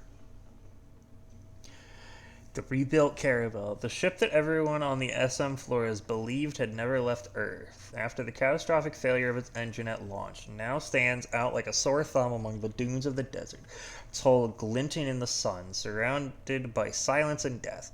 I do not know how it's possible how a ship thought destroyed could be sitting in front of me as I speak. All I know is that the signal I have been chasing for so long is coming from inside that ship, and I intend to find a way inside to reach its source. Don't know how I got here. Don't know how it was built. Under the shadow of the Caravel lies a network of internment camps built for the housing and imprisonment of the Pax engaged in slave labor to support Monroy's army. But it's clear much worse than imprisonment happened here. Once Monroy had made the connection between the Pax and the Ferals after his army was close to defeat, he ordered the extermination of all Pax remaining inside the camps, trying to prevent them from transforming into Ferals. But none of it was enough to stop what had already been set in motion.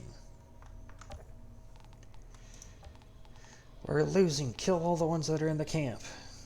Genocide. Well, pretty accurate.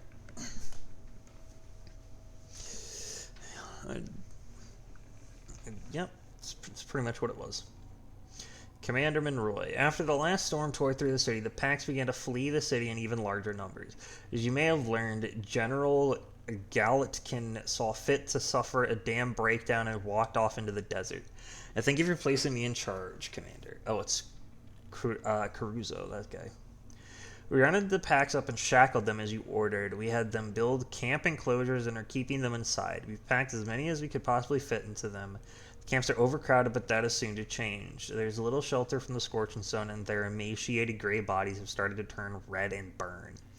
They take turns standing in the shade, giving more time to the children and elderly. We built watchtowers and assigned guards to watch the camps 24/7 to keep an eye on the Pax in case they try to escape.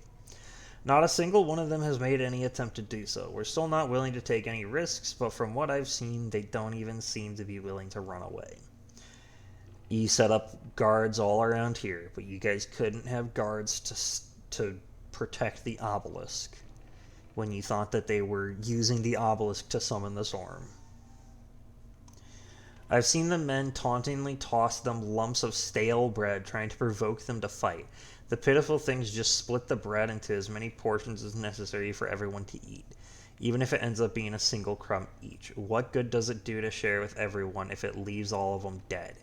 As you well know, Commander, they work in deceiving ways, which makes it all the more reason to extinguish them. Deceiving ways. Sure, my guy.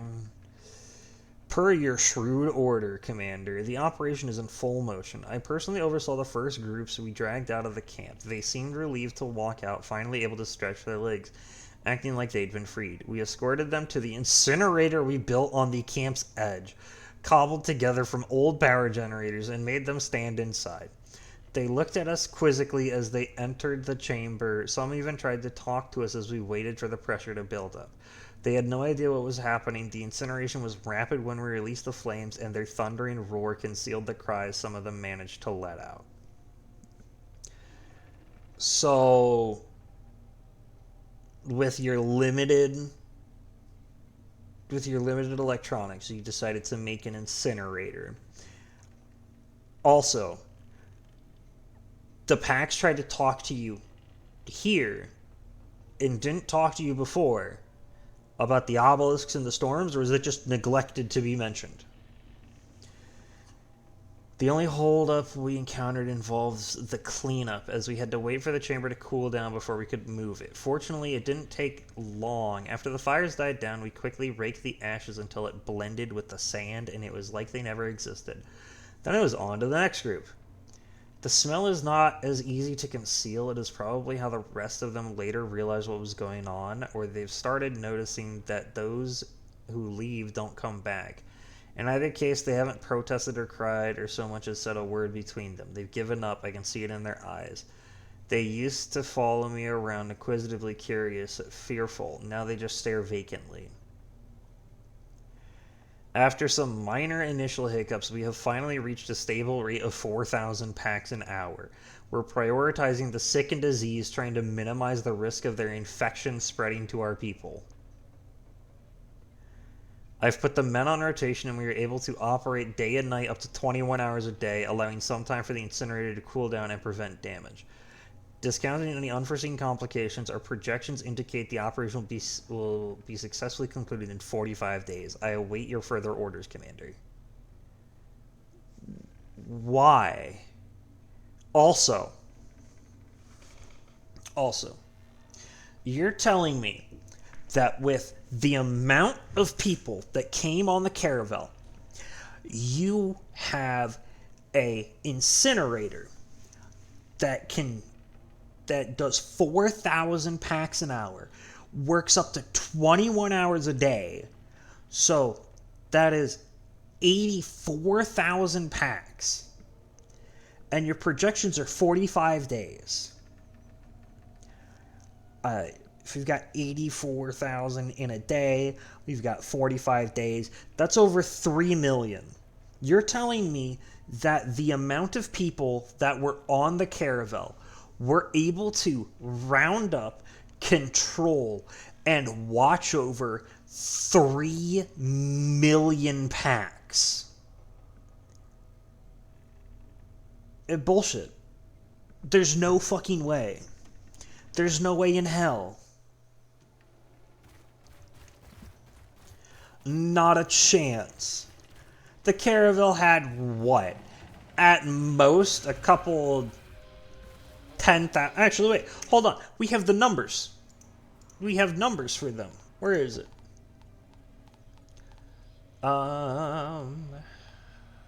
Apocalypse's doorstep. No. Where is it? The Caravel. The Caravel is over 8,000 people died in the Caravel. Okay?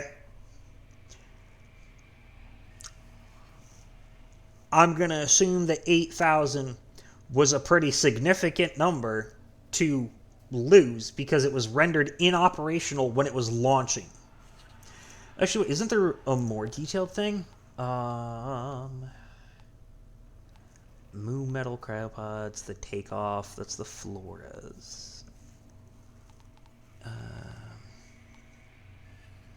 World and Anarchy, State of Emergency, the Floating City, Caravel Disaster. Caravel suffered a catastrophic failure. Where was it? No, that's not it.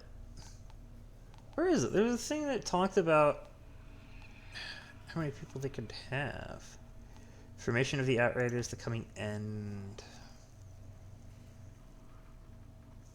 Those are these fellows are 12 million and missing. No, that's not it.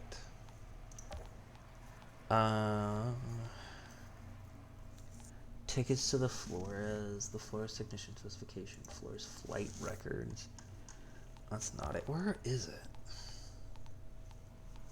The Endless War doesn't cover it. This doesn't cover it either.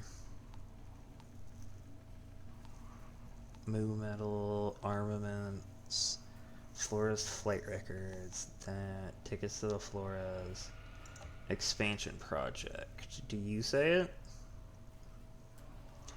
Yeah, the Flores was able to carry 500,000 people. Is this anything about the Caravel? The Caravel that would reach Enoch before the Flores, carrying a much smaller population. Its mission was to find suitable location for the... Okay, so a much smaller population. And it's 500,000. We had 8,000 that died in the disaster. I would estimate that it's probably something like 10,000 people on the Caravel. You're telling me that not even a full 10,000 people were able to corral and hoard around and just completely maintain 3 million packs. Also, you're telling me 3 million packs fucking traveled around from villages around just to visit the ship that came down? What?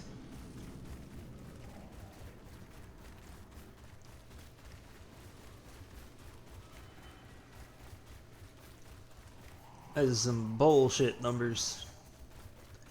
Then again, it's been 31 years. It's been like 30 years, and we've had roughly we have had a little over 400,000 casualties.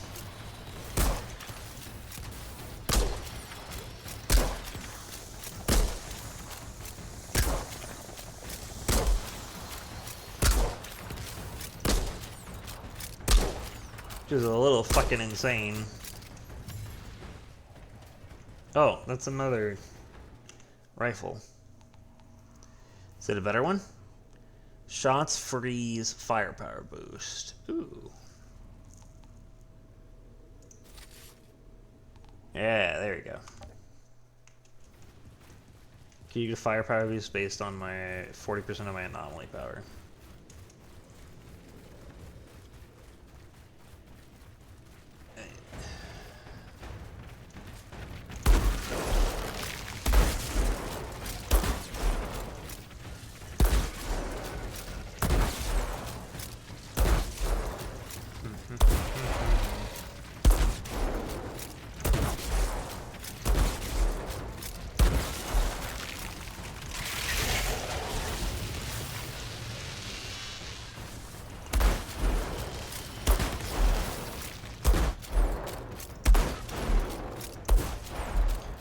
Also, there's no way the camp being this size had 3 million fucking packs.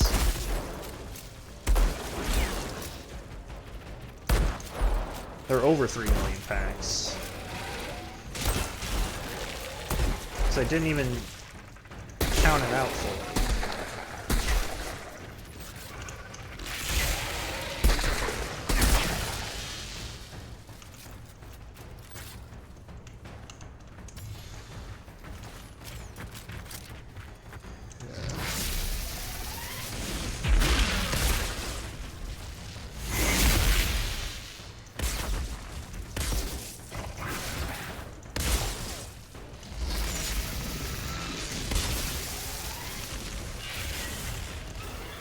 The fuck did it not hit him?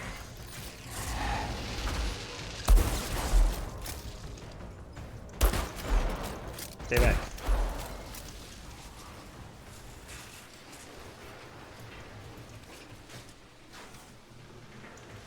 Even with all these fucking buildings here, I severely doubt that you could have 3 million packs here. Not a chance.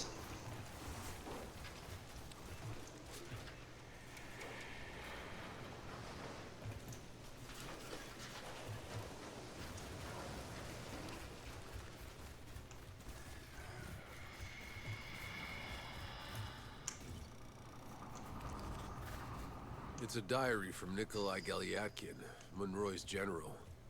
Seems he was overcome with remorse at the end for what he had been a part of. He didn't retreat to the Caravel. He decided to walk away from it all. He's the fucking Wanderer! An anomaly storm. Good.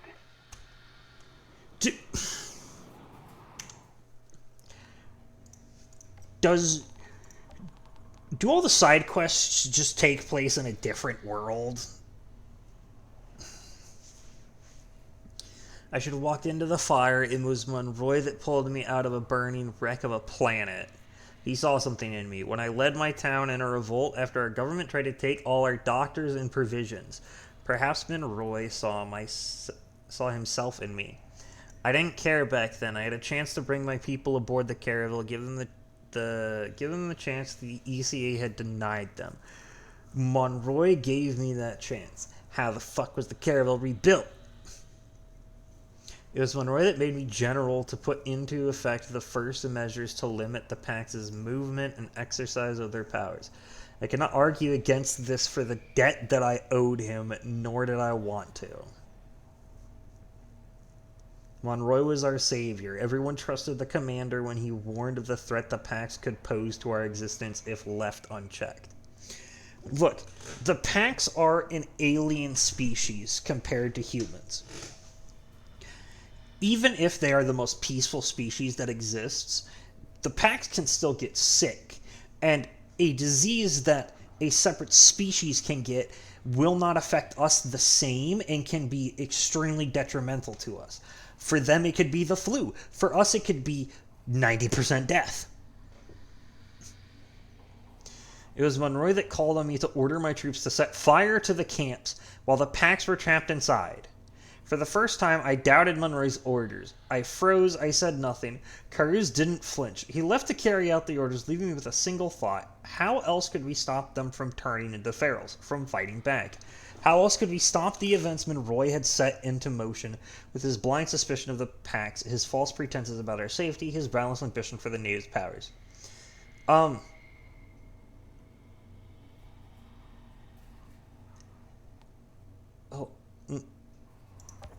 Nikolai. No, that's not the right one. Where was it? The Great Storm. Was it after Great Storm? Is that the one? Oh, no, I thought there was one of Nikolai.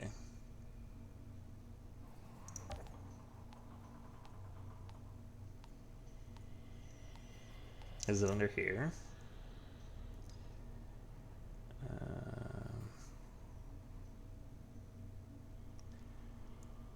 Yeah.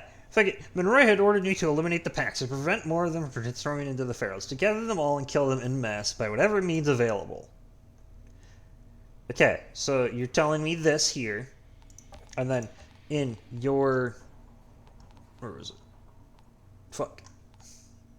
In your journal here, you say that you were ordered to set fire to the camps.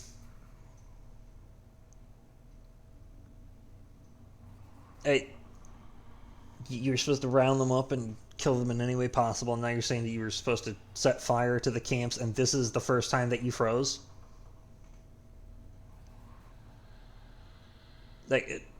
What?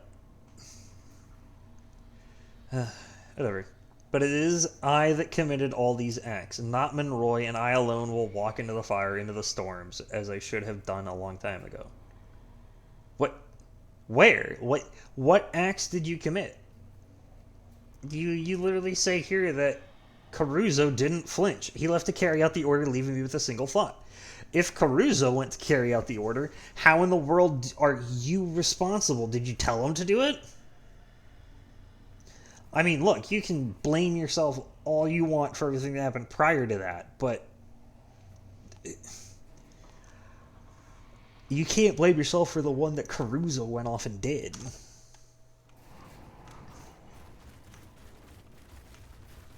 What is this?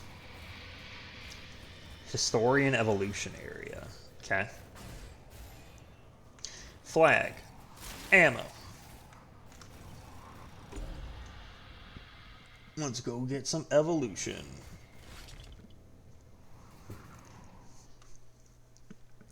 Man, I wish I could do that for the walls here more often. Make it so much easier to get through this place.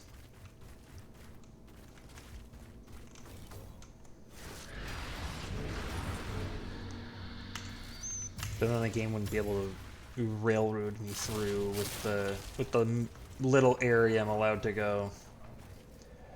Also, what's with all these bodies?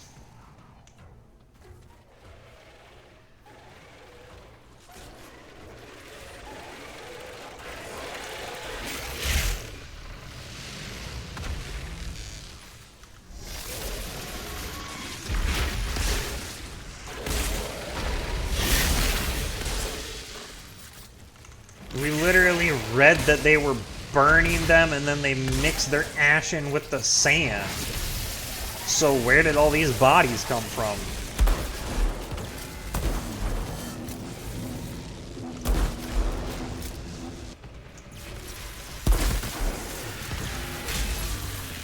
No.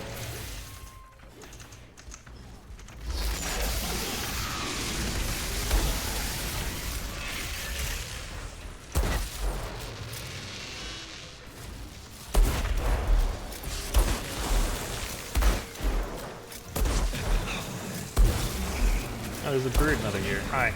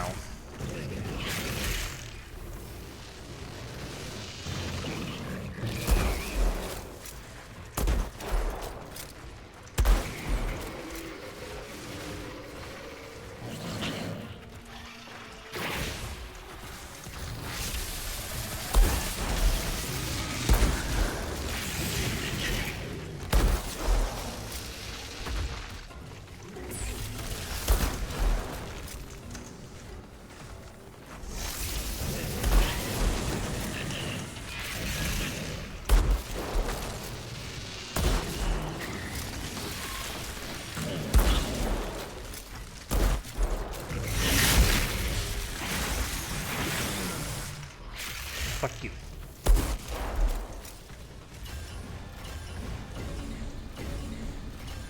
Drop pod resource collector tier 1. Yay.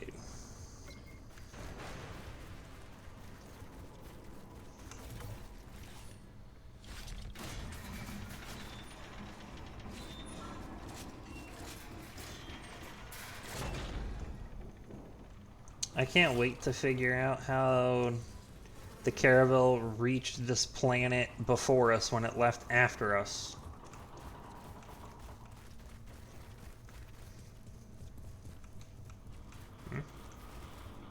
Oh, this is the item? Where? What is it? An action figure. Cool. That's not where the action figure is. How did I pick that up? Yeah? Humanity.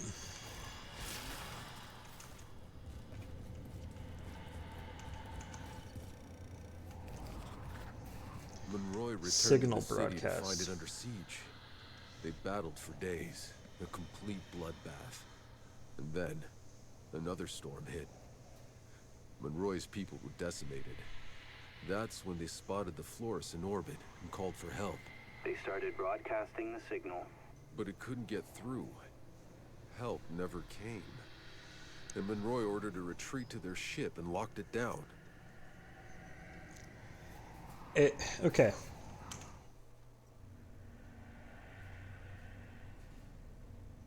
Wait, hang on a second. You have some issues here. Hold on. Or is it it?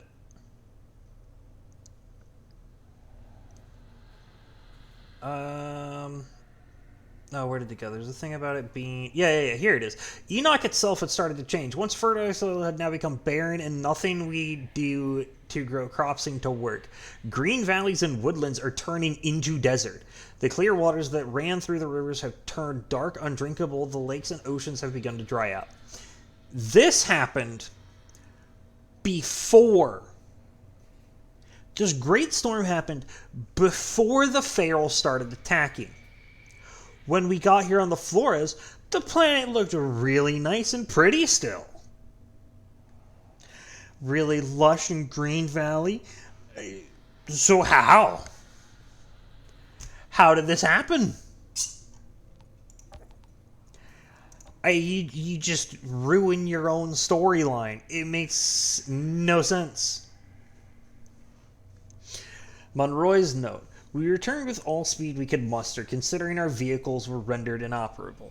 We found the city besieged, ferals climbing its walls and towers, my people barely holding them back. We leapt into the fray. We held the city for several more days, though each victory brought us closer to defeat. We lost our best soldiers and then our worst. When another storm hit, I had lost hope that there was any salvation for us, until I saw it. The ship, the SM Flores that departed from Earth more than 80 years ago, had now arrived in our skies on the eve of our annihilation to save us from these wretched horrors. We took heart. We began broadcasting a signal, a call for aid. We held out for several days longer, but help didn't come. Perhaps the signal never reached them, or they couldn't find us. I was left with no choice. I ordered an immediate retreat to the Caravel and initiated an emergency lockdown. The ferals will never be able to get into the ship, and the ship's hull will see us through this hell long enough for us to continue broadcasting our signal. Long enough for the ECA to find us, rescue us, and finally bring the fight back to these goddamn ferals. I pray it will be soon, as there aren't many supplies on board. Now we just need to make it to the Caravel.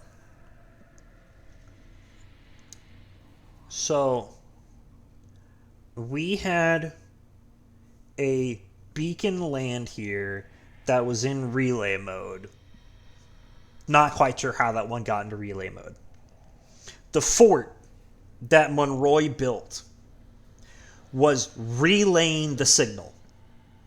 So Monroy ordered a retreat back to the Caravel and saw the Flores in the sky and thought, we'll broadcast a signal to call for aid. And the fort that he made was already in relay mode.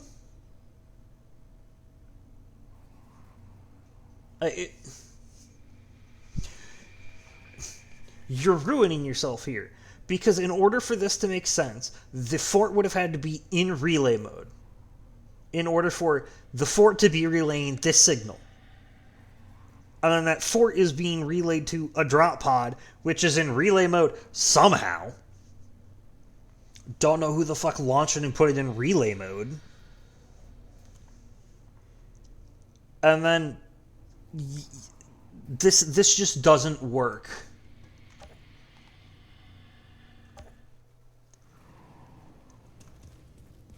It just doesn't. You're ruining the beginning.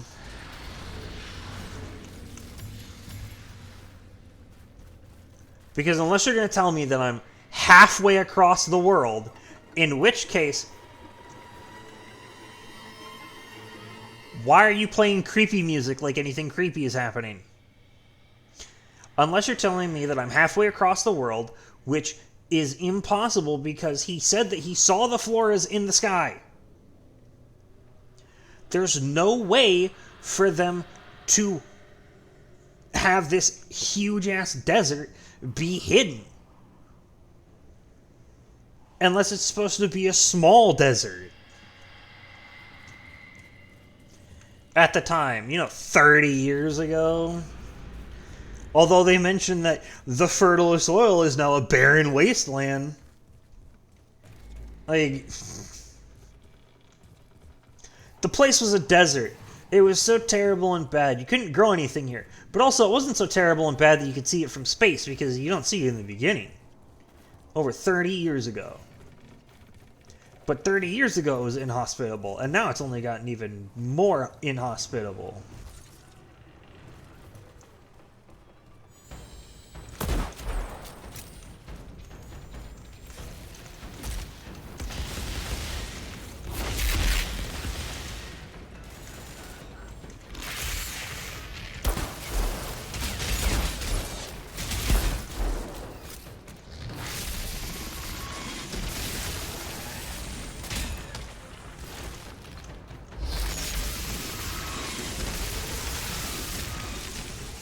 I'm having a fun time with this game, but you're fucking obliterating your story.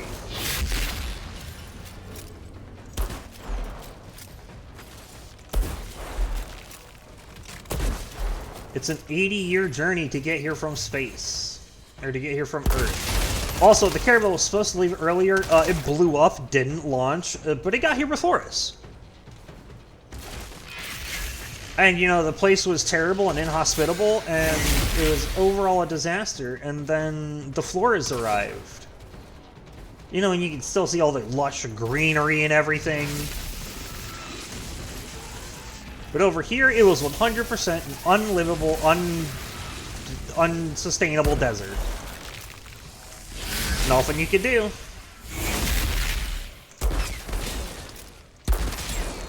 There was the signal being sent from them, and it happened because they saw the floras in the sky. But also, it was being relayed by multiple places, and one of the places that was relaying it was an outpost that they had built, which was in relay mode for some reason.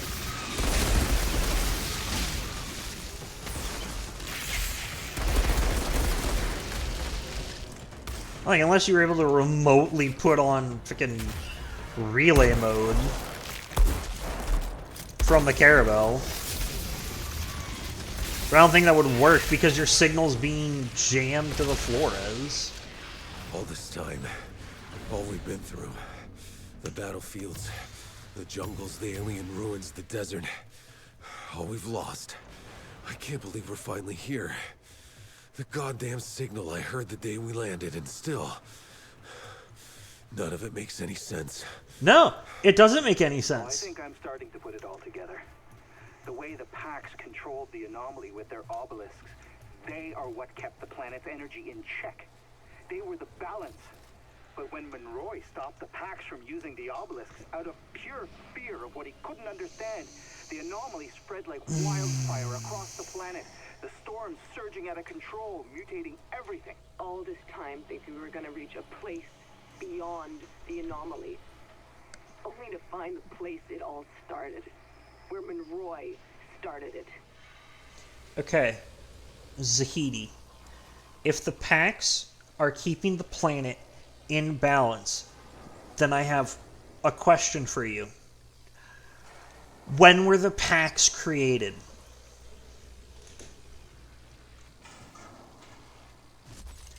Because unless you're going to try to argue that somehow they rapidly evolved to have these obelisk things, which I'm fairly certain we've had journals saying that we don't know how they made it.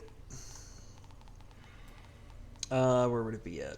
History of the Pax? No. No, so those are all the history of the Pax. Where are obelisks? You start in Ancient Obelisk.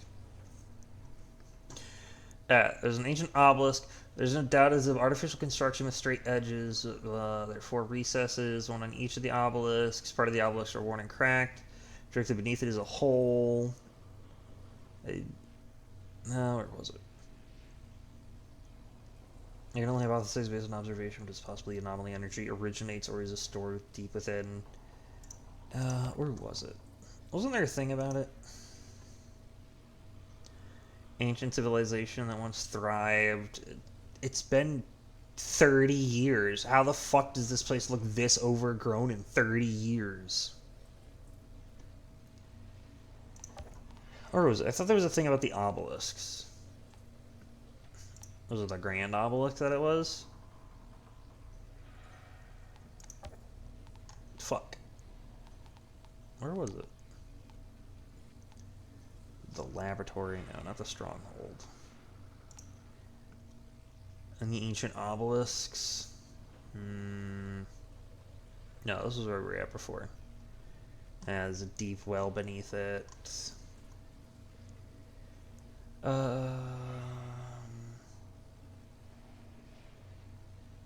No. Where is it? Is it under miscellaneous? What would it be under miscellaneous? Fuck. I don't know. Gabriel's note, Swansburg's letter, no. Wait, please report from when? Oh, from that.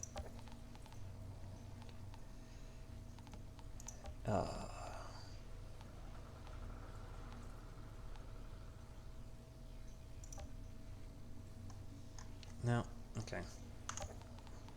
I thought there was something talking about the obelisk being ancient and stuff, but this one's just talking about the ancient civilization.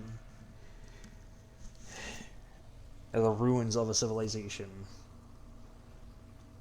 that's become this overgrown in 30 years.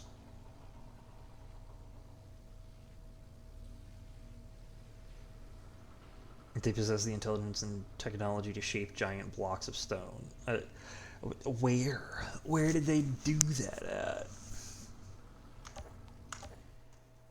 Also, in order for that to have occurred, that means that the anomaly was first not happening, or was not being a big impact, and then they made the obelisks. Or you're telling me that the anomaly was going on, it was destroying things, they made the obelisks, then with the power of the obelisks, they turned deserts into Greenlands.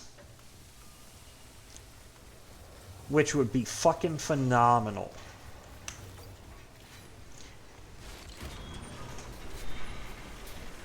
Oh.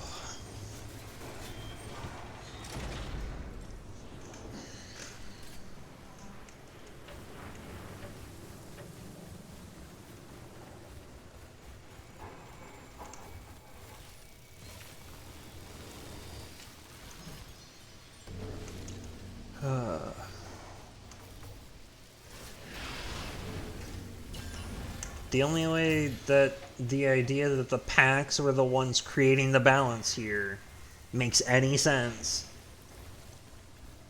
is if it just doesn't make a lot of sense.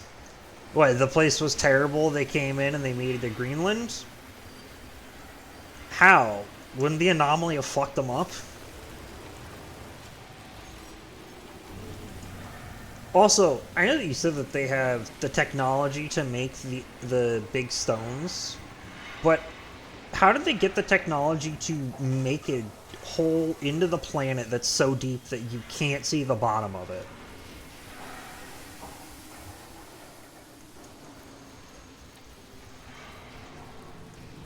Are those just natural holes that the planet had?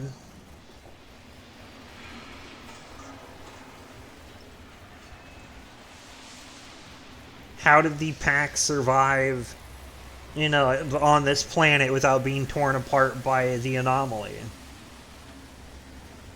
Or did the anomaly just suddenly start one day? Like...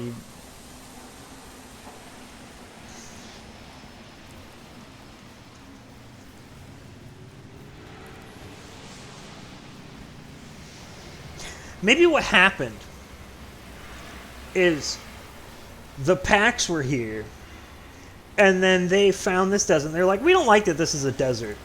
We're going to use our special powers with this obelisk, and we're going to turn it into a Greenland. Or we're going to turn it into a grassland. And then the planet was like, hey, what the fuck do you think you're doing? So it started making anomalies to try to stop the natives from terraforming the planet however they wanted. And then they were like, ha, fuck you, we're just gonna take control of your storms too. Now fuck off, you fucking birds.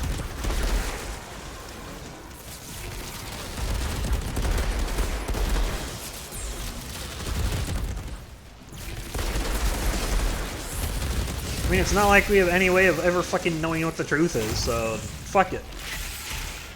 Wild theories it is.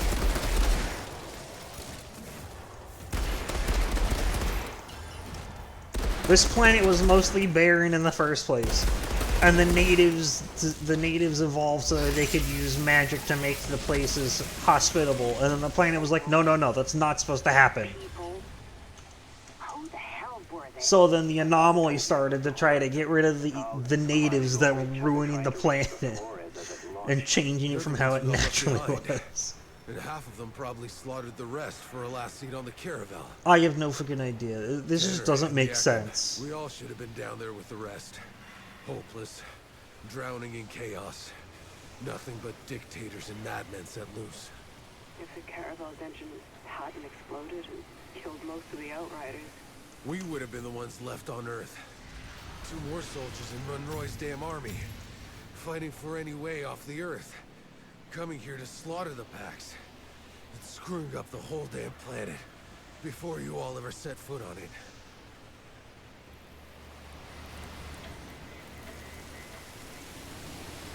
Okay. Outrider. Everybody that's really concerned, we need to run through the sequence of events there. You said if the Caravel's engine hadn't exploded and killed most of the Outriders, we wouldn't have been here. That's true. You know what else wouldn't have happened?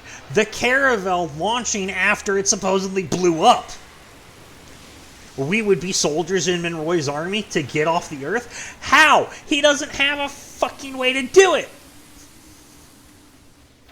Because the only ship that there was is gone because it didn't blow up. Like, what the fuck are you talking about? Why are you trying to sound so morally conflicted? Do you not realize that if the Caravel hadn't blown up, we would have been left on Earth, Monroy would have never gotten here, and we have no idea what would have happened to this planet because it still could have been fucked up. We're operating on assumptions piled on assumptions. We have built a house of cards that is our theory for how this planet works and operates. And we have no way of verifying whether that's correct or not. Because the fucking natives are either gone or they're not going to talk to us.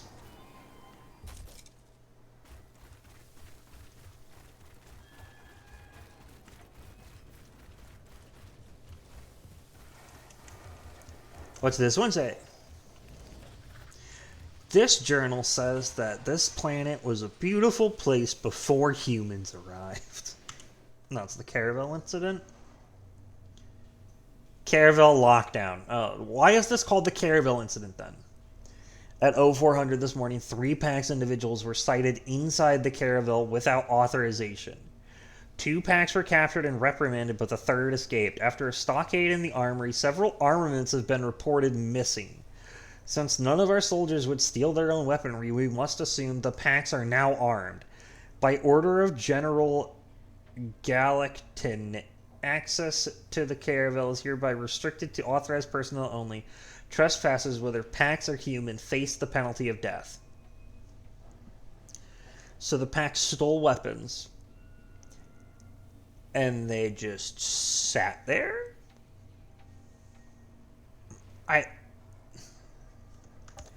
I don't understand. This also conflicts with them. Why would the peaceful Pax have done this? Did the Pax do it because it was going to go turn into a feral? But if that's the case, why didn't the Pax just fight instead of becoming ferals? Are they incapable of fighting without turning into ferals? Like, how does that make any sense? I'm inside the ship. It's still operational. Whatever's playing the signal, it's in here. Yeah, it's still operational somehow, despite the huge fucking opening that would cause all the electronics to be shut down thanks to the anomaly.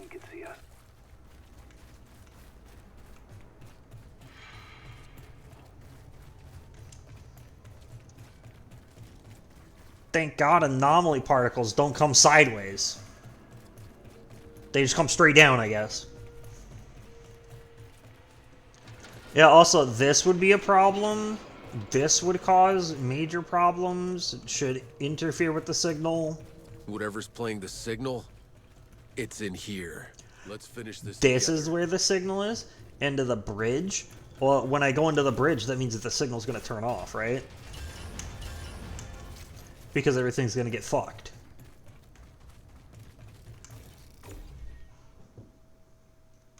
Right?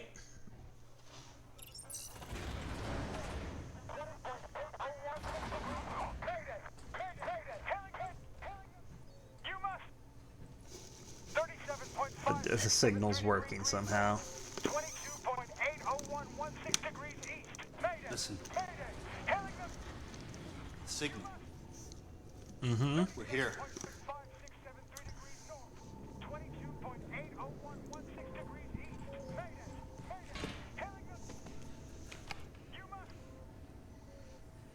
It works. Oh God, it works. Someone hit the lights.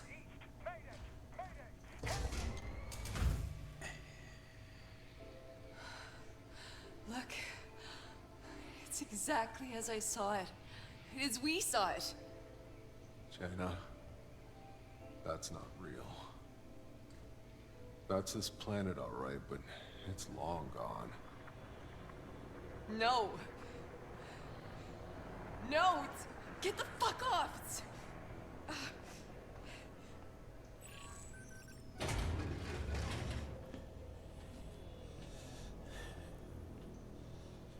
Go away.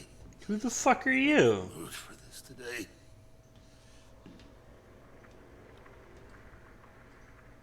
You okay? You're here. You just told us you're in no mood for this today. What the fuck do you mean? I've imagined this so many times. Never you. Did you think it was a hallucination? Who are you? Who am I? I'm Monroy. Monroy? How? How did this ship get here before us? How do you think? You people left us to die as the Earth crumbled. But I don't die so easy, do I? No, we built a new engine. An engine that chained all others before it. How? So while you were still crawling through deep space, we were already here. Oh, you should have seen it. Their primitive civilization, the natives, they treated us like gods. Yeah. I've seen what you did to the natives. Hey. See now, this isn't a rescue. Why didn't you come when we sent out the distress call? Huh? 30 years since the Flores arrived in our skies. 30 years surviving in this hell. This hell was because of you. My entire life trapped in that valley, slaughtering each other for nothing. You robbed our people of hope before we even got here. Don't flatter yourselves. You were as capable of every wickedness. The Pax weren't as docile as they looked. They had powers. So much power. Things Yeah. I had to understand. So you just rounded them up? Why didn't you talk to them about it Tortured them, then? you son of a bitch. Are you really so naive? How long before those creatures tired of us? Before they turned against us? They would have had us on our bloody knees. Who knows?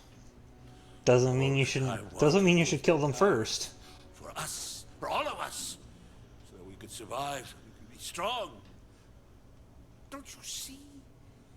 We lost the Earth because we were meant for something more. There. But for the grace of I, go you, my child. Do you think that you would be standing there with the powers of a god if it hadn't been for me? All that I've done for humanity. I saved us. You cursed us. But I won. Nice job. It's done. Fuck him. No more wasting time. I have to tap the uplink into the Caravel's power so we can reach the Flores before we... Shit. He found us. We gotta go. No, no. Who found us? Do what you gotta do, Doc. That door won't hold long. The fuck do you mean they found That us? beast cracks this ship's hull. We lose electronics, we lose the pods, we lose everything. I'll take care of it. You just get those pods down. If it cracks the ship's hull, Zahidi, did you walk the same path I did? There's about 4 fucking openings. The hull is goddamn open, my guy. This fucking thing isn't gonna do shit if it breaks through. Because it's already freaking open. How the fuck did they build an engine that put all other engines to shame in the little time that they had left on Earth when they couldn't fucking work together for shit? You're telling me that when everybody's there fighting over the resources that are left, they're going to come together and they're going to be like, yeah, we're going to rebuild the Caravel. We're going to make an engine that's better than the engine that they used. And we're going to get there first. Because that makes a whole load of sense, doesn't it? Yeah? How do you come so far with the idea for the game and fumble it so poorly?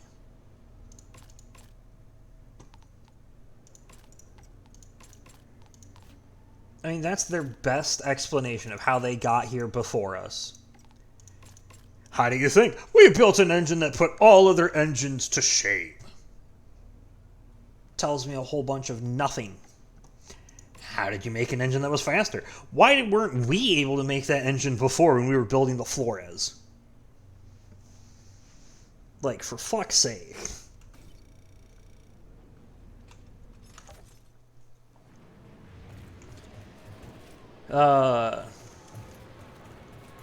Wait, Zahidi, you said if he cracks the hull, then their electronics are done for. What do we call that? What do we call that hole?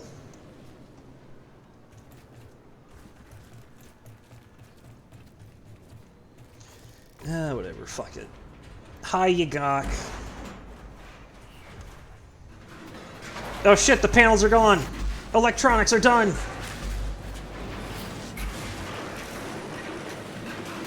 It's game over, everybody! What's up, bitch? You here for round 2? That's right, fucker, I'm here. The only one you have to fear is me. I don't know about that.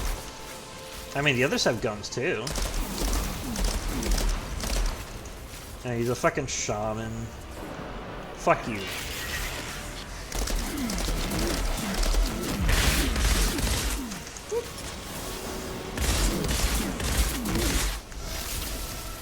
Oh, hi, Riffs.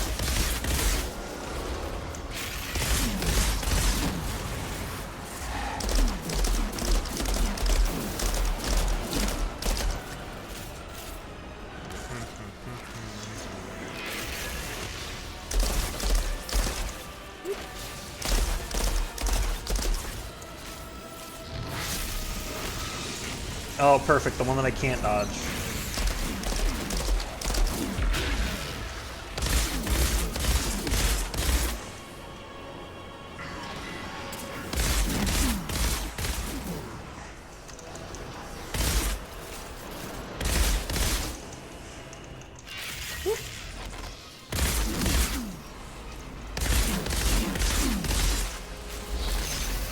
Oh, there are 2 phases to this.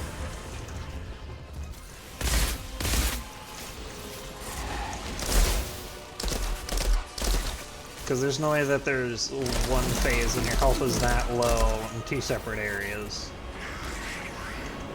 So I can see that I've done about a quarter to the health at the top, and then I've done about half to you here.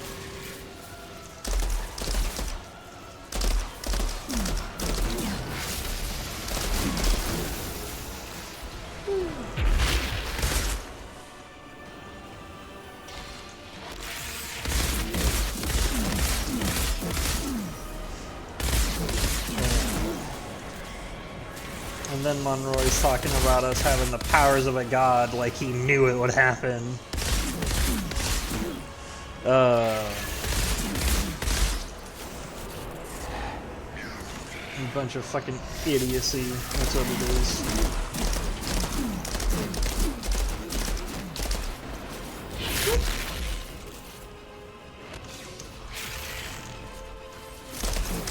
Damage jump. I think we whiffed with that straight.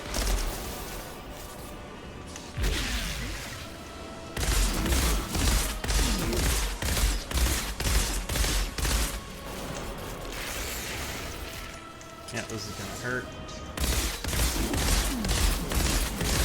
Anomaly rifts. Oh, fuck.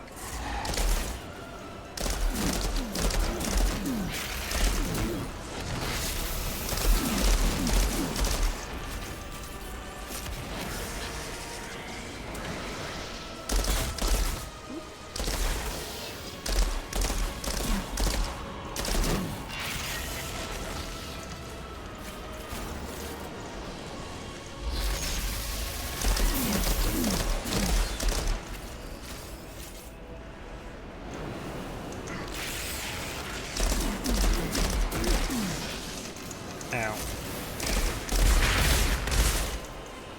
Although if this is how it is with the anomaly around, doesn't that mean that this is the natural state of the planet?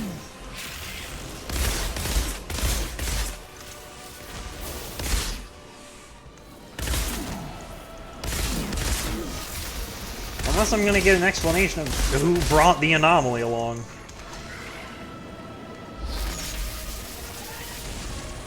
There we go, that's part 1 done.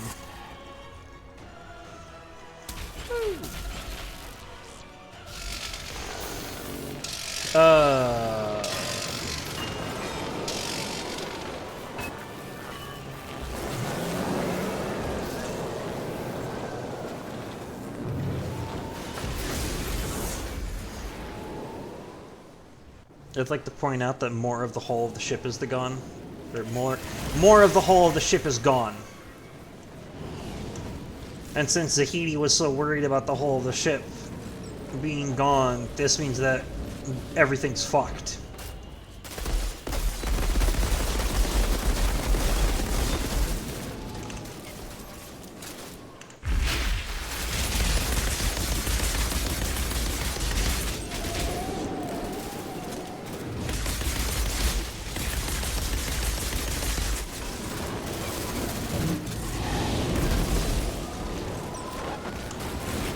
So it's already game over, guys. You made it all this way just to lose. We've already lost.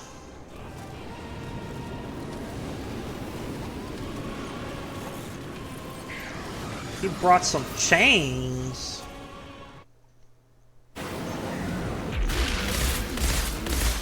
Some fucking claws on them. Talk to me. Still transmitting the launch code. Hold on. Hurry it up.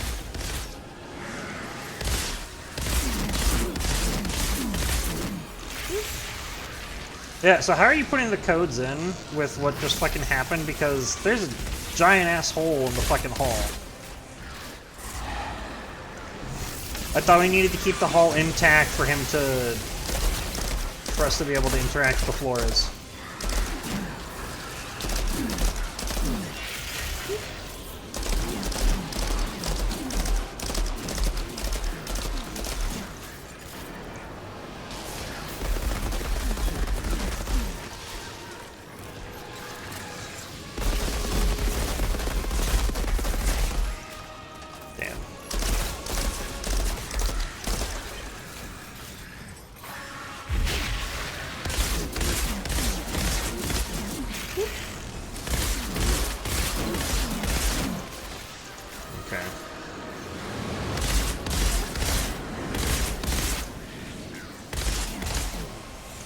Okay.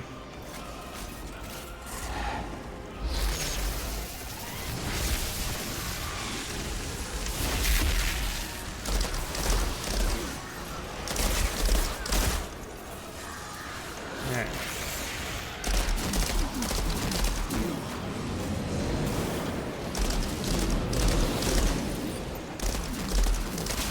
Now.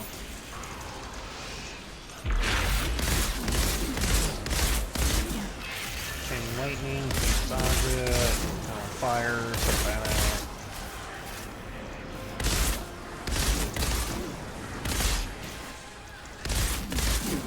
Okay. Alright.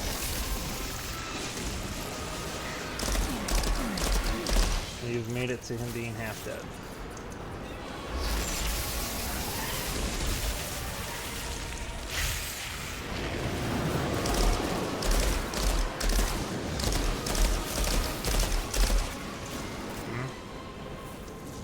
What are you doing? Okay, you're doing that. Fuck. Ooh. I can't believe I was able to get out of that. That definitely should have hit me.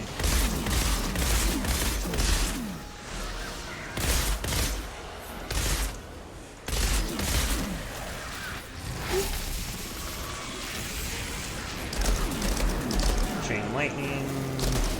Stop burning.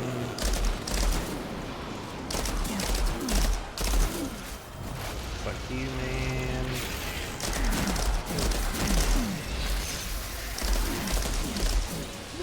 Okay.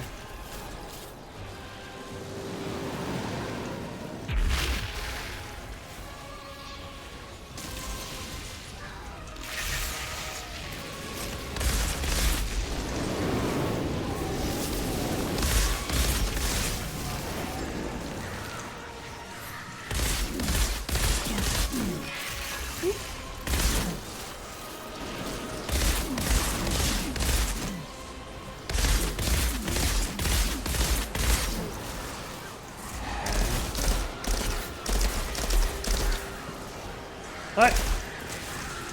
The fuck am I not finishing that bridge? It's real windy here!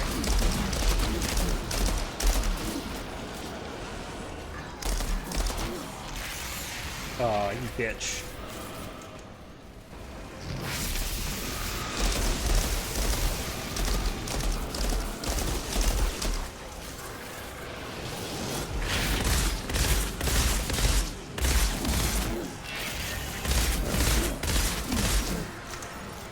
Nope.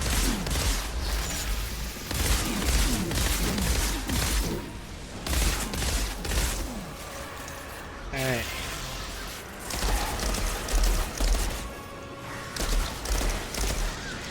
How's it feel to be dead, bitch? Ha ha ha ha ha. Fuck you. I win!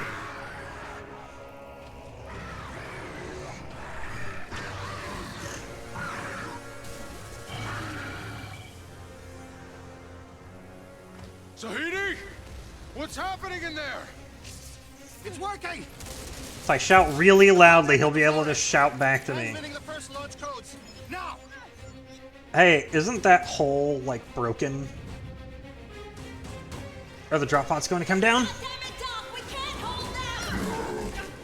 Oh no, that's the screen, that's right. That's not the hole. Almost there. Almost there!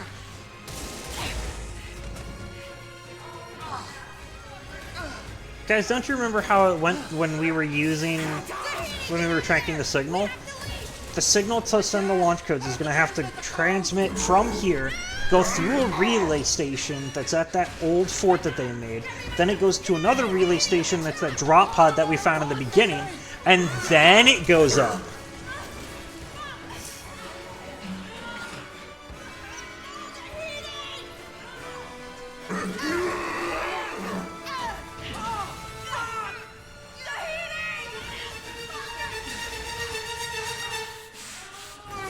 Just fucking grab the gun, my guy.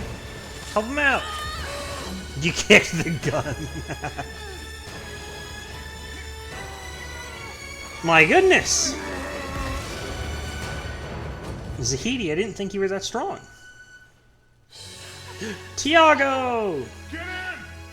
I'm not losing any more friends. Into what?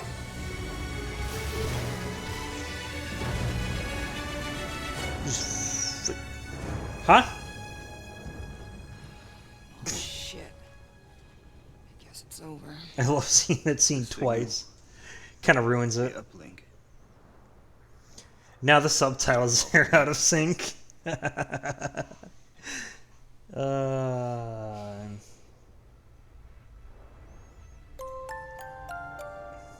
Wait, guys, look. Over there. Oh, thank you for the follow, Secret Slayers 101. Pods? It worked? Even their voice lines. Did it? It's all out of whack. Their voice lines are not synced up at all. I guess some commands Okay. Like I always say. Alright. It ain't over till it's over. When the fuck have you ever said it ain't over till it's over? What the hell? Monroy's people? No. What do you mean, Monroy's people? Who are you? We're from the war zone. Are you the Outriders? Bitch, how the fuck did you get here? We heard tales about an altered. Okay. Outriders. It's updated. We're all good. Opening the frontier. Finding a cure in the forest. We've been following your trail since the war zone. Bullshit! There's no fucking way.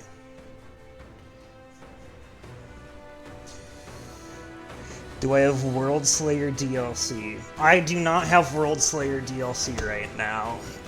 So, what now? We keep moving. But I might pick it up. I think I probably will pick it up.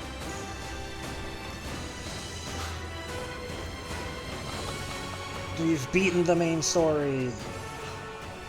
Yay! Oh, you seen the drop pods. That's why it came out.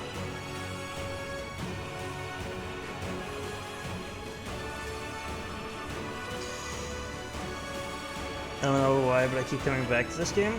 Oh, because... Look, the story for this game is... It is both good and bad because it contradicts itself. It's a fun time playing this. That's what it is.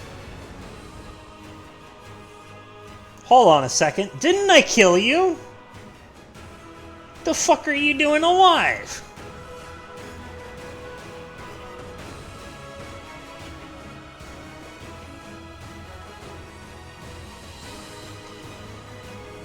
Despite how janky some of the things are, the fact that it railroads you through every area and is like, no, you can't go in here. You don't have the side quest. It's a fun game to play. It was an enjoyable time.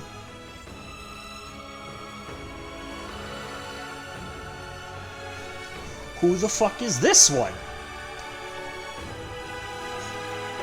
Is that another one that I killed? Where are all these people coming from? I swear I've killed 2 of them. Or no, 1. I could have sworn that I killed the one that had the guy on his back. They did it. The fuckers did it. I really love the dialogue being so out of sync with the visual, because we just heard her say, those fuckers did it, and now we're seeing the scene where it is. The fuckers did it. It happened again! It doubled up!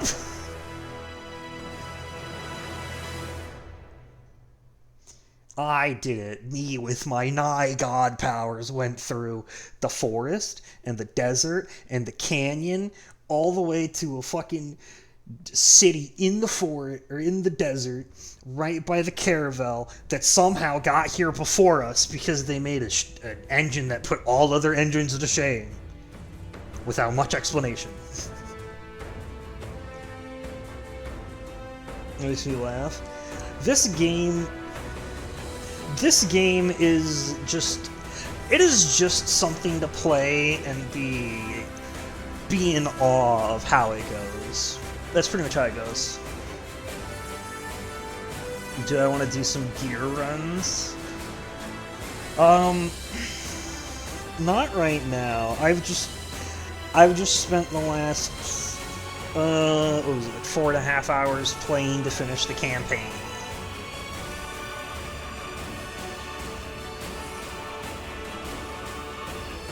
I haven't really been doing any gear runs. All I've been doing is going through the story. Whatever gear I got, I got. I got a good amount of legendaries. Some of them are shit because I'm playing by myself. I mean, what good does healing myself if I go into down but not out if I don't go down but not out because there's nobody else around to revive me?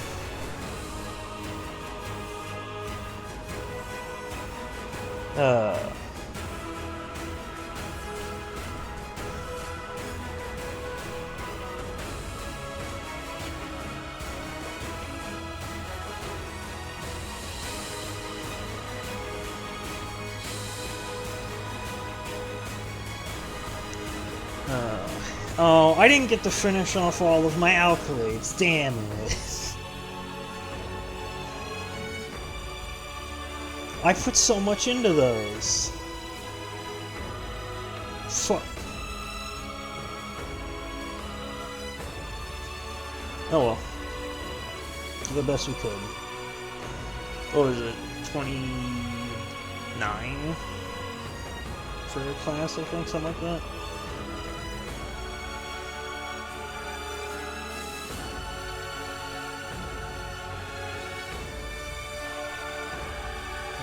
Gameplay code.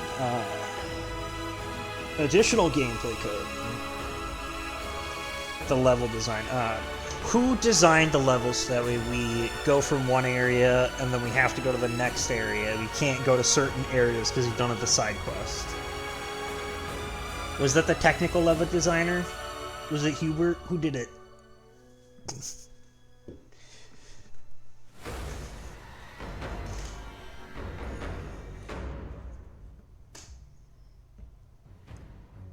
Who did the music for this game? There's a lot of it that was very nice. And then I'm just walking through an area and I start hearing the scary music like it's a horror, like something horrific is gonna happen. Quality assurance. Man. Yeah. I guess they did the best they could.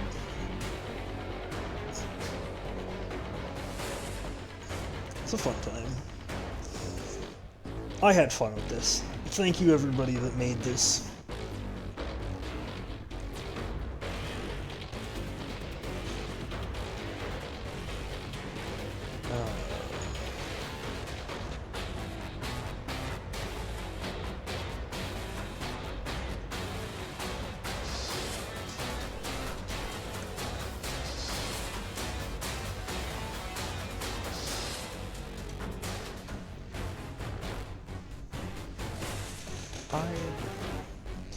I think I just realized something.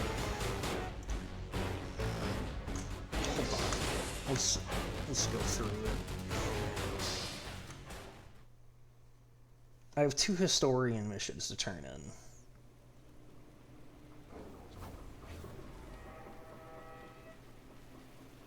Oh. We can do expeditions here. That's cool. Ascension level, apocalypse tiers. Alright. I said World Slayer content. Collect your reward. My reward? What's my reward? I got a beret. I got a new hat.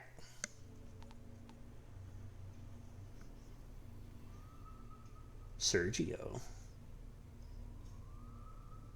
Who was Sergio? I don't remember Sergio.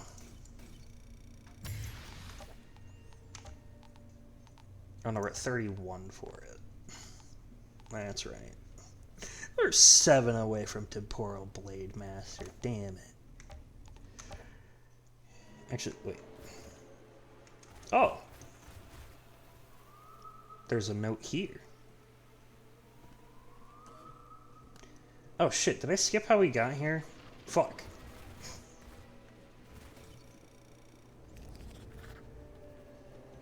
In the end, only Monroy and a small group with him survived the slaughter outside the walls. They hid in the Caravel for decades, waiting for rescue from the Flores. So sorry to disappoint them. Clearly things didn't go any better inside the ship. Nope. Supplies ran out, and they hunted each other down one by one, until only Monroy was left. A fitting end. That's a shame. Chana, how did we get here? I think I skipped how we arrived. Hey, you did good. But I always knew you would. Even if my vision of the garden wasn't what I thought it'd be. Guess the future's never gonna be exactly what you think. Psychic or not. But we If found the there's one garden. thing I've learned from all of this, it's don't follow your dreams. Nah. We followed our dreams and look how it turned out. It turned out splendidly. Nothing bad happened at all. Oh. Updates for all of these. Wow. Alright, what do we get for here? Alright. You found Monroy inside the Caravel, the last survivor of his people. Instead of the visage of the bloodthirsty authoritarian you saw painted on the flags of the palace, you saw an old, fragile man, driven to near madness by his solitude, living in his own filth. Well, yeah, it's been 30 years. After all these years, Monroy remained unrepentant. He insisted all he did was for the good of his people, to save them from the threat of the Pax's power, to give humanity the same powers. He claimed victory for his cause when he saw you wielding those powers. If not for the anomaly storms he had unleashed, would you have ever become an altered? Chana shot him in the head, finally ending his epic reign of terror. Good. Good job, Chana. Tiago, he came back for us. As the Pharaoh's attack on the Caravel tore apart what was left of the ship, Tiago reappeared, driving your truck just in time to rescue Bailey, Chana, and Zahidi from the burning wreck. His hope rekindled in the success of the mission and in seeing all the pilgrims that followed the legend of the Outriders. Tiago returned to your side to continue the fight to recover the drop pods scattered across Earth. Did I say Earth? Scattered across Enoch. Yep, Enoch. That's right. This is Earth 2. Alright. The surviving Caravel's colonists barricaded themselves inside the ship and had been broadcasting a call for aid for the last 31 years, hoping the SM Flores would eventually come to their rescue and save them from the Ferals. How did the Caravel have enough battery life to do that for 31 years? How is anything in the Caravel still working after 31 years? Did it have solar panels on it that weren't blown out by the anomaly? But help never arrived, and over time they realized their food would not last forever. Of course it wouldn't last forever. They killed each other in what likely turned into a treacherous battle royale, all to minimize the number of mouths they'd need to feed and prolong their supplies. You found their very last survivor, and once their commander. Hernando Monroy, leader of none, now lost to the desert like the rest of his people. Had you or Jakob or any of your fellow mercenaries been left stranded on Earth after the Flores' departure, it is not unlikely that you may have joined Monroy's ranks instead of the Outriders to fight for a way off the planet. How? Monroy got off the planet because the Caravel blew up and then they were, we'll just make another engine. If the Caravel left and we didn't join the Outriders, there's no spaceship for them to fit a new engine into. They would have to make a new spaceship. And I don't think they would have been able to do that in time. Did we get 7 of those? Jesus. The Hope Seekers. As word of your travels and adventures spread throughout the war zone and forest, many took heart, hearing stories of the Outrider pushing the frontier, just as the Outriders were meant to all those years ago. As you opened the way forward to the signal, unbeknownst to you, a growing group of pilgrims were following your trail, believing in the legend of the Outriders. Next to the wreck of the Caravel, as the pods fell from the sky, the pilgrims finally caught up with you. Despite not having any trucks, for the first time in your memory, you looked upon people's faces and saw hope. The pilgrims now looked to the future, ready and willing to lend their aid to your cause. Thank you, guys. You're so kind. Yagak. This is the one that killed Jakob. Fuck you, Yagak. Yagak and his army attacked the Caravel as Zahedi was trying to call down the Flores' pods. You went out to meet the Grand Warlord in combat. The sheer rage and anomaly energy coursing through Yagak reached its zenith when you battled him. You defeated the Grand Warlord and forced his remaining ferals to flee. Stay dead. No coming back. What's this one? Monroy's Journal. It's been a year since we placed the ship on lockdown. There's still no sign of the ECA, though I can see the Flores in orbit. Are they still looking for us? Have they already given up, or have they been destroyed? In a way, it seems I've returned to where I started when I was a kid back on Earth, looking to the sky, hoping the Flores would spell our salvation, knowing the odds were against me. But here I am, against all odds, and I'll be damned if I let those animals take me. And all this time, I have learned this much. The people around me have no vision. They can barely see past their own noses. They bicker and they squabble. None of them could have rebuilt the Caravel from its ashes. How the fuck did you do it? None of them could have steered the ship to this planet. How did you do it? None of them could have foreseen the dangers the Pax posed to our existence. So none of them would be alive now inside the ship, counting the days I have fit to give them. Sure, buddy. All they care is to endure into the next day at whatever cost, even if they're to scurry like rats through their own shit. Perhaps it is my own doing. This is what I encouraged on Earth. These are the people I decided to bring with me, those who I deemed the fittest to survive. Just imagine what I could have done had I the enemy's forces. Had I such earnest and zealous soldiers as the Ferals, self-sacrificing, filled with utter conviction in the righteousness of their action, unrelenting, undoubting. I'd even have opted for the Pax, for their cunning pretenses at innocence, for the deceitful offerings of peace, for feigning they would never seek to destroy us with their godlike powers. Perhaps then I would have the means to show them what Hernando Monroy is capable of.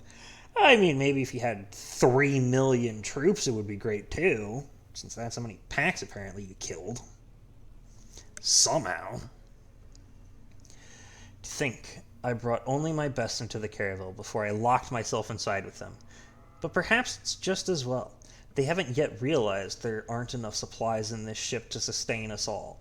I will see my message to the ECA answered, even if it takes decades, which is why I have to be smart I have to be smart and I have to be quick before they devour what's left of my supplies. First, I'll make sure my most loyal dog and his henchmen are on my side. After Caruso's disposed of all of them, just as he turns his back, I'll put him down. I'd rather suffer the insanity of solitude than the company of these wasted lives. Wait. This is written a year afterwards. So you killed them 30 years ago. How did any of these people not realize that the supplies wouldn't last? It's not like you're getting food from anywhere. This is just all the food that you brought with you. 7 for history and lore. Chana's Garden. You have an update to it. I saw it. As I walked through the Caravel, I caught a glimpse of it. There it finally was, after all this time. A sea of green, a garden under a clear blue sky. It was all a trick, a mirage made up of ones and zeros. It was everything I had seen, but it wasn't real. It was all behind a giant screen that stared down at me, laughing at me for the fool I was, forever believing these visions of mine had anything good to show me. No, but it was real. Just a long time ago.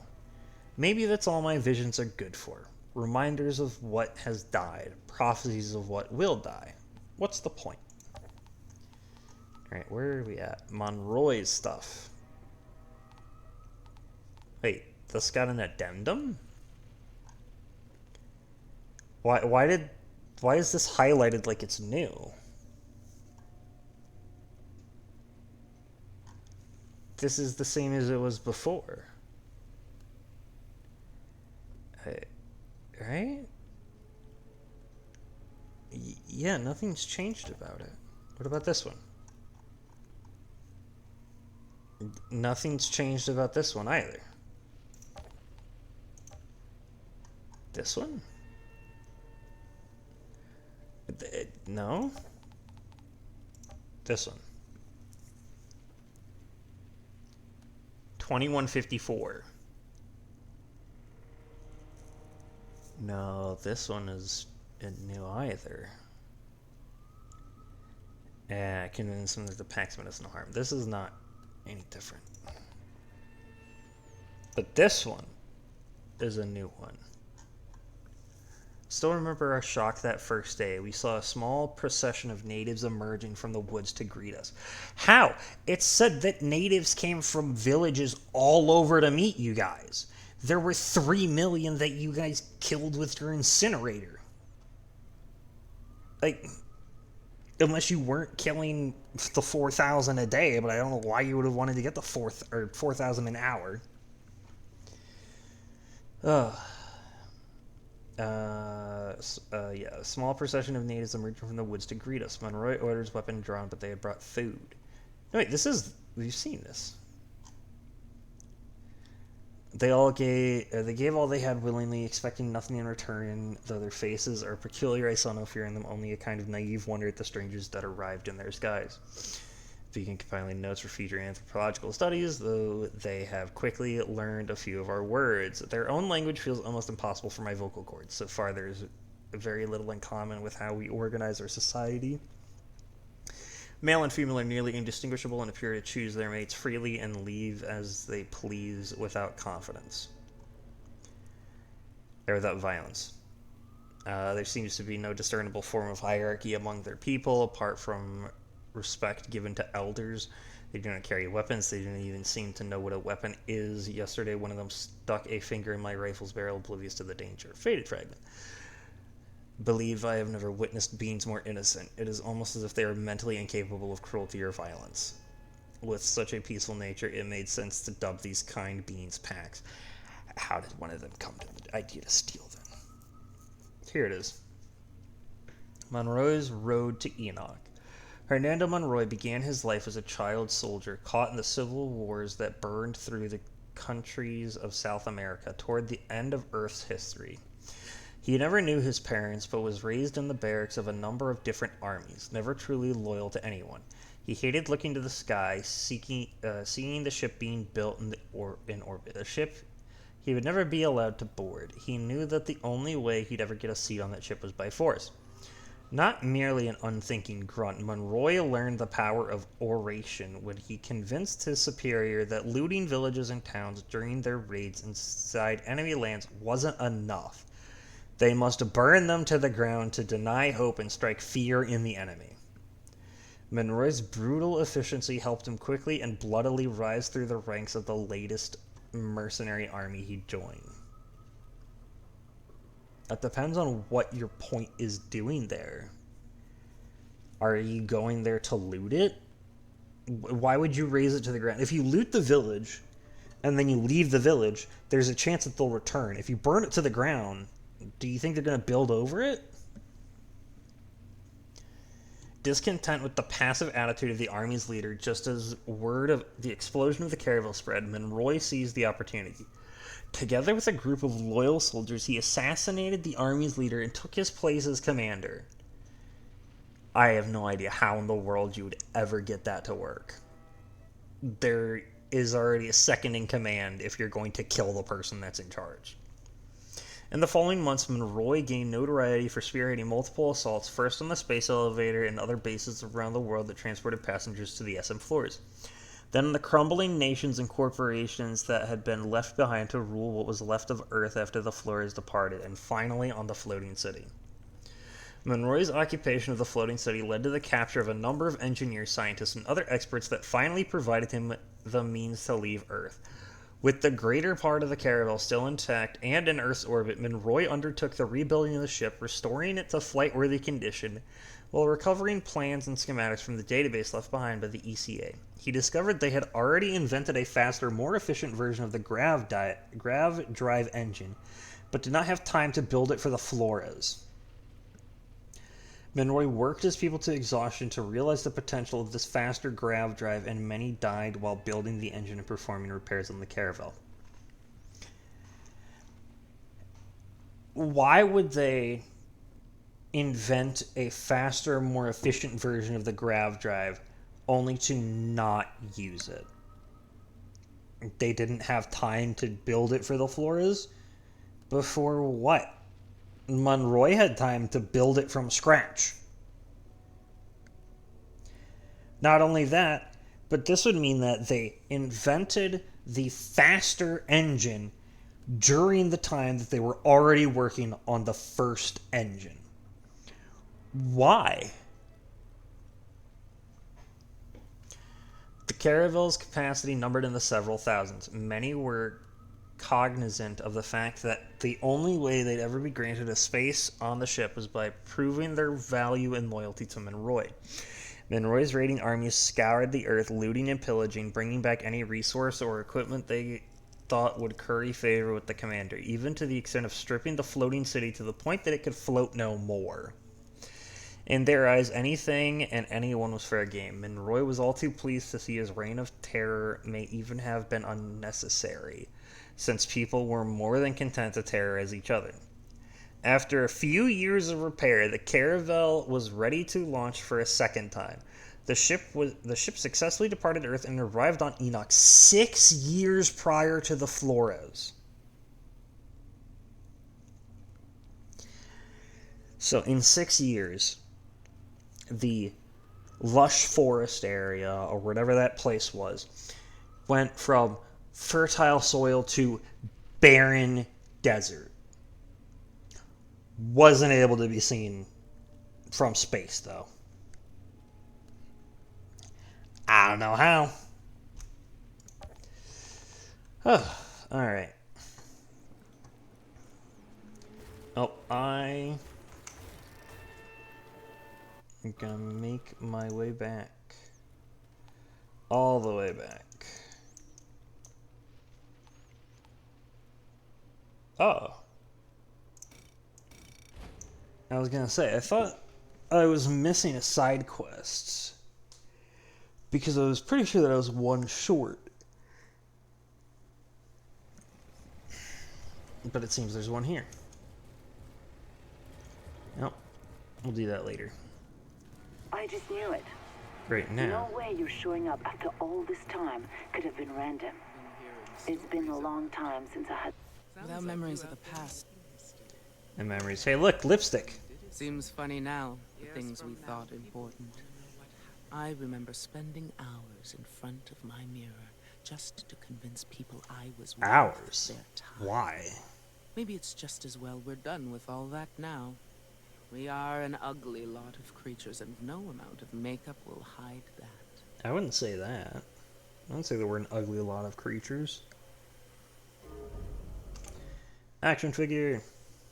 Oh, that's right. Actually, wait. No, nothing's new. Well, well. I remember these.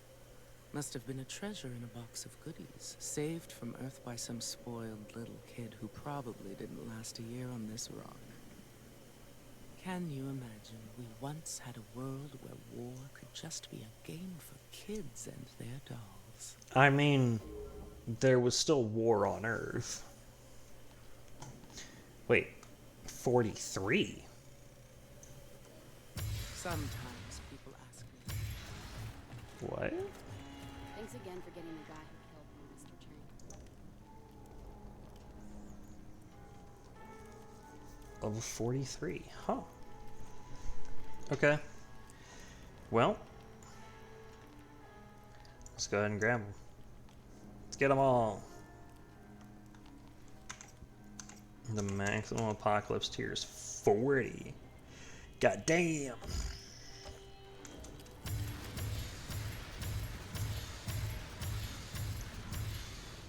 All purples. This must be Jakob's old place. Alright. Oh, we're gonna pour one out for Jakob. Oh, that's right, the journal entries for those things. Yep, the lipstick and the action figure. Wait, there's another one glowing. Oh, a journal for her. We are soldiers, we are merchants, we are captains, and we are altered. We are traders, and we are heroes. We are ECA, and we are colonists. We are hounds, and we are insurgents. We are cultists, and we are all that and more besides. But no one wants to be themselves. People too readily identify with these abstractions, these ideas, to which they sacrifice their individual freedom and responsibility. People are too scared of their freedom. They use it only so far as to deny it to themselves. Then it is discarded to be replaced by external identities that absolve us of all duty and burden. My Museum of Curious and Oddities stands here, a testament to our fear of freedom, our fear of all that we once were before we were just this and that. I do catch myself on the rare good day daring to hope that this collection births an idea in those who see it, an idea that we are capable of more and that our best days are not behind us. Okay. Then we have this one. Then we have Jakob's. This is Jakob's side quest. Seems he left something behind. Yeah. Vodka, of course, and a note in Polish. In Polish. I don't know Polish. Oh. I should go see how he's liking his spot on the hill. Hmm.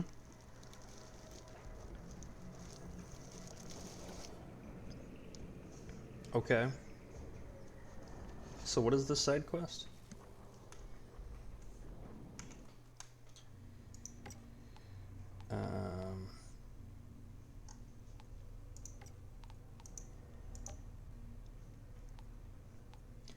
We need to go where? Ugatak? Ugtak? Holding to locate drop pods. No, we're not locating drop pods right now. We're doing the last side quest we have. Time to go prepare the truck. Ah, Utergak. That's right. That's the place that he died. Yeah, of course. How could I forget that? I should remember that name. I didn't remember the name at all. I didn't know that this place even had a name like that. Jakob. I did it, buddy. I did it. I brought the drop pods down. Here. And pour one out for you. What's this? It was Jakob's. What's the label say? Well, it's in Polish. Can you read it? Whoever finds this bottle can only make it a few words after that. It's vodka, drink, grave. Pour one out on my I grave. guess we're in the right place.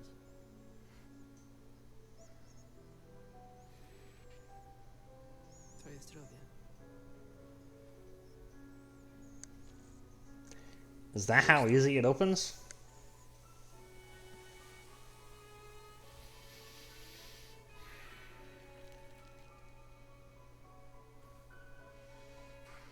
Good. He'd never forgive us for drinking without him anyway.